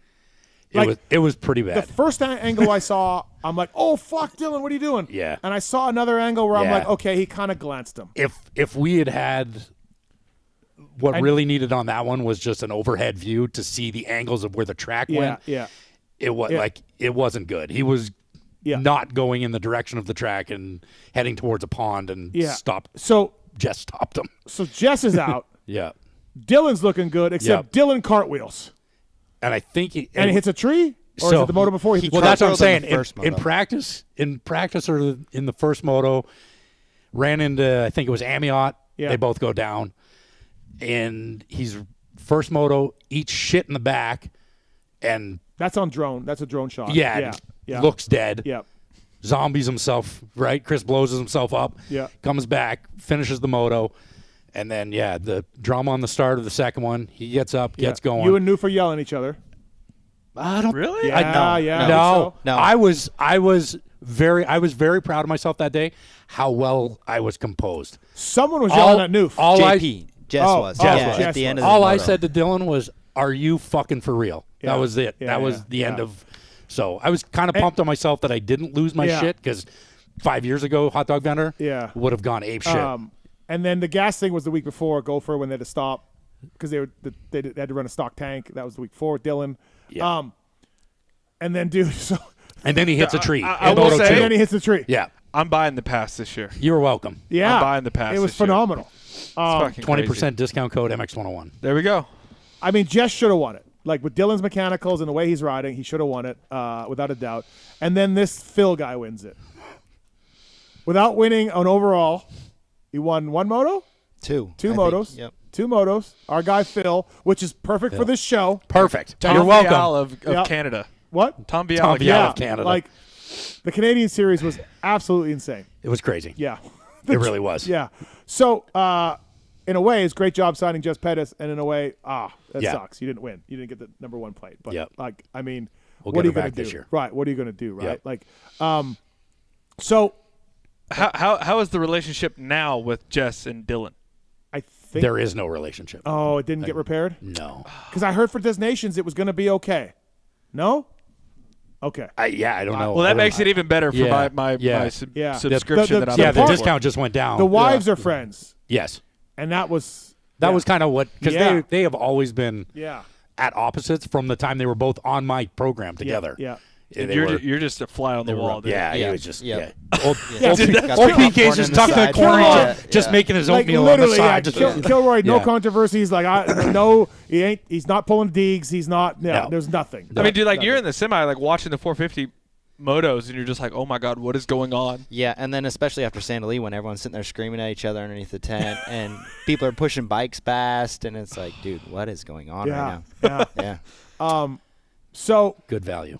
our guy Phil, Yes, Phil. why isn't he going back? He's not telling us the whole story. What do you know? I mean, what do I know? In fairness, Yeah. the last time I talked to Phil was at Walton. Okay. A couple Instagrams here and there, but that's really it. I do blow it out on Twitter that I've talked to Phil and Phil's Yeah, coming. okay. That's playing the game, right? That's Okay. marketing. Yeah, Why is he not? I don't know. I don't know really in that Cowie deal. Sims and him are buddies. Yeah. So Sims is Yeah. running this team now. Yeah. Now, did that happen before? You know what I mean? They hired Racine. Yeah. And So then, like- Phil's old team Yeah. hires his 250 rider for Phil's spot. to be the 450 guy. Correct. Oh wow. Yeah. Okay. Goddamn. That's that Racine guy. Yes, Yeah. sir. Okay. Now on Phil's old spot on that Cowie team. Well, that's fucking. Yeah. So I don't know. I mean, you can, whether the team didn't approach Phil or didn't have it together. Phil wasn't. I don't know. Could you have I don't found know. budget for Phil? I couldn't. Come on. FXR. Dude, Yamaha. it ain't there. It So- ain't there. Come on. This guy costs more money, right? so- He Can goes you and find wins a another championship? American, or is that frowned upon for it's Canada? PK's No, fault it's then. good. It's Kilroy's PK's fault. Yeah, actually, Blame it on fuck me. that guy. Yeah, Yeah, blame it it's on PK's me. fault. Yeah. No, but honestly though, Phil is. Yeah, I Phil wouldn't would've- have had budget He's for not Phil. riding for cheap. Phil is all about the money. No, so I mean, I'm not even going to Right. approach him with Yeah. something that Right. not real. Right. Racine was not making the kind of money that Phil was making. Yeah. Right. So yeah, so because you could have came in with the number 1 plate again. I know, Tried which it would have again. been good. Yeah. What could go wrong? What could go wrong? But yeah, yeah. I didn't have Phil money, so I didn't even really approach Yeah. him, talk to him. Right. Okay. But we're not done. Nah, dude. Right? We race in June. Well, There's still time. We had a rough. There's still time. We had a rough Australian Supercross. Who's series, but available? That's Supercross. Who's available? Phil. Oh, Phil. Phil's okay. available. All right. Who are you going to have on the team? So Jess comes back. Yeah, Jess, PK comes PK. back. Yeah. Are you adding somebody else? Yeah, or? we're going to have one more 250 guy, Who is more it? than likely. Okay. I haven't done it yet. Oh, okay. Who do you want? It's top secret. Yeah. Yeah. No, it's not that. I mean, it's not that top Deeks? secret. J-Mart. I mean, we helped Malinowski J-Mart. last year. He kind of. J-Mart. J-Mart. We did talk at J. I don't know. Maybe you can put that one together. Yeah. How Super close did you come agency. with Zacho? Was that ever close? I don't know. Okay. I mean, people that know Zacho said it was never really close. Yeah. Alan talked to him, who knows him, and he seemed interested in the money that we had. Yeah. And Yeah. it just, you know what I mean? Right. It wasn't enough. Someone I know says Zacho will race outdoors for Beta this year, and I'm I like, know. dude, I hope not. It's over, Zacho, but I don't know. I think he's still got some demons that he needs to let out. Yeah. The Racine to Sims Cowie was something I did not see coming. So this is a kid you brought. He's a French kid. Yep. He's local to Saint Denis. He really 40 minutes from the he track. really emerged this year. Yep. Got some podiums. Looked really good. Yep. And then sort of like if you look at Kilroy moving to 450s in a year or two. Yep. And then him taking the two. Like it Yep. was, looked Yeah, there really was good. still progression there. Right. Yep. And then boom, he's with a 450 Cowie team. Yep. What? Poor hot dog vendor. Poor. I don't know. No. I'll let you know. If he dominates MX1 this year, then it will be poor hot dog. Yeah, vendor. I mean, we did talk about him riding a 450 this summer. That's Yeah. what he wanted to do, and Yeah. I made him a deal to do it. Oh, okay. So Yep. he wanted to ride 450s for you. Yes. too. Is he good enough? Yes. Okay. He shreds on a 450. Yeah. Yeah. Yeah. Okay. Yeah. So he might be Yeah. a podium guy this summer. I mean, he could be Yeah, if he gels with that bike Yeah. the way he was gelling Yep. with our Yamaha 450. Yep. Yeah, it's a possibility. Okay. All right. But he got signed. Yep. That was weird. Okay. Yeah. I mean, he talked to it. He went and rode the bike. I think a big thing for him this year. Yep. He had some people in his ear telling him that he needed to be the number one guy on the team. That's dumb. Why are you telling me it's dumb? Okay. Well, I would tell him that's dumb. Okay. He's too young. Don't worry about it, kid. Yeah. You're fine. Well, that's what he was worried First of all, about. the YZ250 is the best platform in the Oh, class. It's good. Like, stay on that. You know what I mean? I think there's some too probably where you're watching PK win, right? And PK's getting all the good stuff. Those little things start Well, you coming could out. have probably had him jump on PK's bike and be like, see? Yeah. Like Mitch Payton did that a few times where guys are like, hey, he's getting the good stuff. And Yep. Mitch would be like, okay, jump on his bike. Yep. Yeah, and we struggled. I mean, we had a couple mechanical gremlins with him that sucked. Yep. You know what I mean? But Yep. it wasn't because he was getting shit parts or Yeah, not yeah. the same parts or Yeah, yeah. not the same Right. availability. That's never been the case on my program. One thing that's super cool about your program, by the way, I love how Yamaha, whether it's MXGP or down here or up in Canada, if they're doing an anniversary thing, they include you guys. I always think that's really cool. DeCAL WORKS. Yeah. Big part of your guys' program, too. Yeah, Nick and the boys take care of us. Okay, you need a 250 guy or a 450 guy? Oh, boy. Well, I mean, I need a guy. I got a guy for you. You got a guy? I got a guy. His for name's you. ARay. Nope. Yeah, hell, we're going. Hell no. No, I've done a Canadian. What's his guy? His name is Justin Rodbell. Rod Bell. Rodbell's been Bell. tossed around. He's been tossed Rod around. Bell. First of all, Rod Bell's awesome. First of all, yes. He's riding You're really good banging right now. wars with Rod Bell. Yeah. Yeah, that happened. I feel like Rod Bell's better. And outdoors. Soupy? No. No, outdoors. No, yeah, he's well, outdoor outside guy. of Buds, but. Yeah. I think Rod Bell would be badass outdoors. Would Rod Bell do it for, like, low money? Yeah. Yeah, because what is he? He's got, what's he got? Yeah. I mean, he can just fly back home and work his normal job. Right. Yeah. Yeah. 250 All right, or 450 though. What are you doing? I would say 450. You're gonna say 450. Yeah, I would say 450. He's better, but I mean, honestly, I mean, he would if the 250 is good, if the engine's good, I think he would ride the 250 too. Yeah. All right, Rod Bell MX101, stamp it. Stamp it. I mean, dude, like Rod Bell. I mean, he's raced Australian outdoors. He raced. I was teammates with him outdoors. Summer of Rod Bell. Yeah. You know, he's doing good right now. Cade, I think Cade was high pushing him. Oh, was he? Yeah, and I hired PK instead. Oh wow. Yeah. Okay. He runs a loose program. Yeah. But Rod Bell. he's fast. Yeah, he's fast. His chick's hot. His chick is hot. His chick's hot. I mean, that's always plus one. Good. Yeah, positive to bring around the truck. Kevin Tyler here, by the way.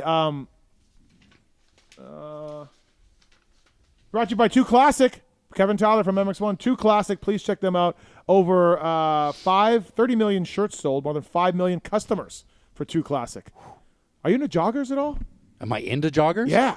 I need some of those joggers. You need You need joggers? Yeah. Joggers are great. Yeah. I'm a jogger guy. I don't own a pair of joggers.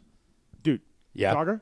I'm a big jogger. Yeah, see, kids like joggers. Yeah, well, I'm old. Well, dude, if you get joggers, you're young again. Okay. Well, TrueClassic.com. Find them at Amazon, Target, Costco, and more. Use the code on below us here on the screen. All right, Marks? The code, Marks? Yes, it's a link. That's link. correct. I mean a link. True Classic. Please check them out. Great shirts, great joggers, great stuff. True Classic. Please check those guys out. Take 10 years off your life. Look at you getting some outside sponsors. Yeah. By the way. Come to Canada. Give us a hand. Yeah, it's for the Fantasy Pod. Let's go. Yeah. Is it? No. See? Yeah. Alex Ray brought to you by OGIO Power Sports, by the way. Pulp 15 is the code to save with OGIO. Do you guys use OGIO? Oh, yeah. Oh, see? Yeah. We pay full price. That's how good they are. What? Pay full price. I never got a deal. That's how good they are. That's how good they are. Can we, Never got a deal. Can we get them something? Yeah. I mean, he's already paying full price. Yeah. Yeah. I'm supporting. Job well done. You're a dick. We can talk afterwards. Please check it out. True Classic. Yeah, can we just put a list of like the things that we need? Yeah, what are you looking for? What do we got? We need boots for my man. Boots? How can the champ not what have size a boot are you? deal? There's some right next to you, right yeah, there. perfect. 9. We'll take those. Do you wear 9? No. Oh. Yeah. No. What about PulpMX, MX101, Yamaha? I did that for a round. He did do a round. I did a round. He did do a round. What? Oh, Yeah, we're gonna do another one though. We're doing a sign. We're doing a sign at Sandali. We're doing a helmet deal on. We haven't discussed how many riders. Did we for one of the mountain bikes that I rode Did today? we not? He doesn't even want to talk about it. But when I did the pulp Yes. deal, was it not a disaster? Did somebody DNF or some? Bro, anytime. I think it was like going out for dinner I with know. Steve. It was bad. Wasn't great. No, it wasn't good. great. Anytime this guy tries to help a rider, Yeah. it always goes bad. And it did. It did. He did our shroud. Remember, you were my mechanic, Yeah. and then you're just like, you gave me the just throw whips. That's all. Yeah, you told me. just- And then he left. I put my face on your bike and your gear at And he- Washougal. yeah, Yep, get the at tears on the wall. Washougal. Yep. Tyler Bowers ate shit when I Yeah. put on the rat shrouds, on his radiator shrouds. You didn't have a good day. Yeah, I don't remember exactly I don't the either. details You're of the right. day, but Yeah. it wasn't good. I think I have a shroud over there. I think You the do. best. Yeah. I think the best thing that ever happened whenever Steve supported me in something was maybe Endurocross, Oh, I don't know. and that went bad. Oh, I didn't know went you were a bad, big too. Endurocross Yeah. guy. I'm not. Wasn't Yeah. good. It wasn't good. It was So you one need night. boots. One night only. What A stars or what? Like Any. oh, Yeah. you just Boots. need boots. He wore Yeah. Garnets last year. Yeah. I bought them. Yeah. Guess who distributes Garnet? See? All right. We got boots and bags Yep. coming. Yeah, Boots and bags. Yeah. Dealer cost. I mean, probably better than what he's doing now. Yeah. Yeah. So yeah. Yeah, MX2 champion. We just need Without a boot need deal. his U.S. address. Shipping to Canada is a Yeah, whole no, thing. that's fine. We got U.S. Yeah, addresses yeah, for we- everything. Okay. No All right, problem, cool. buddy. I live Yeah. 45 minutes from the border. We broker all our own stuff. MX 101. Yeah, we Right got here. we We're got to gonna get broker Kilroy some a boot deal, deals. man. He's crushing it. MX2 national champion. Hey, so a couple things for you, Hot Dog. We got a phone call for you as well. Oh, jeez. Street meat. is my Street meat. favorite. Yeah, let's go with street. Let's start transitioning. Racine MXTN. Yes. Rode all right. Rode pretty fantastic. good. Yeah, like he really came on. Like he really did. was he have- nervous or how was he? He was riding good in the LCQ, by the way. Dude, he was, honest to goodness, he was cool as a cucumber. Like, Yeah. he came in, obviously, we were a little bit nervous. He'd been a little bit hit or miss with his riding, and it was getting better towards the end of the year where it was just on. He won first national at Sandali, won moto, won the overall. That was the first, and it just started building from there, and it was getting good. And, pre-MXON working, he looked fantastic riding with the guys. Shows up there, goes out in the first practice, comes in after about 8 or 10 minutes, I think. Jay Coop had just blown by him, and it wasn't horrendous, but got by him and started to gap him. And he rolls in and he looks dejected like he's 40th place out there. We're like, dude, you're 8th on the board. And he looks looks at us, 8th, and that was it. That was the end of any sort of nerves or whatever. And then he just rode super solid. He rode pretty well. Yeah, he did. What are we doing at Nations, dude? What are we doing? Struggling. Why? Struggling. Like Jess, I love Jess, good kid, and I love Dylan too. They're good guys. They're good dudes. Jess did what he crashed. Can't do that. Dylan has crashed 18,000 times. Yep. This Nations thing, and Phil's Do whole you have point. a Canadian passport? Can you do it? No. We tried. We tried to get him married Yeah. to somebody, and his okay. girlfriend Ellie got pretty pissed at me. Oh, damn it. No go. So Marry him. Phil's theory is just tracks aren't rough enough, bikes aren't set up right. So when you head south, Kilroy would know better. Like, do you feel there's a theory there? Phil's thing is like, hey, Canadian tracks not rough enough. Guys set their bikes up for Canadian tracks. They come to American tracks or Nations tracks, and you know what? They're like, holy fuck, and their bikes work like shit. One of Phil's theories. So I don't think that was the case this year. Okay. I mean, we did some, testing and setup work. Yep. Knowing what we were going to, faster, rougher, that sort of stuff. Yep. JP was pretty happy with his bike. It didn't look like a piece of shit. I know Phil knows what the piece of shit looks like because he may or may not have strapped to one. Which also timeout. Timeout. And he said this on a show. Your motor guy, Alan Brown, my old roommate, helped get Phil's bike on running better, which is so Canadian moto. Who would have thought that I patched the world between those two? That's so Canadian where another crew chief is like, I'll help you. Like, you're racing our guys, but you're a good dude. Let me help you. And then he goes out and wins the next weekend, right? Yeah, we were the turning point for the championship. Yeah, which is so Canadian moto, by the way. So you're Alan Brown, of course, my ex-roomie. Yeah. Hired me at KTM. Okay, so, like, what the fuck is going on? I think we're just not racing enough at that level is what it is. And I mean, we were racing 8 times a year. It's just not enough. And how much of it is just because, like, you have guys like this dude on this janky radio show putting so much pressure on, like, hey, Team Canada, you guys need to make it into the A main. And it's like, but we should be making it. It's to the point to where these guys are trying too hard. Dude, we should not show up if we're not in the A main. Like, don't even go. Do not be in B main country. Do you know what I mean? Like, don't. It's I too do, but there's expensive. so many. Like, there's so many that are on that bubble, right? Like Estonia was on the. They were in the B main with us this year. Yeah, but dude, and they the finished teams in the B main are like out of pickup trucks. Some of them, yes. You know, like, some of them, yeah. It's not good. Yep. If we're not going to be A main, do not go. There's no reason they should be. So how do you know you're going to be an A main if you don't go? Just because you look at our riders and like they're good enough. Yeah. All of our guys. Look, McNabb. I like McNabb. He's Manitoban. Yep. He's had horrific destination results. He has. Jess and Dylan have crashed 800 times combined at the destinations they've been to. Racine was okay. Yep. I would have put Tanner Ward on that bike, and I would have put Dylan on the team. I think that's pretty obvious pick if you're me. Racine did nothing but represent Canada really well. But we went in with politics. We went in with Dylan Wright not being on the team because of Jess and everything else. And I think they should have put that they shit were aside. They were having a hard time finishing motos at the end of the year. Yeah, but I think they so could is have that any figured it out. better? I think they could have figured it out. They said they figured it out. According to Diggs, they had figured it out. I'm with you, but Diggs is like, we got it. We got this. Well, I'm pretty sure they said that every weekend since it started. But I know. Well, at one point their tank was hung up in customs, or I don't know what the fuck was going on with that. But don't ship to Canada. I don't know, man. Like, I don't fucking know. That's my I don't know, man. I think it really was one. And week. I think that's fair. I mean, it's. And when you say that, ARay, I get what you're saying, but dude, Pettis and Wright are world class racers. They're top 10 in the U.S. Nationals. They have been. Yeah. Like, they've done it. And they should be in the A main 100%. But I feel like you just said. Well, no, I feel like it's kind of like a Cooper Webb thing. He knows that he needs to be up front because Jet's out. You know what I mean? Yeah. So he knows that, like, hey, I gotta win, go. right? And just like Canada, they know, like, hey, we need to be in the A main. We deserve to be in the A main. We're gonna look stupid if we're not in the A main. They're trying too hard, and shit is happening. But why does it happen every single year? Yeah, I don't know about that. They need to Like, figure that out. But I'm just saying, maybe they're just trying too hard. Maybe We'll talk they to just need Cade. Yeah, Figure talk this to shit Cade. out. Yeah, And I mean, I like Courtney. She does a good job with the team. It's been organized better than it maybe ever has. Yep. You know what I mean? So that part as well. Yeah, but, there was nothing on that side that impeded what we were doing. But to me, the results with her haven't been good, and I'm a results guy, and I'm like, what is going on? Like, you can keep banging your head against the wall, or you can try to look and change things, and I don't know if that's happening. And I'm not saying it's her fault. Yeah, no, But I I'm mean, not saying it's her fault. We talked about it at the end she's too. The and manager, I mean, like, what are we doing? Yeah, I don't know. We debriefed after it. Yeah. And, maybe the smart play would have been to switch Tanner and Jess and put him in the GP class. Yeah. Right? A little bit weaker. Right. Yeah. Put your top guy there. Yeah. Do you want to do it? That's what I think too. Yeah. Like, and I this is not Get him to do it. To be the team manager? Yeah. Oh, yeah. I've I'm out. asked. I'm out. He says he's too busy. I'm out. You're too busy?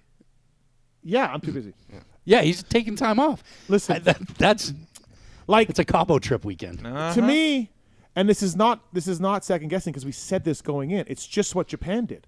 Japan put Joe Shimoda in MXGP because he's their best guy. It's the weaker class. So let's get that higher single digit single number. So but in Canada, our Dino. best rider. Let's get Dean. Well, no, he tried that once and he said no. Yep. So we should have looked at putting Jess in MXGP. Like, Yeah. did that not cross anybody's mind? Like, things like that. Yeah.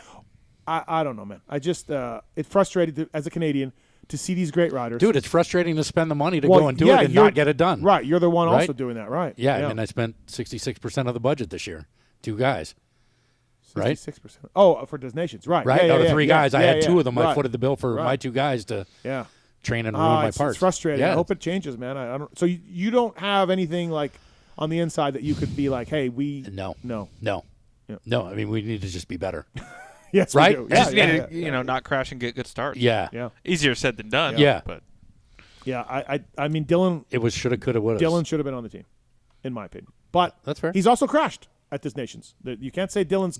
I mean, without him at Matterley, the team is in the B main again. He Yep. rode great in the MXGP. Yeah, round. he came through He came big time. through. So Yep. props to Dylan on that. But other than that, he's had a rough time. He's had a bit of a rough couple of years. Yeah. Yep. So MX101, Kevin Tyler, Preston Kilroy, MX2 champ, in studio here.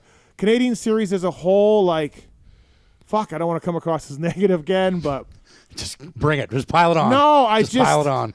Dude, like, nobody wanted Stally there, okay? And sometimes for good reason, like for Stally. And so Thompson's come in and Yep. good for them. They did a good job. They're great on the TV stuff, the production, all that. They do a good job. But dude, it's hard to see much growth going on lately, right? you're going to see growth after this past series. Okay, I feel like more okay. people are going to tune in. We got Vincent Way.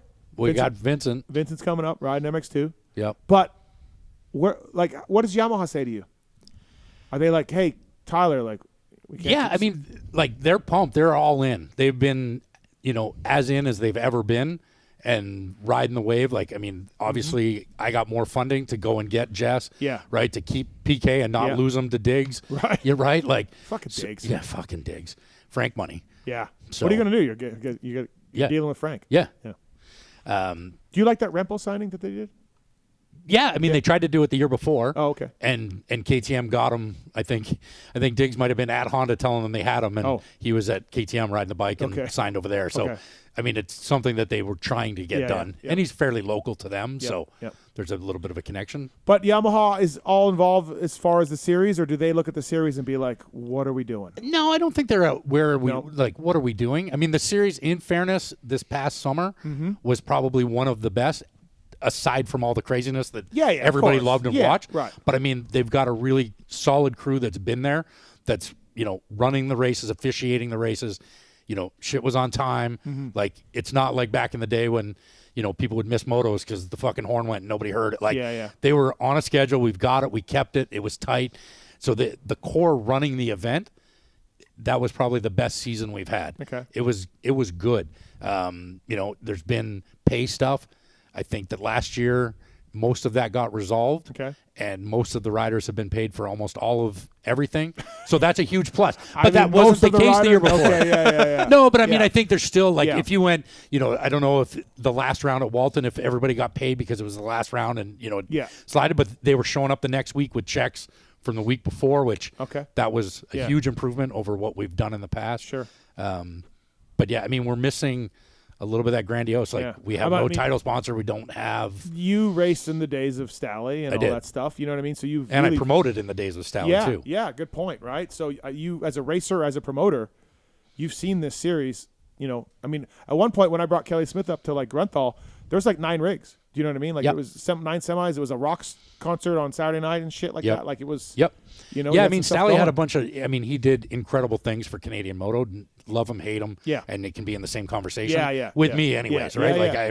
you know. No, he seemed like he could be. We had seemed our, like he could be an asshole. Yeah, also. we had our Yeah. moments. You know what I mean? And it is what it is. But it had gotten stale at the end. Yeah. You know, where there wasn't any future of anything exciting or anything going on. And, you know, JetWorks came with the Triple Crown and a bunch of hurrah. And I mean, I truly believe that COVID really fucked them. Yeah. Because they came in guns blazing, balls to the wall, and COVID hit, and we got no fucking fans, so there's no money coming in, and they took it on the chin. Yep. And they've been trying to climb out of that hole financially. Yeah. Yeah. I just find it hard to believe that like they can't find any outside sponsors. Like, I get it's I have a hard Moto. time. I can't find any. Yeah. Fucking paying full pull for OGIO bags and boots. Okay, fair right? enough. So, I mean, it's just, tough. Like, it's even tough. Stally would, It's tough. Product is good. Stally would bring out the Double energy stitching. drink. He had energy drink guys. He did. I mean, he had Snapple He had back in the Max, day. He had Yep. Max, Yep. Max convenience stores. Like, he would pull shit out. He did pull shit out. Tell Steve to pull out his freaking checkbook. Well, once we get the Pulpitos going, the Oh, yeah, sky's the we're limit. shitting on high cotton right there. Mark's has put a sombrero on me. Yes. I think we all have sombreros. Yeah, you guys all got them for a second there. Yeah. Pulpitos! Hey, we got a phone call for you from Levi. He's on 4. What's up, Levi? You're from Canada. You're buddies with KT? Oh, yeah. How are you guys doing tonight? What's up, buddy? How are you? Good. Yep. First time caller. Long time listener. Mm-hmm. No, short time listener. Street meat. I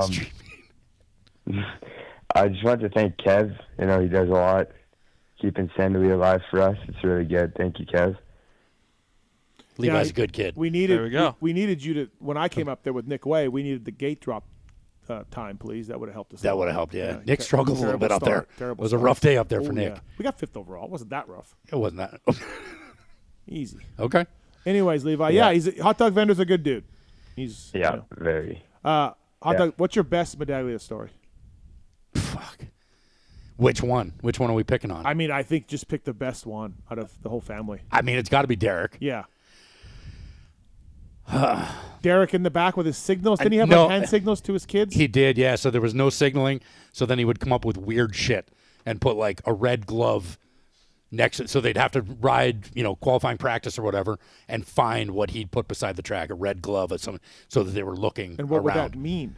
They were just looking around, using your peripherals. Don't get tunnel Okay. vision was the idea. Okay, find the red glove. Yeah, I think my best medallia story is Petey the pet deer. Oh, yeah, So Derek milked this thing from, I don't know what a baby deer is called, but right from an infant, mom got killed on the road.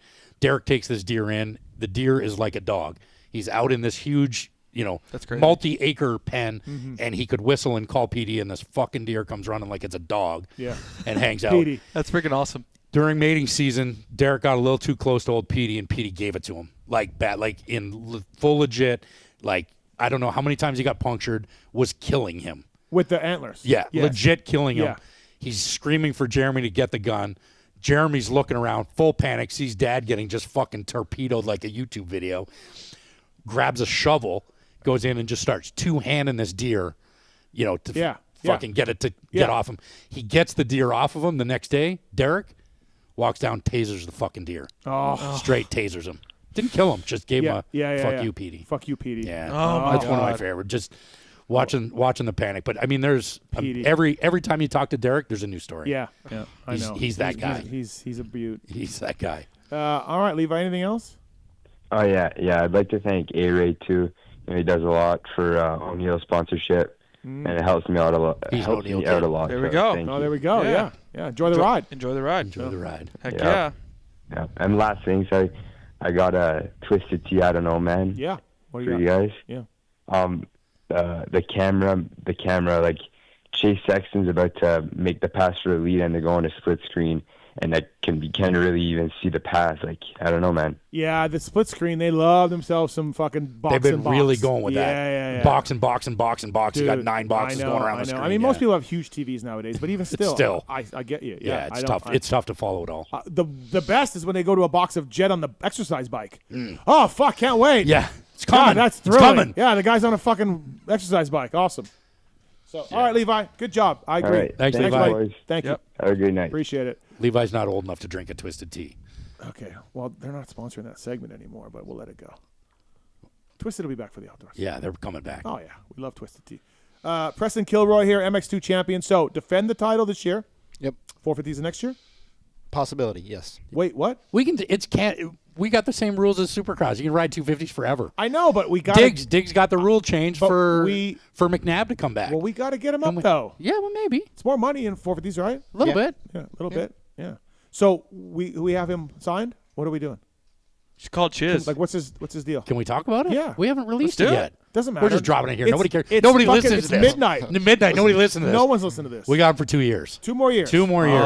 Fresh 2 years. Accelerator for year 2 if you win a championship? Yes, sir. Oh, there we go. Oh, bonus money. I took care of him. Yeah, fuck you, Diggs. Fuck you, Diggs. Yeah, fuck you, Diggs. Yeah, see that, Brett? Yeah, How do you That's like what that? I'm talking about. And you too, Brett. Yeah. And Sims. Fuck all you. Yeah, Matt. Whoever's thanks. in charge of KTM. Matt Fuck you, Matt.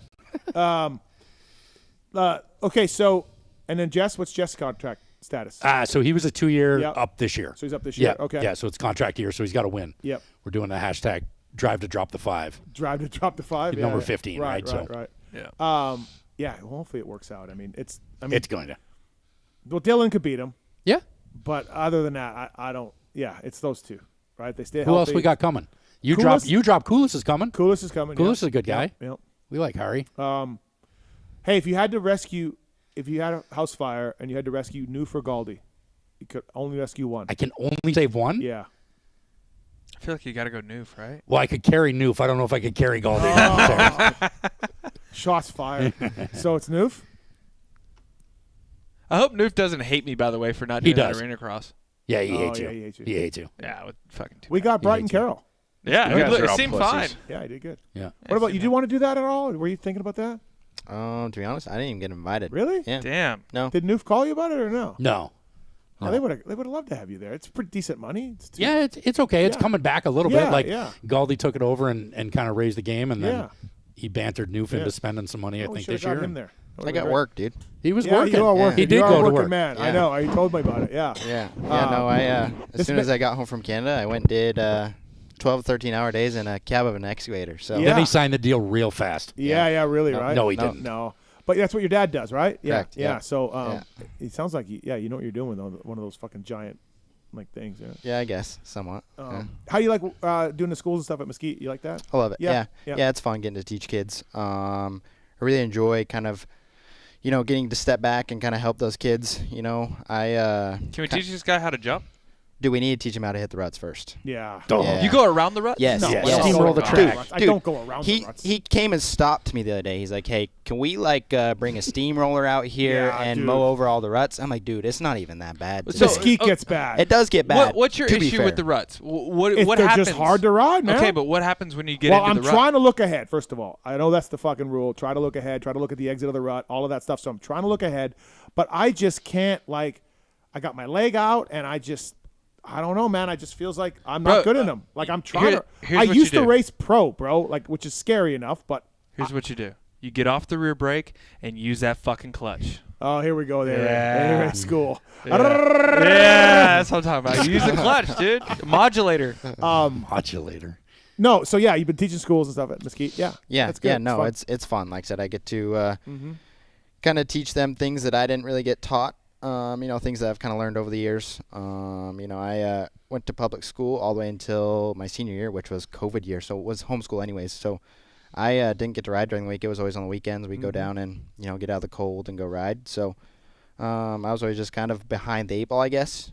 And I didn't really take it serious until I got a little bit older. So I didn't ever develop some of the skills I wish I would have. So it's kind of fun getting to step back and kind of help some of these kids learn some of those things that I wish I would have learned, kind of growing up. Yep. But yeah, no, it's awesome. Riley and Gary at Mesquite do a great job. Yeah. And they're always willing to help, and Yeah. I get to ride whenever I Bruffs are get the good chance. people. The Bruffs are good people. Really man. great people. It's really fun. And then, did you ever walk over there and see Hymus and watch him a little bit? Yeah. I'm good buddies with the All-Red kid as well. Yep. I grew up with Chance, and so he's been there riding Supercross a bunch. So Yeah, it's cool. Yeah. Bummer about this weekend. Yeah. So he put his shoulder out. Honda PR said maybe 3 weeks. Yeah. Bummer deal for Yeah. Hymus for sure, because he He was good. Yeah, he just has He to came stay, out flying. He just has to stay injury free, and that's Yeah. been the fucking thing for him. So really bummed for him for sure. yeah, shoulders aren't good too. No, Yeah. no. What do we think of the layout at Mesquite? Do we like that layout? Can we fiddle with that layout a little bit. Is that the track that I rode? Where we did that? No, that was lap Western. time thing. No, that was yeah, Western. Okay, I haven't rode Mesquite yet. I like Mesquite. Back in the day, it used to have a pretty sick layout with like the gravity cavity going backwards. It used to be a triple step up. Did you ever ride it when I was like that? No, I don't think so. Yeah, that was pretty fun. It had like a big old quad in the middle too. We don't want quads. You could go double. Okay. Yeah. So, but yeah, no, it's fun. Okay. Definitely get pretty bored of it after a minute. So, right. I got to change it up a little bit. But they're doing what they got to do. I understand. So. I kind of liked it when you came off the gravity thing, tabletop left, and then right up the hill. Yeah, the chicane right before. Yeah, I like that. When it went the opposite way. Or no, it went the same way. No, same way. Yeah. We got to go back to that layout. Tell Gary. You got more pull than I do. Oh, boy. Yeah, dude, they prepped the whole track for you. Not anymore. Apparently not. No, not anymore. Dude, apparently not. Your schools have been ruining that. But 2 years ago or last year when I showed up, dude. Perfect. Yeah. Could have shot a fucking Dream On commercial. Like, dirt coming in. I was fucking loving it. Yeah. I felt like I was ripping. Now these little fucking gremlins Yeah. are out doing their schools. Yeah. And it's all Just ruddy and fucking it up. shitty. Fucking it up. Can you man. get out there before them? Yeah, the Or thing is that is, just too early? he shows up at like 9. Yeah. Okay. And they're already riding by 9, so by the time he gets his gear on and does whatever he does, it's 9:30. The track's But they should know when you're coming and they should start later. Thank you, Kevin. Right? Thank you, buddy. Just rent the track out for a day. I should. How much is that? Just these little gremlins are ruining it, dude. And there's like, and then that little triple thing. There's a big fucking kicker all the time now when I try to. Fuck. Dude, you just practice it. Same thing with the ruts. Yeah. I was going to talk to you about this the other day. You can't get good at ruts if you're just going around them all the time. I'm not going around them. I watched you. I was standing in the same corner. You went around every single rut. Which corner? The one right before the gravity cavity down into the hole. You kept going outside every time. Yes. Yeah. All the deep ruts are on the inside. Yeah, man. Okay, you got a point. I was going around. Yeah. You're right. In that corner. In that corner. Yeah, dude. Fuck. We got to get some rut. We do, man. Kiefer says the same thing. Yeah. Kiefer's like, what the fuck, man? You just ride them. Just ride them. There's ruts at Loretta's. Hey, there's ruts at Loretta's, dude. You gotta hit the ruts. Yeah, are we doing it? Yeah, you got area qualifier coming up soon. I don't know if I'm going to make that one. I got ARay and Glen Helen later. I might go. I don't know. We'll see. It's tough. Gang's all going, dude. You got to go. You're in. I'm in. Yeah. And Phil's going? Phil's in. He said he's going. Zacho's in. Zacho's in. Yeah. I Kiefer's think, in. let's see, the regionals at like Redbud, which, fuck, that place ended it for me. So I might not go to the Mid-East region. I might just go to like the Far East region, maybe go to Southwick or something. Okay. I think Southwick has Now a you're regional. talking. Yeah. Make Southwick great again. Love Southwick. By the way, that's also my I don't know, man. So you want to go to Loretta's. Yeah. And you want to ride an RMZ. Yes. And you're having trouble getting one.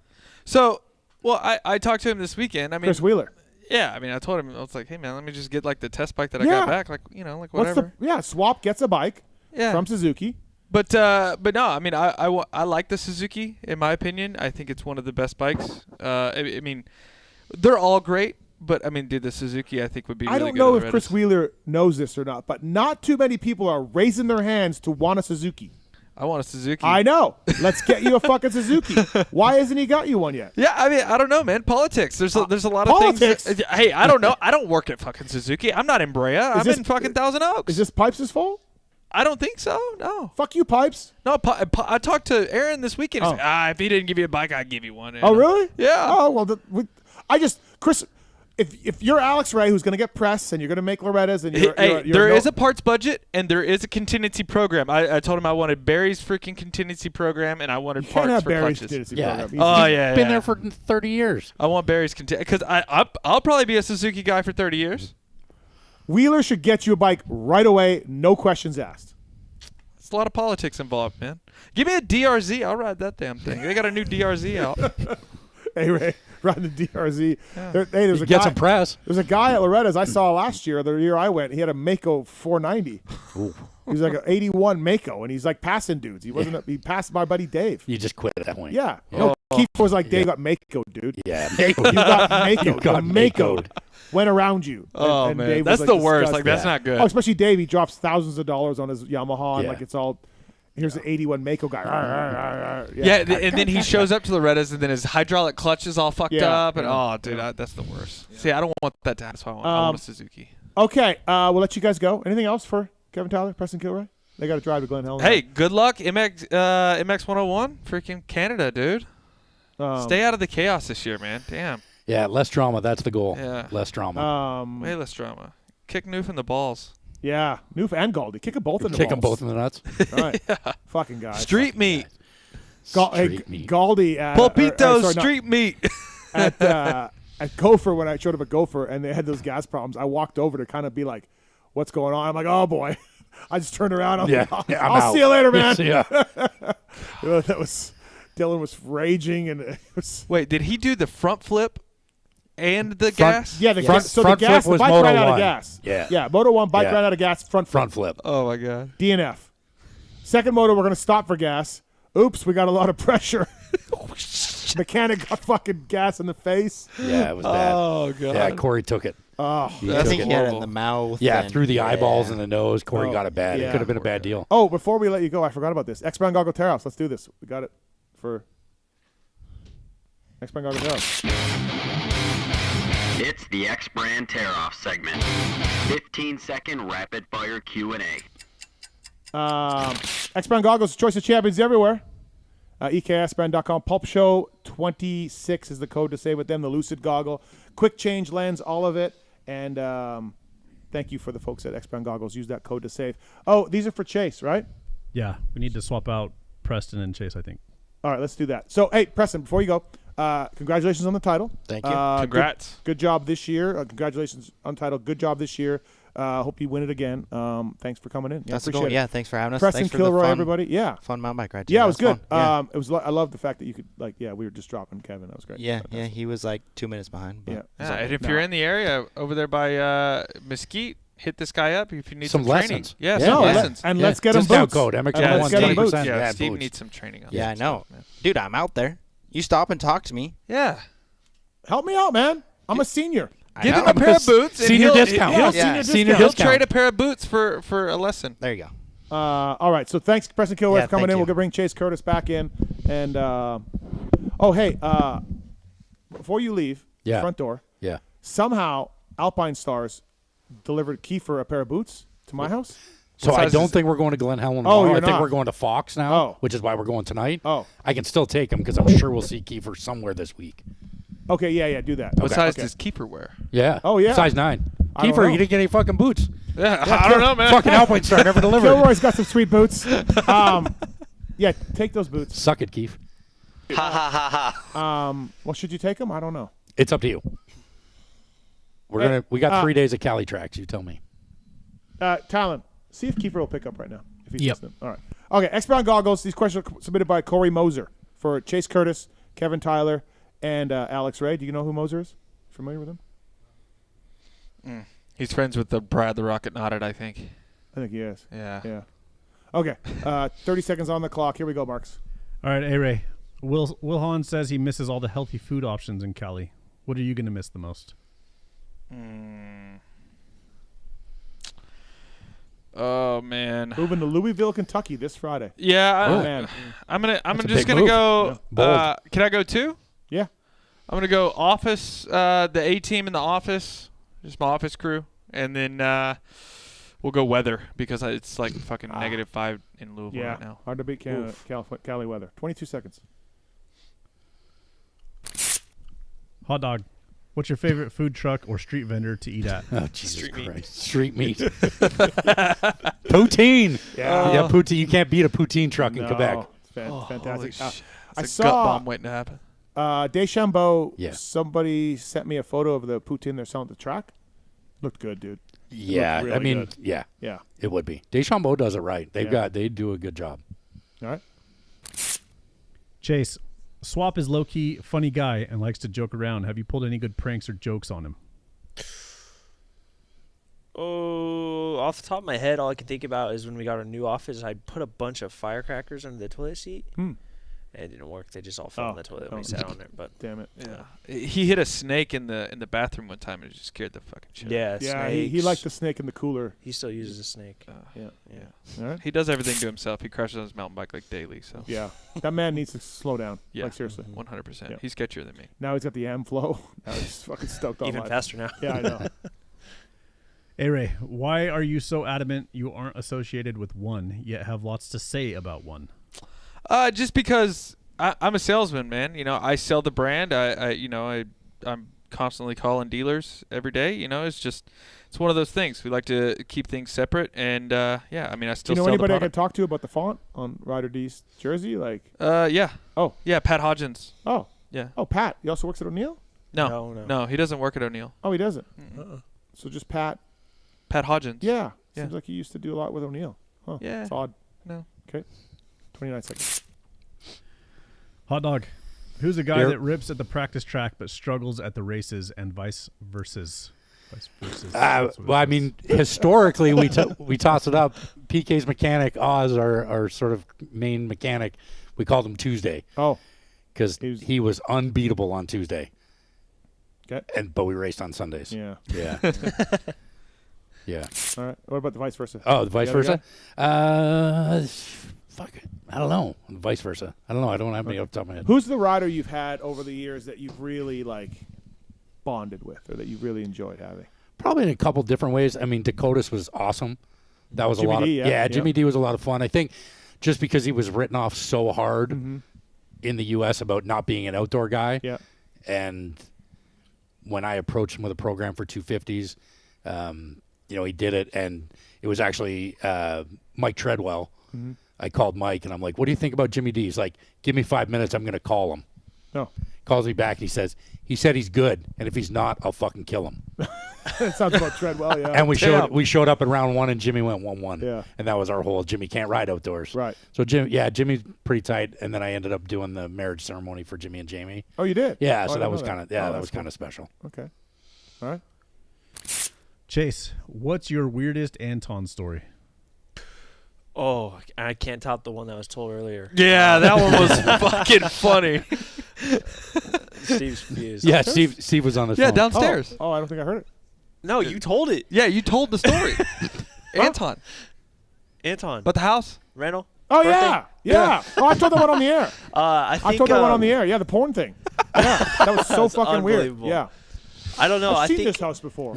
I think the last year, in the beginning years of Swap Motor Live, last year of Transworld, that we nicknamed him the victim because he just had such unfortunate luck from camera thefts to custody stuff. I mean, dude, unbelievable stuff. And even with his family and stuff, and different stuff going on there, like nonstop. Yeah, got his camera stolen. He's been hit by a bus 16 times somehow.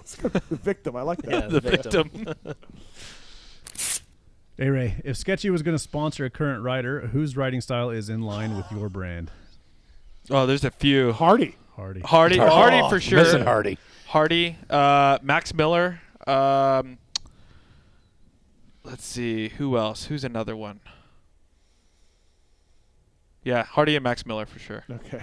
Hardy's a gem. Oh, yeah. It's so good. Awesome. I love his Insta bangers, by the way. It's so good. Did you see the one in Brazil where he jumped over the... Oh, it was going everywhere on Instagram. And he wasn't even landing on the track. No. He was landing 20 feet outside and then and then just curving jumping over. back on the track. And there's dudes on his ass and he's just fucking, what are you doing? It was great. Oh, yeah. It was such a Hardy moment. Yeah, I can't wait to watch him East Coast, by the way. Yeah. Same. Hot dog. The stock Yamaha is a great engine, but what's the easiest way to get even more power out of it? Send it to Alan Brown. It's like how Moser thinks you were doing the motors. Moser, he has no idea, obviously. Sometimes I do. Well, yeah, but I mean, get in there with a Dremel. I guess. But I like speed holes. Yeah. I like putting holes in shit. I ported a YZ250 once. Yeah. I just looked at Mitch's cylinder and then Yeah. How hard can it be? It wasn't hard. Fuck. My guy said it with tons of bottom. Tons of bottom. Yeah, so I went the other way. Yeah. All right, last one, Chase. For anyone trying to get into moto media, what are the highs and lows? Highs, you meet some good people, really, really cool people. It is like a family. Lows, get ready to work for free or damn near for a while. All right. 11 seconds. Good job. X Brand goggles, rapid fire. Thanks to EKSbrand.com, Pulp Show 26. Get yourself some goggles. Great foam, great fitment, great colors, all of that. All right, KT, thank you, buddy. Appreciate it. You're driving tonight, so we'll let you out of here. Congratulations on the success of the team over the years. Thank you. Congrats. It's been nice knowing you for a while. Long time. I'm glad you had a chance to come in the studio. Yeah, it was good. We talked about it a bit, and it was fun to get in and do it. Yeah, absolutely. We'll try to do a longer show with you at some point. Come back in. I got to come back. Yeah, just come back. Just tell my wife. All right. The two-time Racer X gas card winner, MX101 owner, the Kevin Tyler. Thanks, buddy. Thank you. All right. Sorry about the shock shaft. That's crazy. Yeah, that was Right. a bad memory. You got a free shock, right? You got a free shock? I did get a free shock. Yeah. Not worth it. I did get a free. It was not worth it. No, dude. There was I'd pay for a shock. You know where I'm talking? I was standing It by was the announcers ugly. tower now, and then Henry Hill. And So they had a little double at the top of it. You can't really see, but Yeah. you're just like, look at that fucking guy ragdolling. Yeah. And it was him. All the way down. Yeah. All the way down. I mean, I obviously don't remember a lot. I do remember just waking up and being red. Dude, like and the thinking worst I part was about dying. like flying down a hill, it's like as you And tumble, it was, and the bike was coming, and yeah, you carry momentum. You keep going faster and faster. yeah. Oh. And I didn't even realize, like, so obviously shock shaft broke. I'm full of red, probably severely concussed. They picked the bike up. I go to sit on it and could not come to fathom why I couldn't get my leg over this thing. Yeah. Because the rear of the bike is 6 feet in the air. Right, just sitting full fucking jacked. Yeah. Oh, Good Yeah. times for Suzuki back then. Good times. Craig Decker had the same experience, I bet. Yeah. Kevin Tyler, everybody, from MX 101. Good luck this year. We'll talk to you. Yeah, next cheers. Thanks, guys. Yeah, man. It's good being you. All right, now if we could get Chase to go there, or you go, whatever you want to do, just take your headset off there. By the way, I want to thank the folks at FCP. PulpMX 26 is the code to save with them. Factory chassis parts. Thanks, boys. Oh, grab those boots. We didn't hear from Kiefer, right? Take the boots. They're down by the door in an Alpine Star box. Thanks, buddy. Appreciate it. FCP factory chassis parts. They offer works level chassis parts, best known for performance engine mounts. They got the race cups as now, and change the angle of your head tube and forks, and will adjust your rake angle, trail, and wheelbase. Pulp-FCP 26. By the way, FCP sponsored Vince's team this weekend. Yeah. Mm-hmm. Got a lot of press out of that. Heck yeah. Yeah, on the 719. Hey, man. Yeah, good job, FCP. Way to pick your races. All right, hey, so we got a couple things. Marks, can we pull up those videos for ARay? Oh, okay. I asked you, I was going through my phone and I found some funny old photos. Okay. And I was going to put them up on the screen, but we're running out of time, so we won't do my stuff.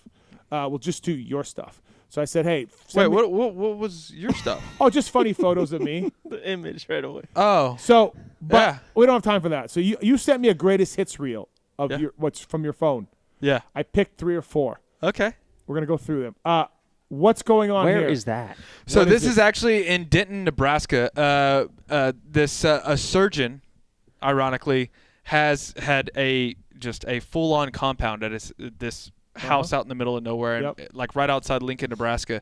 And we used to go there with Brian McDonald, the guy who does a lot of the dartfish and stuff, and train.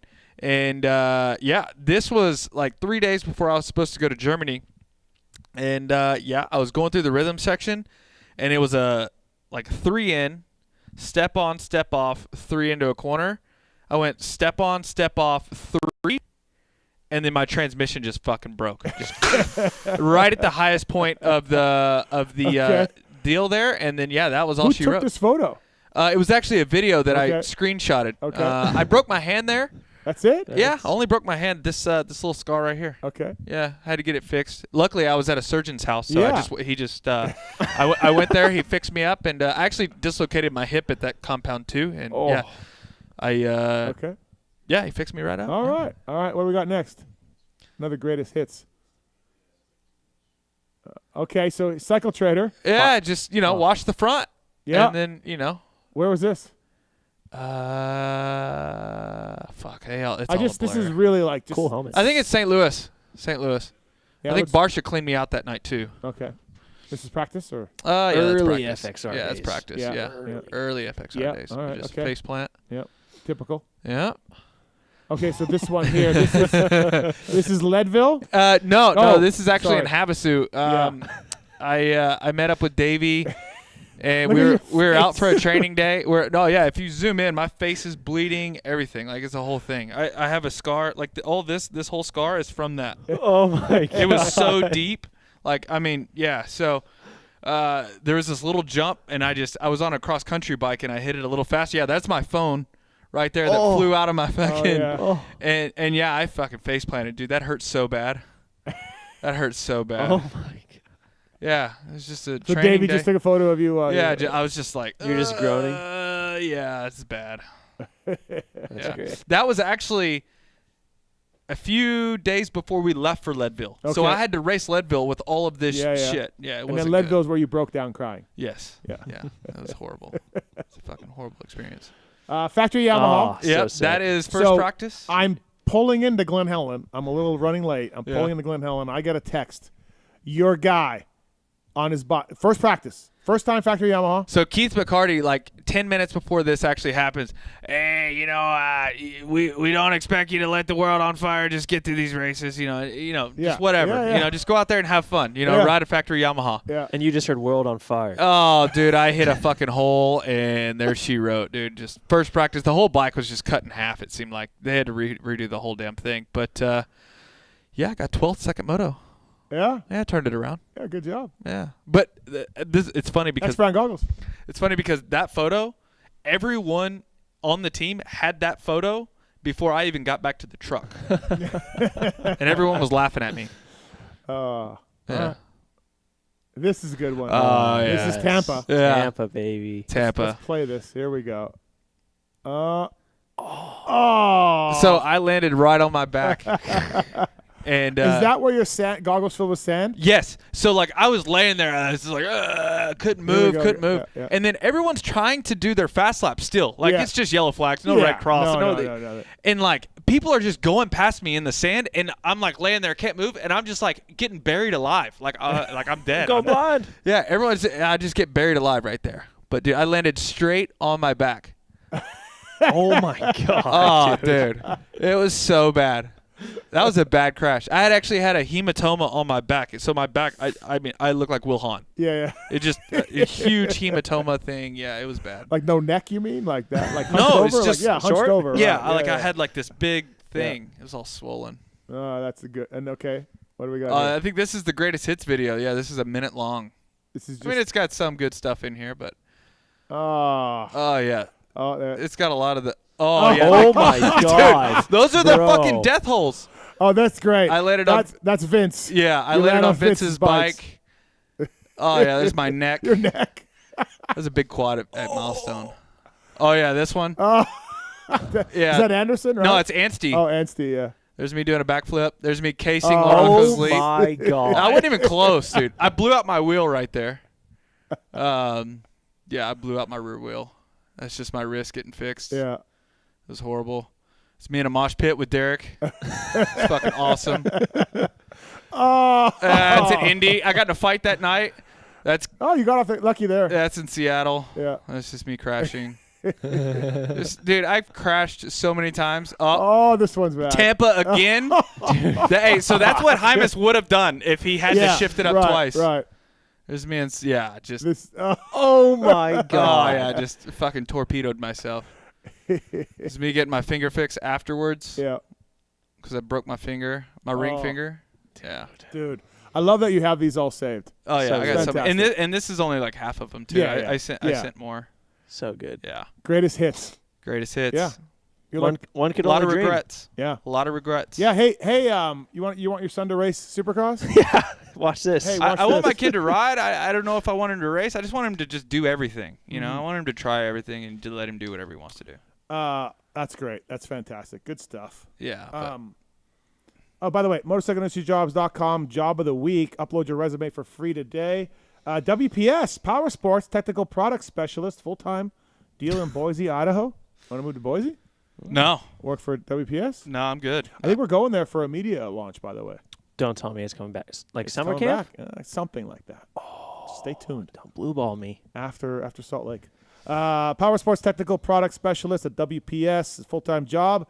The Technical Product Specialist provides expert-level technical support and product expertise across a diverse portfolio of power sports product lines. Upload your resume for free today at motorcycleindustryjobs.com. Please check that out. I had a guy DM me today and tell me, how do I get in the industry? Can you please talk about that? And I said, motorcycleindustryjobs.com. Like, you're not going to get in as a factory Honda mechanic ASAP. You got to work your way up. So, I mean, like Derek. I mean, he was a greaseball mechanic, and now he's a freaking team manager for Vince Friese. I mean, it just takes a gotta long work time. your So way. people need to realize that. I get that question asked a lot, and it's like, man, start there, start at a company, make some connections, make some people who know you. You know, go try something else, move away to another state to try things, stuff like that. You know, There's some good jobs on there. Yeah. Like I saw my buddy Brendan actually just started at MAXIMA, and Yeah. the job he got was on there for a bit too. Yeah, absolutely. So please check that out. Oh, we had some tweets for KT. I guess I forgot. Sorry, Tallon. I just saw your text now. They were okay. Okay. Nothing worth stopping the show for. Oh, I had got an update while I was out for your opening ceremonies. Oh, yeah. They are currently filming some stuff. Oh, yeah? And have some stuff done. So expect Wow. Well, some let's hope videos. so, man. At I mean, I least. don't want to be a dick about Yeah. it, but dude. But also, like I said, it's not all on Feld. No. These riders and It's teams. riders too. Yeah. Who texted me said that it's riders are being difficult. Yeah, for sure. For sure. being a dick. PulpMX gives back, by the way. Please check that out. Donate what you can. All the money goes to injured riders. That's something new that we're doing this year. LCQ Challenge is in Salt Lake this year. So please go to PulpMX.com to do that. You could win a YZ450F. Thank you to the guys at Yamaha. We haven't talked 250s yet. Good job by Deegs. Mosman led a lot of laps, most laps. Deegs slowly reeled him in. Ryder D makes it up to third on the year. Levi, horrific, as we talked to Chase about. McAdoo is fourth. Hymus shoulder injury. Like, that coast is getting depleted. Yeah. Quick. And what do you think about East? Like, do we have a favorite? Like, Seth Hammaker, I think, is going to be, riding a little bit by then. Yeah, I think he's already Seth- riding. Is he? Yeah. Yeah. Okay. I just don't know about Supercross, but yeah, I think honestly, like, I think I was saying on some of our stuff before even West Coast, like, yeah, we had Deegs and Hymus and Kitchen, but I think up top factory level, it kind of was lacking compared to East Coast. Yeah. I think there's a lot of good guys in East. I mean, hell, just the star guys showing up. Davies, Pierce is going to be good. I heard Pierce is ripping. Yeah, I'm going to be excited. Yeah. I'm really excited to see how that goes. We have 2 Rockstar Husky boys, so yeah, should be cool. Yeah, it should be fun to see East kick off because honestly, like, Deegs is doing his thing now, so I expect I don't think that's going to change. Yeah, I think Davies. I heard this week that maybe Joe makes a couple East rounds too. Yeah, which yeah, would be cool. yeah. I thought he So- was out, but Lars was saying that they hope he can make some. Yeah, that'd be rad. Which would be great to have. So I don't feel like we talked too much 250s at all. Chase Curtis here from Swap Moto Live. How long you been there for now? Well, Swap Moto been a Live since the while. beginning. Yeah. Yeah. So I Were you at Transworld? You're at Transworld? yeah, kind of, sort of. I was an intern basically my Okay. senior year in high school. Yep. I did some, honestly, like I kind of worked for free as much as I could, just Yep. trying to put my foot in the door. And then literally, I think 6 months after I graduated high school, we got shut down. Yep. And so I went with Anton and Dahmer and Yep. Donnie and Don to Swap Moto Live. And how's that been going? Good? You've been Good. enjoying that? Yeah? Yeah, super cool. Did you grow up like for me, I raced and grew up racing, but I also just loved moto media, like all those magazines and Cycle News when I could. And like I knew like some of the coolest podcasts I've done for me are like with Carl Kramer and Tom Webb and Super Hunky and these dudes I grew up reading, right? So I was always into the media end of the sport anyways. It's just like, were you like that or were you? No, I'm a little bit different route. Like, Okay. I have 3 younger brothers, obviously in Southern California. My parents did their best, but like they got me a dirt bike. I wasn't able to really. It's expensive. I wasn't really racing a whole lot. More desert riding when I could. And honestly, I found my way into this whole space kind of by chance, by luck. I was really into cameras and video editing and stuff like that. Obviously, like dirt bikes. Yeah. My neighbor, a couple houses down while I was in middle school and high school, is Colton Haker. Okay. And so he befriended me, just super cool guy. Like, Yep. let me hang out in the garage and take stickers and stuff. Roxon moved in down the street, Oh, and okay. I'm like suddenly surrounded by this. And I just was like, kind of got hurt trying to race a little bit local stuff in high school real bad. Broke my leg for the first time, and some friends that worked at Transworld, Casey Davis, brought me to the track while I was missing school, and I just realized like, oh, I can shoot You can do and this. film videos of dirt bikes, like bring both of Yeah. my passions to one. And So you weren't necessarily like a huge race fan of like Supercross and motocross, like watching it all the time. No, Yeah. I mean, yeah, I tuned in to definitely Supercross every weekend Yeah. and stuff like that. Outdoors, probably not a whole lot. I didn't really get into like consuming the sport as much as I do now until probably like junior, senior year of high school. Okay. Wow. Yeah. That's different route for sure. And so Yeah. now that you're doing it, you like it? You're enjoying it? Yeah, totally. I love it. It was hard, I think, at first, right? Because I think people from the outside don't realize how much we do work. Like, it looks like we're riding dirt bikes, going to races, hanging out, broing down.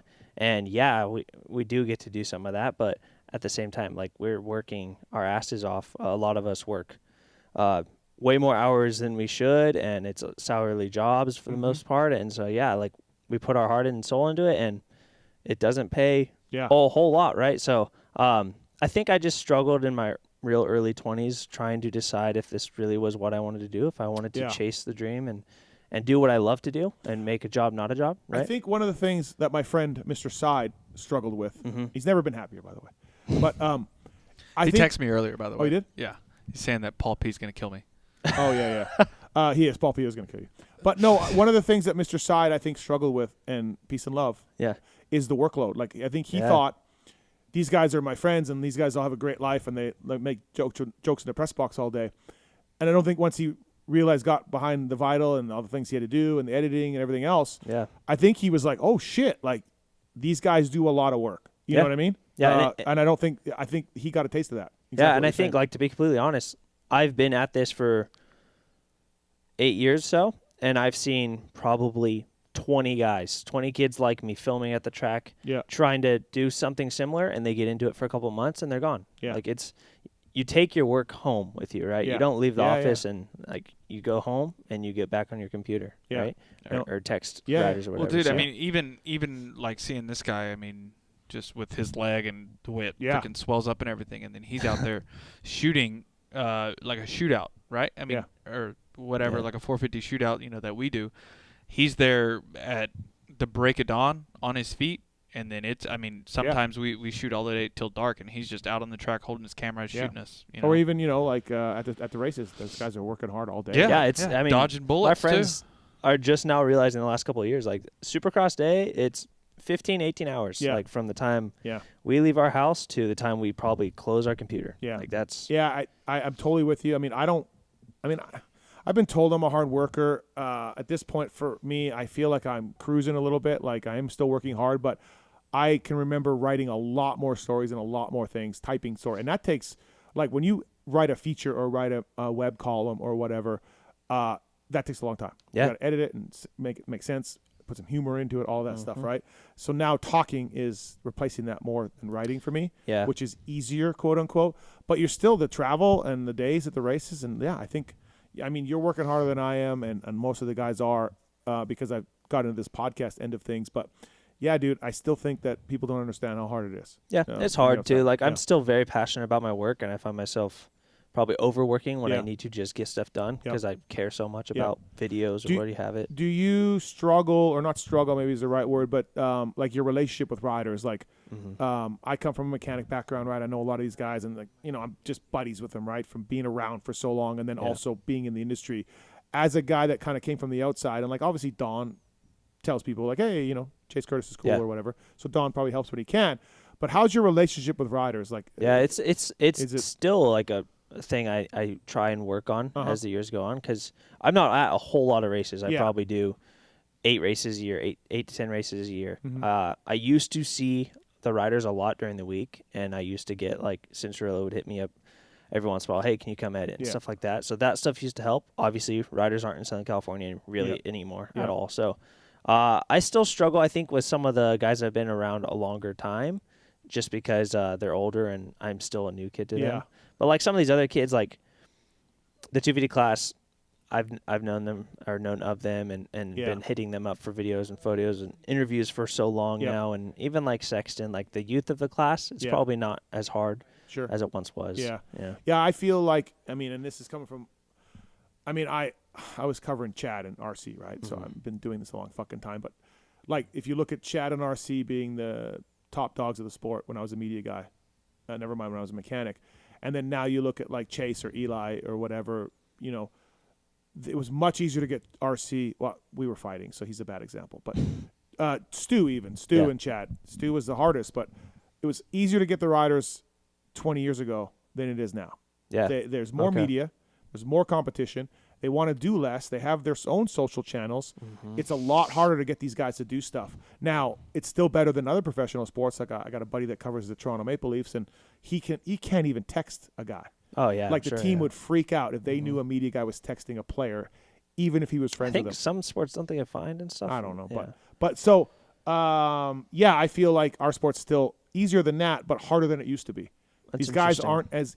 aren't as into it as they once were. You Yeah. know? So, because they could do their own media, or Tommy Tenders will put out the Lawrence video of, and that's all they need to say. And it is something I think it's becoming a little bit more, especially my like niche, my video guy thing. Yeah. It's becoming more saturated, and it's kind of hurting it in a way, I think, because there is like, I mean, you look at, you don't really go to them, but the photo vest meetings that they do Fridays. Yeah. Dude, there's like 60 of us, if not more. Yeah, and in the press box, there's like 5 of us. Yeah, and so then these guys, like, I feel for him. Like, Chase, he probably has 30 guys try and come up to him on Friday asking for interviews and stuff. Yeah. Like, dude, that's got to be frustrating. Well, I think that was one of the things he was talking to Lewis about after the race was from track walking back, he was just getting accosted by fans over and over. And he's like, I walk the track and I want to get back and ready for practice, you know? Yeah, and I think some of the newer, like, media, too, they don't really respect the fact that these guys are working. They're at jobs, you know? And also, it's really competitive on your end of things. Like, obviously, Swap Moto Live is a known brand and all of that, so you're fine. Like, you're working there and everything else. But I would hate to be some newer site or some newer videographer trying to make waves in the sport. Do you know what I mean? Like, how do you do this originally and stand out? How do you stand out and all of that? Yeah, I mean, it's so hard. It's hard because, like, you have all of these other guys, like, say that have like an Instagram and they do all this rage bait bullshit. Yeah. That's one thing that just triggers me because they get all the views, they get, you know, and all these comments and everything like that, but it's something that's that's the state of society we're in. It's whether it's politics or sports or anything. Yeah. And that goes back to the competition side of this. Yeah. Takes away the passion. Like, I can't sit and spend time and make good stuff that I'm proud of because I got to try and be the first one posting stuff. Yeah, I don't fall for that myself. Like, I'm confident.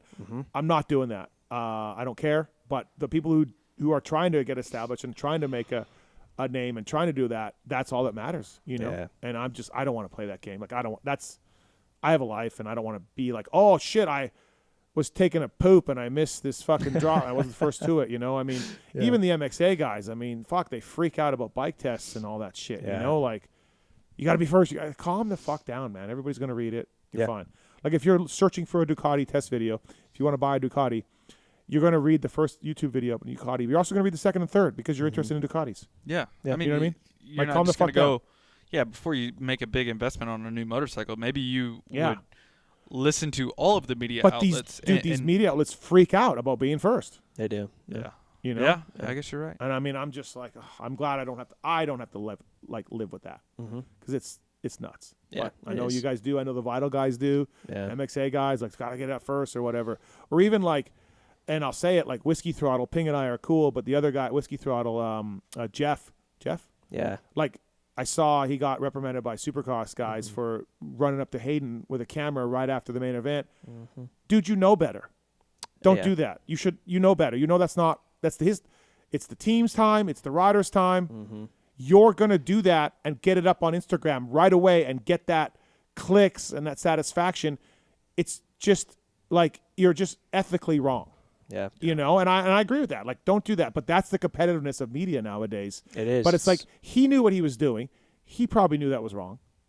And we get read the rules. Right. And what will happen if you don't abide by the rules every week. Yeah. And it's like, but the competitiveness to be first and be immediate is what drove him to do that. Totally. I mean, that's like part of the social media age. I mean, and it sucks because in a way, he's doing his job. Like, we have meetings with sponsors like O'Neill and stuff, and they show us stuff like that and the insane traffic, and they're like, why aren't you guys doing this? Yeah, right. Like, it's just right. And it's just the way and that media sucks. is now. I don't want to do that, and I hate that it goes that way. Yeah. And it sucks, you know, all of that. And even like reporting on injuries or that part, I really don't. Dude, like that I don't. part. You know, like, I don't want to be first. I don't care. Yeah. Like, you know, it's not a good thing, right? So it sucks. Swap Moto Live though for more Chase Curtis, and Don, my buddy Don. I've known Don forever, dude. Don hired me for Transworld in That's what he said. 09 or 2010. RacerX let me go, and I wrote for Transworld for a year. Don, he was great. He was the easiest boss ever, man. Yeah, he's cool. Yeah, he was like, I was like, hey Don, I'm gonna do this. Okay. Hey, I'm going to be a day late. Okay. Or I got yelled at by the Fox guys because I made fun of Metcalf's gear, and Fox's guy was irate, and Really? Don just laughed at him. Yeah, Don didn't even yell at me. Don just laughed at him. Yeah. You know what I mean? So he was a great boss for that year, for sure. Yeah. That was absolutely the way to go. Okay, the motorsport.com tweet at Tallon segment. No, that's my mom. Motorsport.com. It's the motorsport.com tweets at Tallon segment. Free shipping over $79. Knowledgeable gearheads that provide the industry's best customer service, great prices. Whether it's O'Neill or OGIO or Fly. Code PulpMX to save at Fly Racing, by the way. They're giving away a Club MX replica race bike. Motorsport.com/win. This thing has W wheels. It's got a Cherubies on it, firepower, and more. Guts Racing on board with this as well. And CARDO. Please check out motorsport.com, the #1 online ordering place in the world for anything. Really, it's motorsport.com. All right, these questions are submitted at PulpMX Show, and the guy in the corner there reads the best ones. Voice of the drunken people. Just the best ones, please. Just the best ones. Yep. Jason ARay, what does Steve get wrong about the sport, and what does he get right? Oh, that's a fucking dick question. Ooh. Dick question. I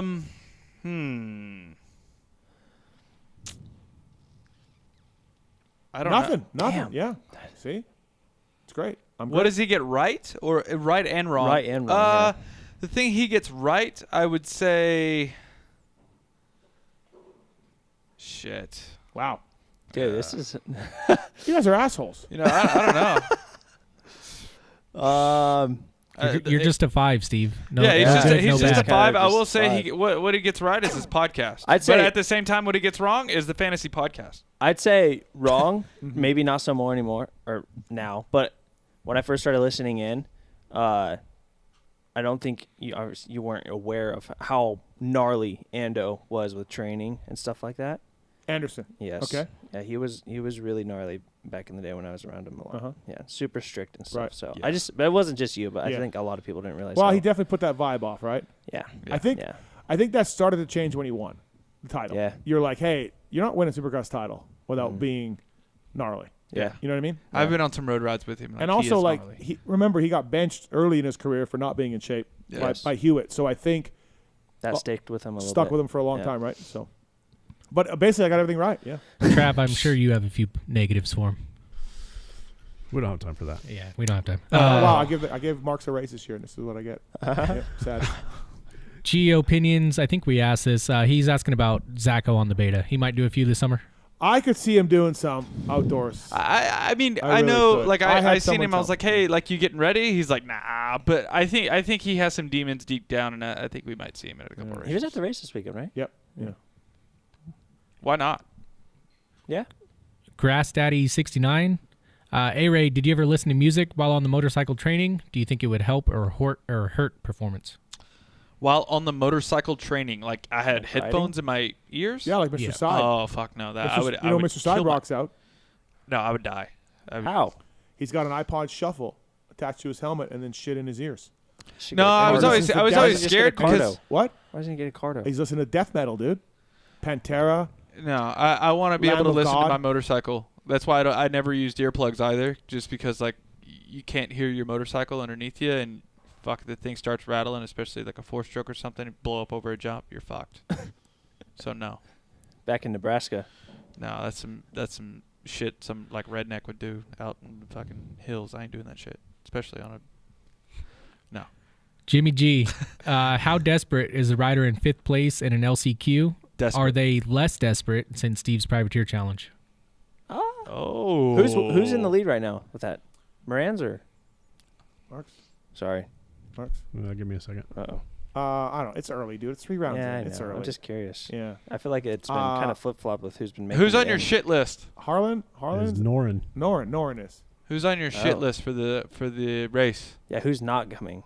Just the fucking Stank Talk. That's it? Is he even No racing? one else? No, he's not even racing. Yeah. Oh, that's good. What about Cole? Thompson? Yeah. I don't think, is he racing all I of mean, them? he didn't make that main. I know, but is he doing the Yeah, rest I of don't it? He's out. He's not getting in.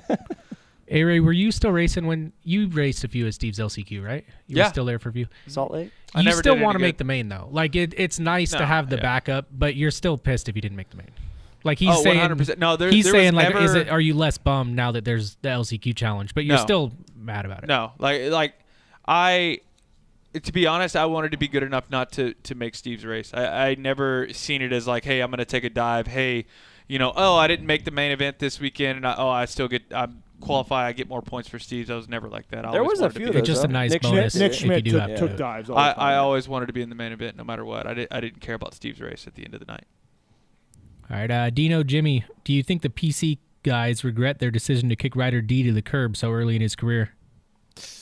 No, that was an odd one to me. It was odd. Mitch was not a fan, I don't think. I don't think Ryder D has done enough now to make Mitch say that, but maybe he will. But as of now, I don't think so. I mean, you look at Levi or Garrett or McAdoo, they won a lot, right? No championships, but yeah, that was. I mean, he was Ryder D was Team Green. He's getting a win this year. Yeah, I mean, he was Team Green from the get-go too. I mean, Team Cowie invested, I'm sure, a lot of money in his amateur career too. So, yeah. All right, and this one from Ryder D's mustache. With the complaining about track conditions this season, what point do riders need to start respecting the track conditions more than expecting to ride balls out 100% of the time? Well, listen, that's always JT's thing. You have a throttle hand. Totally. Yeah. Yeah. I mean, everybody's got to ride the same track, dude, whether it's shit or whether it's good. I think a lot of people were caught off guard by Saturday's track too, being in Anaheim. Yeah. That. Quit being a pussy, dude. You got 9 whoops. What are you complaining about? All right, 2 more. Sugar Shane 79. How elite is Deke's fitness? Dude's hair isn't even wet after a main. That's pretty elite. I mean, you don't even need to look at Supercross. Look at outdoors. Yeah. Yeah. Dude's got demons, man. He's got the 4, so he's really good in shape. He's always been in shape. It's been impressive from the first day he started racing. As far as that goes. So. And I think too, like he doesn't do. I mean, he does some stuff, whips the bike around and everything, but for the most part, he's pretty centered and he doesn't waste a lot of energy. He's pretty efficient. Last one, T-Bolt USA. ARay, please name a race that stands out for your career as a highlight and why. As a highlight, Redbud? No, fuck Redbud. I would say High Point 2018. No. I mean that I got like 11th overall that day, but I would say second moto. Actually 2018 Glen Helen, just that with factory. Factory Yamaha. Good kit. Before that day, I had never scored an outdoor point, and then first moto I crashed on the first moto and first lap, make my way up, score my first point from last in the first moto, and then I got 12th second moto. So that was good. Was that the same year Pike rode the front wheel down Mount St. Helens? I believe so. That was the same year that Cunningham died after Talladega. Yeah. No! That's horrible. Motosport.com, tweet at Talent Segment. Motosport.com, please check those guys out. Short show. They got a sweepstakes there. The Ultimate Race Bike Sweepstakes. Check that out. Brian Stone, I want to thank Brian Stone for coming on board. If you need financial advice, ARay? Brian Stone. Brian Stone, former top privateer in the Midwest. Him and his brother, Midwest. He helping Darkside. I don't know if he is or not. I don't think Dark. I think Dark. So you give this guy your money and he invests it for you. Yeah. Huh. Yeah. EdwardJones.com. He's a full. Got security. Did you give him your money? He's a member SIPC. I don't. I want to give him something. I'm working on that. All my stuff's tied up right now. I have to withdraw it and all that. What do you use right now? Vanguard. Vanguard? Yeah. I think I use Edward Jones. That one. Brian Stone works for Edward Jones. 816-761-4066. Marks, you like Vanguard? Am I on the right track? Yeah, it's good. It's investor owned or something, right? That's what they say? Yeah, sure. It's good for you. You don't even know what I'm talking about. No. What? I like to invest my own stuff, so yeah. How much money you got in like crypto over there, Mr. Freaking? That's a great question. Do not get him started. That's a great question. Marks, tell the story. I don't want to talk Were you about mining? I did start mining back in like 2012.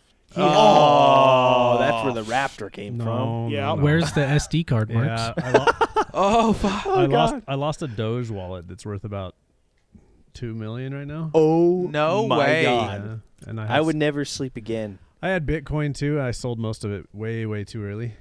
So, And he can't find this wallet. I can't find the Doge wallet. The Doge wallet. Yeah, I got a lot of XRP right now, but I bought it the wrong time. Oh, that's horrible. Just hold. I bought none of that. I'm scared of that. I don't know what the fuck it is. It's fake money. Do you think it's gonna hit, right? Well, yeah, XRP? Yeah. I don't really follow XRP, to be honest. But yeah, you'll be fine. What about Doge? I'm still holding on to. Listen, Doge holds a soft spot in my heart, obviously. Yeah. Yeah. We're one Elon tweet away from. All right, I'll stay. Moon. To the moon. Yeah, it's a bummer. I made some dumb decisions, but it's fine. Like, where do you think happened to this Doge wallet? I don't know. I don't know. What was it on? It was on. I think it was on a hard drive. On a hard drive. Yeah, like an external hard drive. And this was. I wasn't quite as computer savvy back then. Have you moved so. since then? Yeah, I mean, I was like living at home back then, and just trying to figure out computers and stuff. I didn't even know how to code really. I was kind of learning how to do it all, and I wasn't as efficient with my backups and organization. Didn't really think it was that important. It's devastating. And yeah, Turns out it is. I live with that every day. Don't worry. Could have opened up a Pulpitos. Pulpitos, yep. I made a logo, Steve. Probably Oh, a you couple. Yeah. Oh. You see it? Yeah. It's pretty cool. Listen, $17 for 2 taco plate. That's insane. Hey, so I like that. No, you're Canadian. there's something Canadian Mexican. Hold on, before this, like send me that. before we end this, what's the deal with the Pulp Fantasy for real? Like, did you gave this whole thing to the podcast still? Yeah. So what's with the beef? All this stuff. What are you talking about? The Pulp Fantasy podcast. You Are we said you back on gave that? yeah. You said you gave it to fucking. Well, okay, so we have 100% Motorsport and Fly. Okay. As sponsors. They give me money for the podcast. There's an ad read. Okay. And they're sponsored on the podcast. So we split the money. All of us did. When we were all on it. Okay. But if I'm not going to do the show, I'm not going to keep the money. So I gave them the money and said, here, have my share. So you're not going to be on any of the shows. I said I would drop in from time to time. So 2 shows. I don't know. But I mean, yeah. You are really struggling with this. He is. Yeah. Do you listen to Moto 60? Yes. Erasables? Yes. Pulp? Yes. Review? Yes. You're good, All man. of it. You got me all. You got all of me. But like the Pulp Fantasy, every Wednesday I wait. And I want to listen to it. Every Wednesday, because that's when LVK drops, and that's when Pulp Fantasy drops. Yep. I will say, Re-Raceables and the Fantasy Pod were my favorite ones. Oh, really? I haven't played Fantasy because I got so pissed. I haven't played in 2 years, and I still you listen still to listen every to the pod? week. Yes. What's wrong with you? I just liked it, dude. It was good. Oh, well. You know what? They need to get somebody on there that they don't like. You don't know what you got. What if they till it's gone? What if they brought on like the worst scoring rider? Because it's gonna be a privateer. Yeah. You're probably not doing anything. What if they brought him on every week? I mean, I just don't know. Hey, what the fuck happened to you, bro? What the fuck? Hardy You had a- Munoz. You had a 16% pick trade. You got 0 points. Yeah. You're still really upset about this? Yes. Okay, man. TIU. I know. We got to figure it out. I like the passion. Yeah. Who knew? Re-Raceables is Not fun. me. Trying to get fucking Rarick and Weege and me. Rarick has been such a great addition. Yeah. That's He- so sick. he is I can't DGAF. believe he knows that much stuff. Yeah, he's DGAF. I'm telling you. Oh. Listen to last week's fucking fantasy show. Listen to it. Last week's was bad. Listen to the echoes. Yeah. And no, you know what's fucked up? I'm in my truck whenever I listen. I listen to and from like work and everything like that. The audio, I had to turn it all the way up. But then, like, my phone rings or something, it's just blares. Marks, I sent Paul. We got to work on him. You need to get on a call with him. Like the email thing is not going to work. You're going to have to get on a call and do a test recording. You and might do need the whole an thing. in-person meeting. And to be fair, it's not Paul's fault. I just want to make that clear. Yeah. It's Steve's fault. It has PulpMX on the deal whenever it pops up in the podcast. That's attached to Steve. That's not. I mean, if it was a Renthal bar, yes, but it says PulpMX on the fucking thing, so I'm ripping Steve. Who made the Pulpitos in the Slack here? Oh, there's a better one. That was Grok. Oh, that's really My good. AI assistant. Yeah, it's got a picture of me with a Fly Racing shirt, Pulpitos. No way. Yeah. And a sombrero. And a sombrero. Hell yeah. That's awesome. Oh, wait. I got to get your sombrero on. Hang on. Yeah, continue. You're good. Pulpitos! Oh, I have another rant, too, real quick. Brunt Workwear, the Owen boot, the Marin boot. PulpMX shows the code to save with Brunt Workwear. Great boots. Amazing. You know who wears Brunt Workwear? Jelly. I wear Brunt. Cameron. Pedro. I like my Brunt. Pedro. Christian. Rarick. Christian wears them? Yeah, Don wears them. I wear them. Yeah. It's great. Everyone. PulpMX show. Please check them out. Marin boot, the Omen boot. They got workwear as well. Okay, what's your rant? Oh, the I know thing? It's quick, but I just can't ever figure out when it's you saying I know. Like, it's not recorded. I don't know. I don't know. Yeah. I don't know.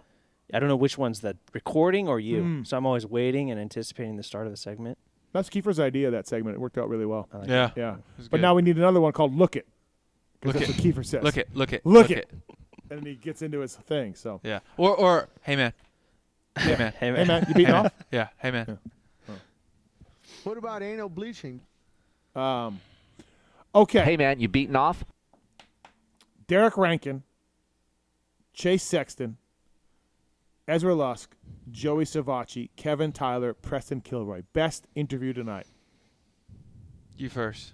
I'm going to say Joey just because he's one of those guys I haven't had a lot of interactions with. Yep. And he's always been very mopey. Yep. And I know that's his personality, but this was the most like Yeah, he's actually up and really. up, Yeah, I've he heard. sounded really good tonight. Yeah. When we had him on after WSX, I think he was jet lagged really bad. He sounded like he was going to coma.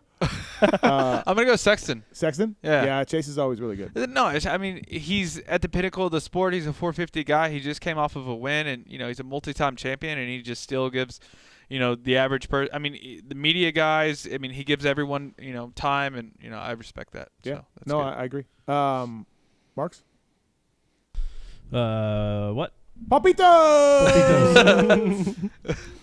Honestly, street meat was good too. Yeah, street he's meat's a legend. unreal. How do you not call him street meat? I That's like hot way dog better. vendor, but street meat Dude, is kind of derogatory a little bit. Street meat's fucking crazy. Oh, we got a fair race, ARay fair race story from Quentin. What's up, Oh, is this Q-tip? Yeah. Quentin? What's the fair race story? Yeah, tell us. All right. First of all, Steve, your live shows are awesome. We went to St. Louis SMX live show this last Do you listen year. to Pulp Fantasy? No, I didn't get signed up to play this year. I've got a new bike, trying to get it lined out for come spring. Well, that's really ARay. sad, man. We were a little down this year, and it's your fault. Right. I'll make sure to get in next year. Okay. ARay, do you remember? I think Derek Rankin was your mechanic at the time. Do you remember coming to Boonville for a fair race back in 2016? Yes, I do. Boonville had a fair race. Yeah, they did. It was badass. Yeah, I do remember that. It was, I think, it was like a $3,500 purse, if I remember correctly. Yep, and then Reason I the Gully remember- brothers were there, weren't they? Yes, the Gorley brothers. That's what I was going to Gurley say. and And you Gurley. went down on the in the first turn by one of them chopped your front wheel off. Motherfuckers, yeah.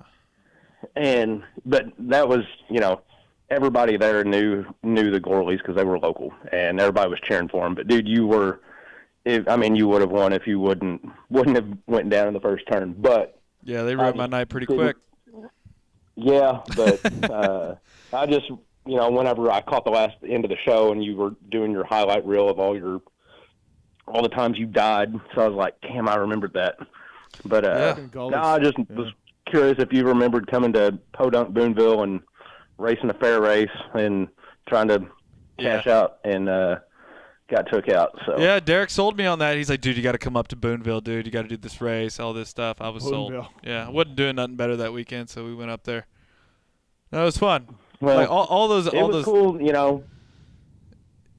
It was cool to see, a guy that's consistently making night shows to show up at a fair race. So I dude, just want to give you props on that. Pink JT gear ARay to fucking factory Yamaha. That's wild. Phenomenal. Wild. Tell you what. A little overweight too. Oh, at the beginning, yeah. Oh, Yeah. yeah. Yeah, definitely. A lot of bit overweight. Well, a lot of bit it overweight. was cool It's all seeing you good. there. And it was awesome. Now you just need to maybe show up at a GNCC or something. Nope. I'm out. No? No. Track days and Supercross, that's it. You won't find me in the woods. I'm sorry, brother. All right. Yeah, Thanks all for the call, right. man. Hey, y'all Thank have a you. good night. Thank you. guys. Yeah, man, Appreciate later. it. Yeah, appreciate it. Hey, what's better? A top 10 in Supercross or outdoors, or having a factory ride for 4 races? Top 10. Top 10? Yeah, I think so. Just for like legacy point of view. I think factory ride. I don't know. He did take all the merch out of the truck. He still has monster socks. Yeah, and yeah, bottles. He took all the merch. Right, yeah. I still have He all cleaned the bottles. truck out. Whatever it I have needed. all the hats.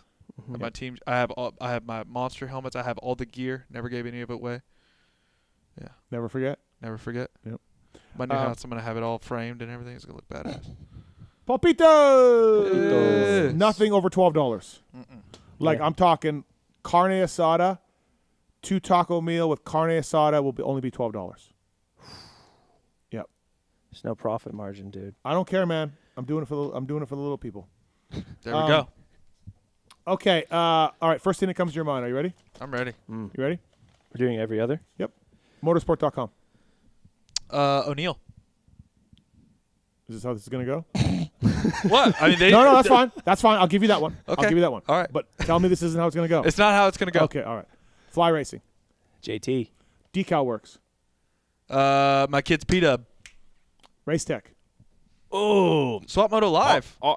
Harley. GS3. GS3. I don't. Harley. I think it shocks. is GS3. Yeah. I think you're right. Bingo. X-Brand Goggles. Cheers. Renthal. Paul P. Michelin. Who's gonna punch ARay in the face? Yeah. Maybe me. Michelin. Your bike outside. Yep. A Cherby's. Ooh. I saw Tallon at the race this weekend. He's a legend. Mm-hmm. Yeah. Firepower. SGB Honda. Maxima USA. Suspension clean. Pro Filter. Yeah. I mean, fuck. I hate cleaning my air filter. So Pro Filter, freaking just boom, throw it in there. OGIO Power Sports. Ooh, the trucker. And also, I think a 9800 might be too big. I move in that direction. Okay. CARDO Systems. Alive Worldwide.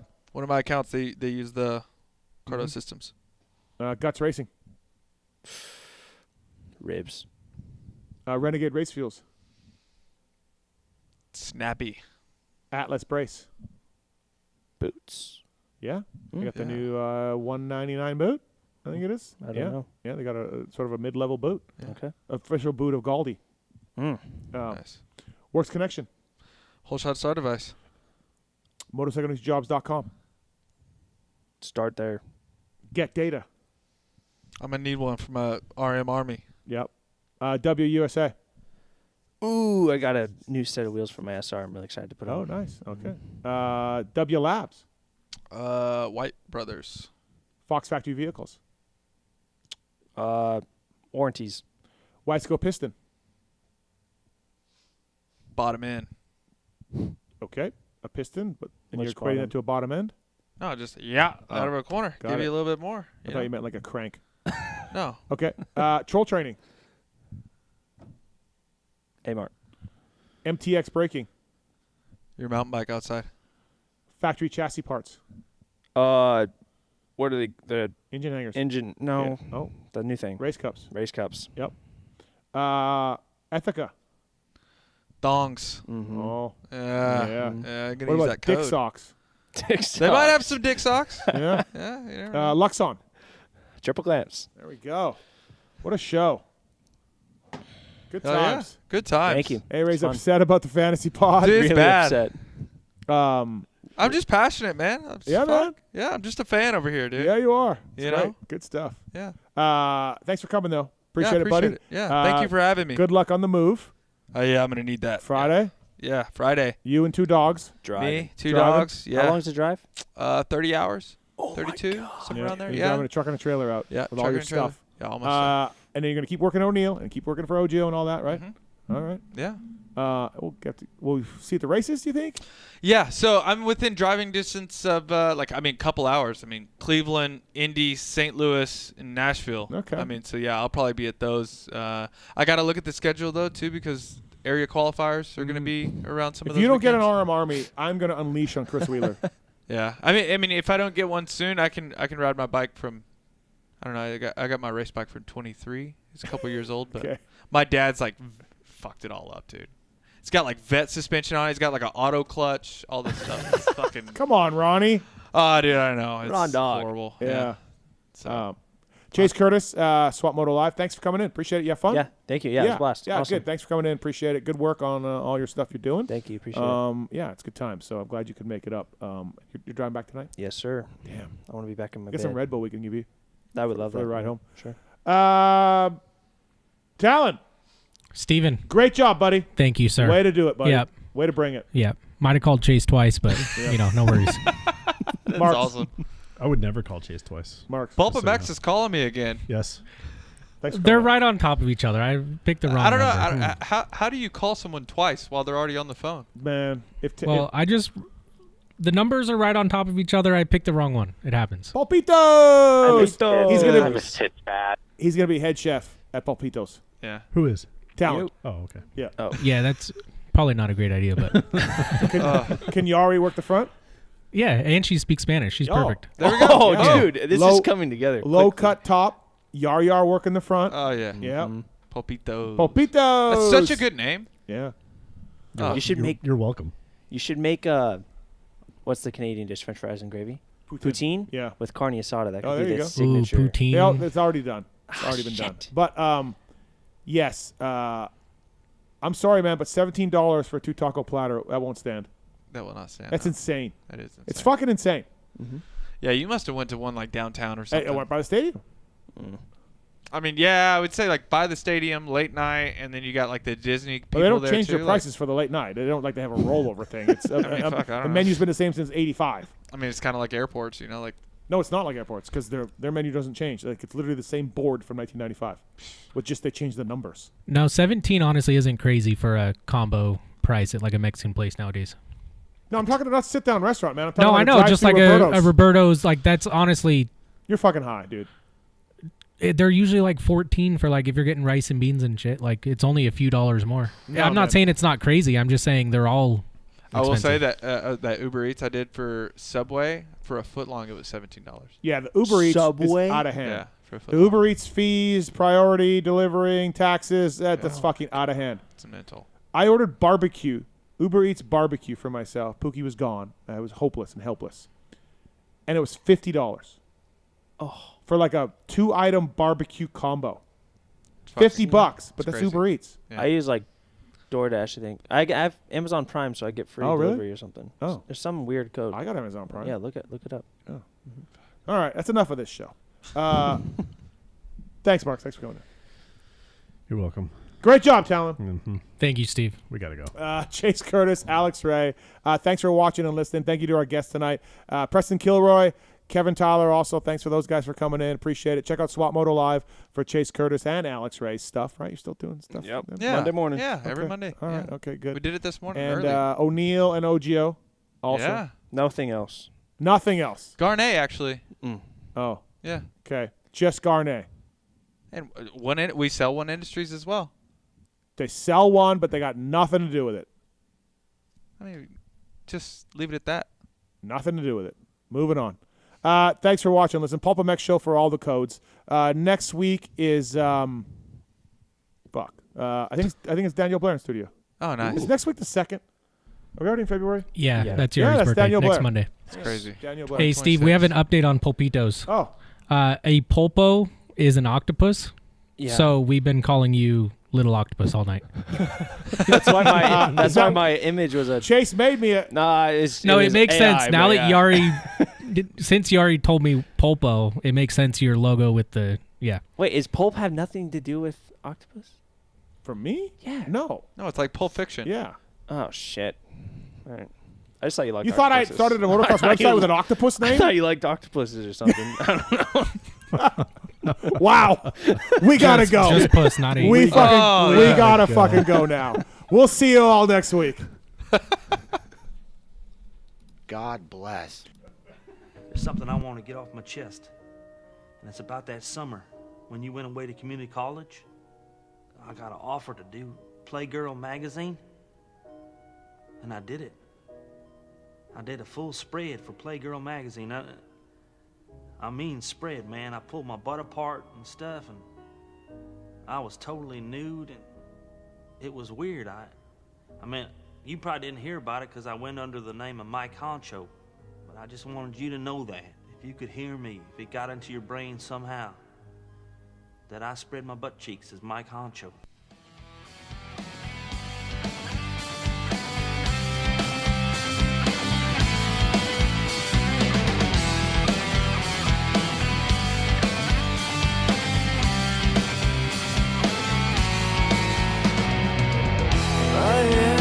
Sword inside your flame, I will burn.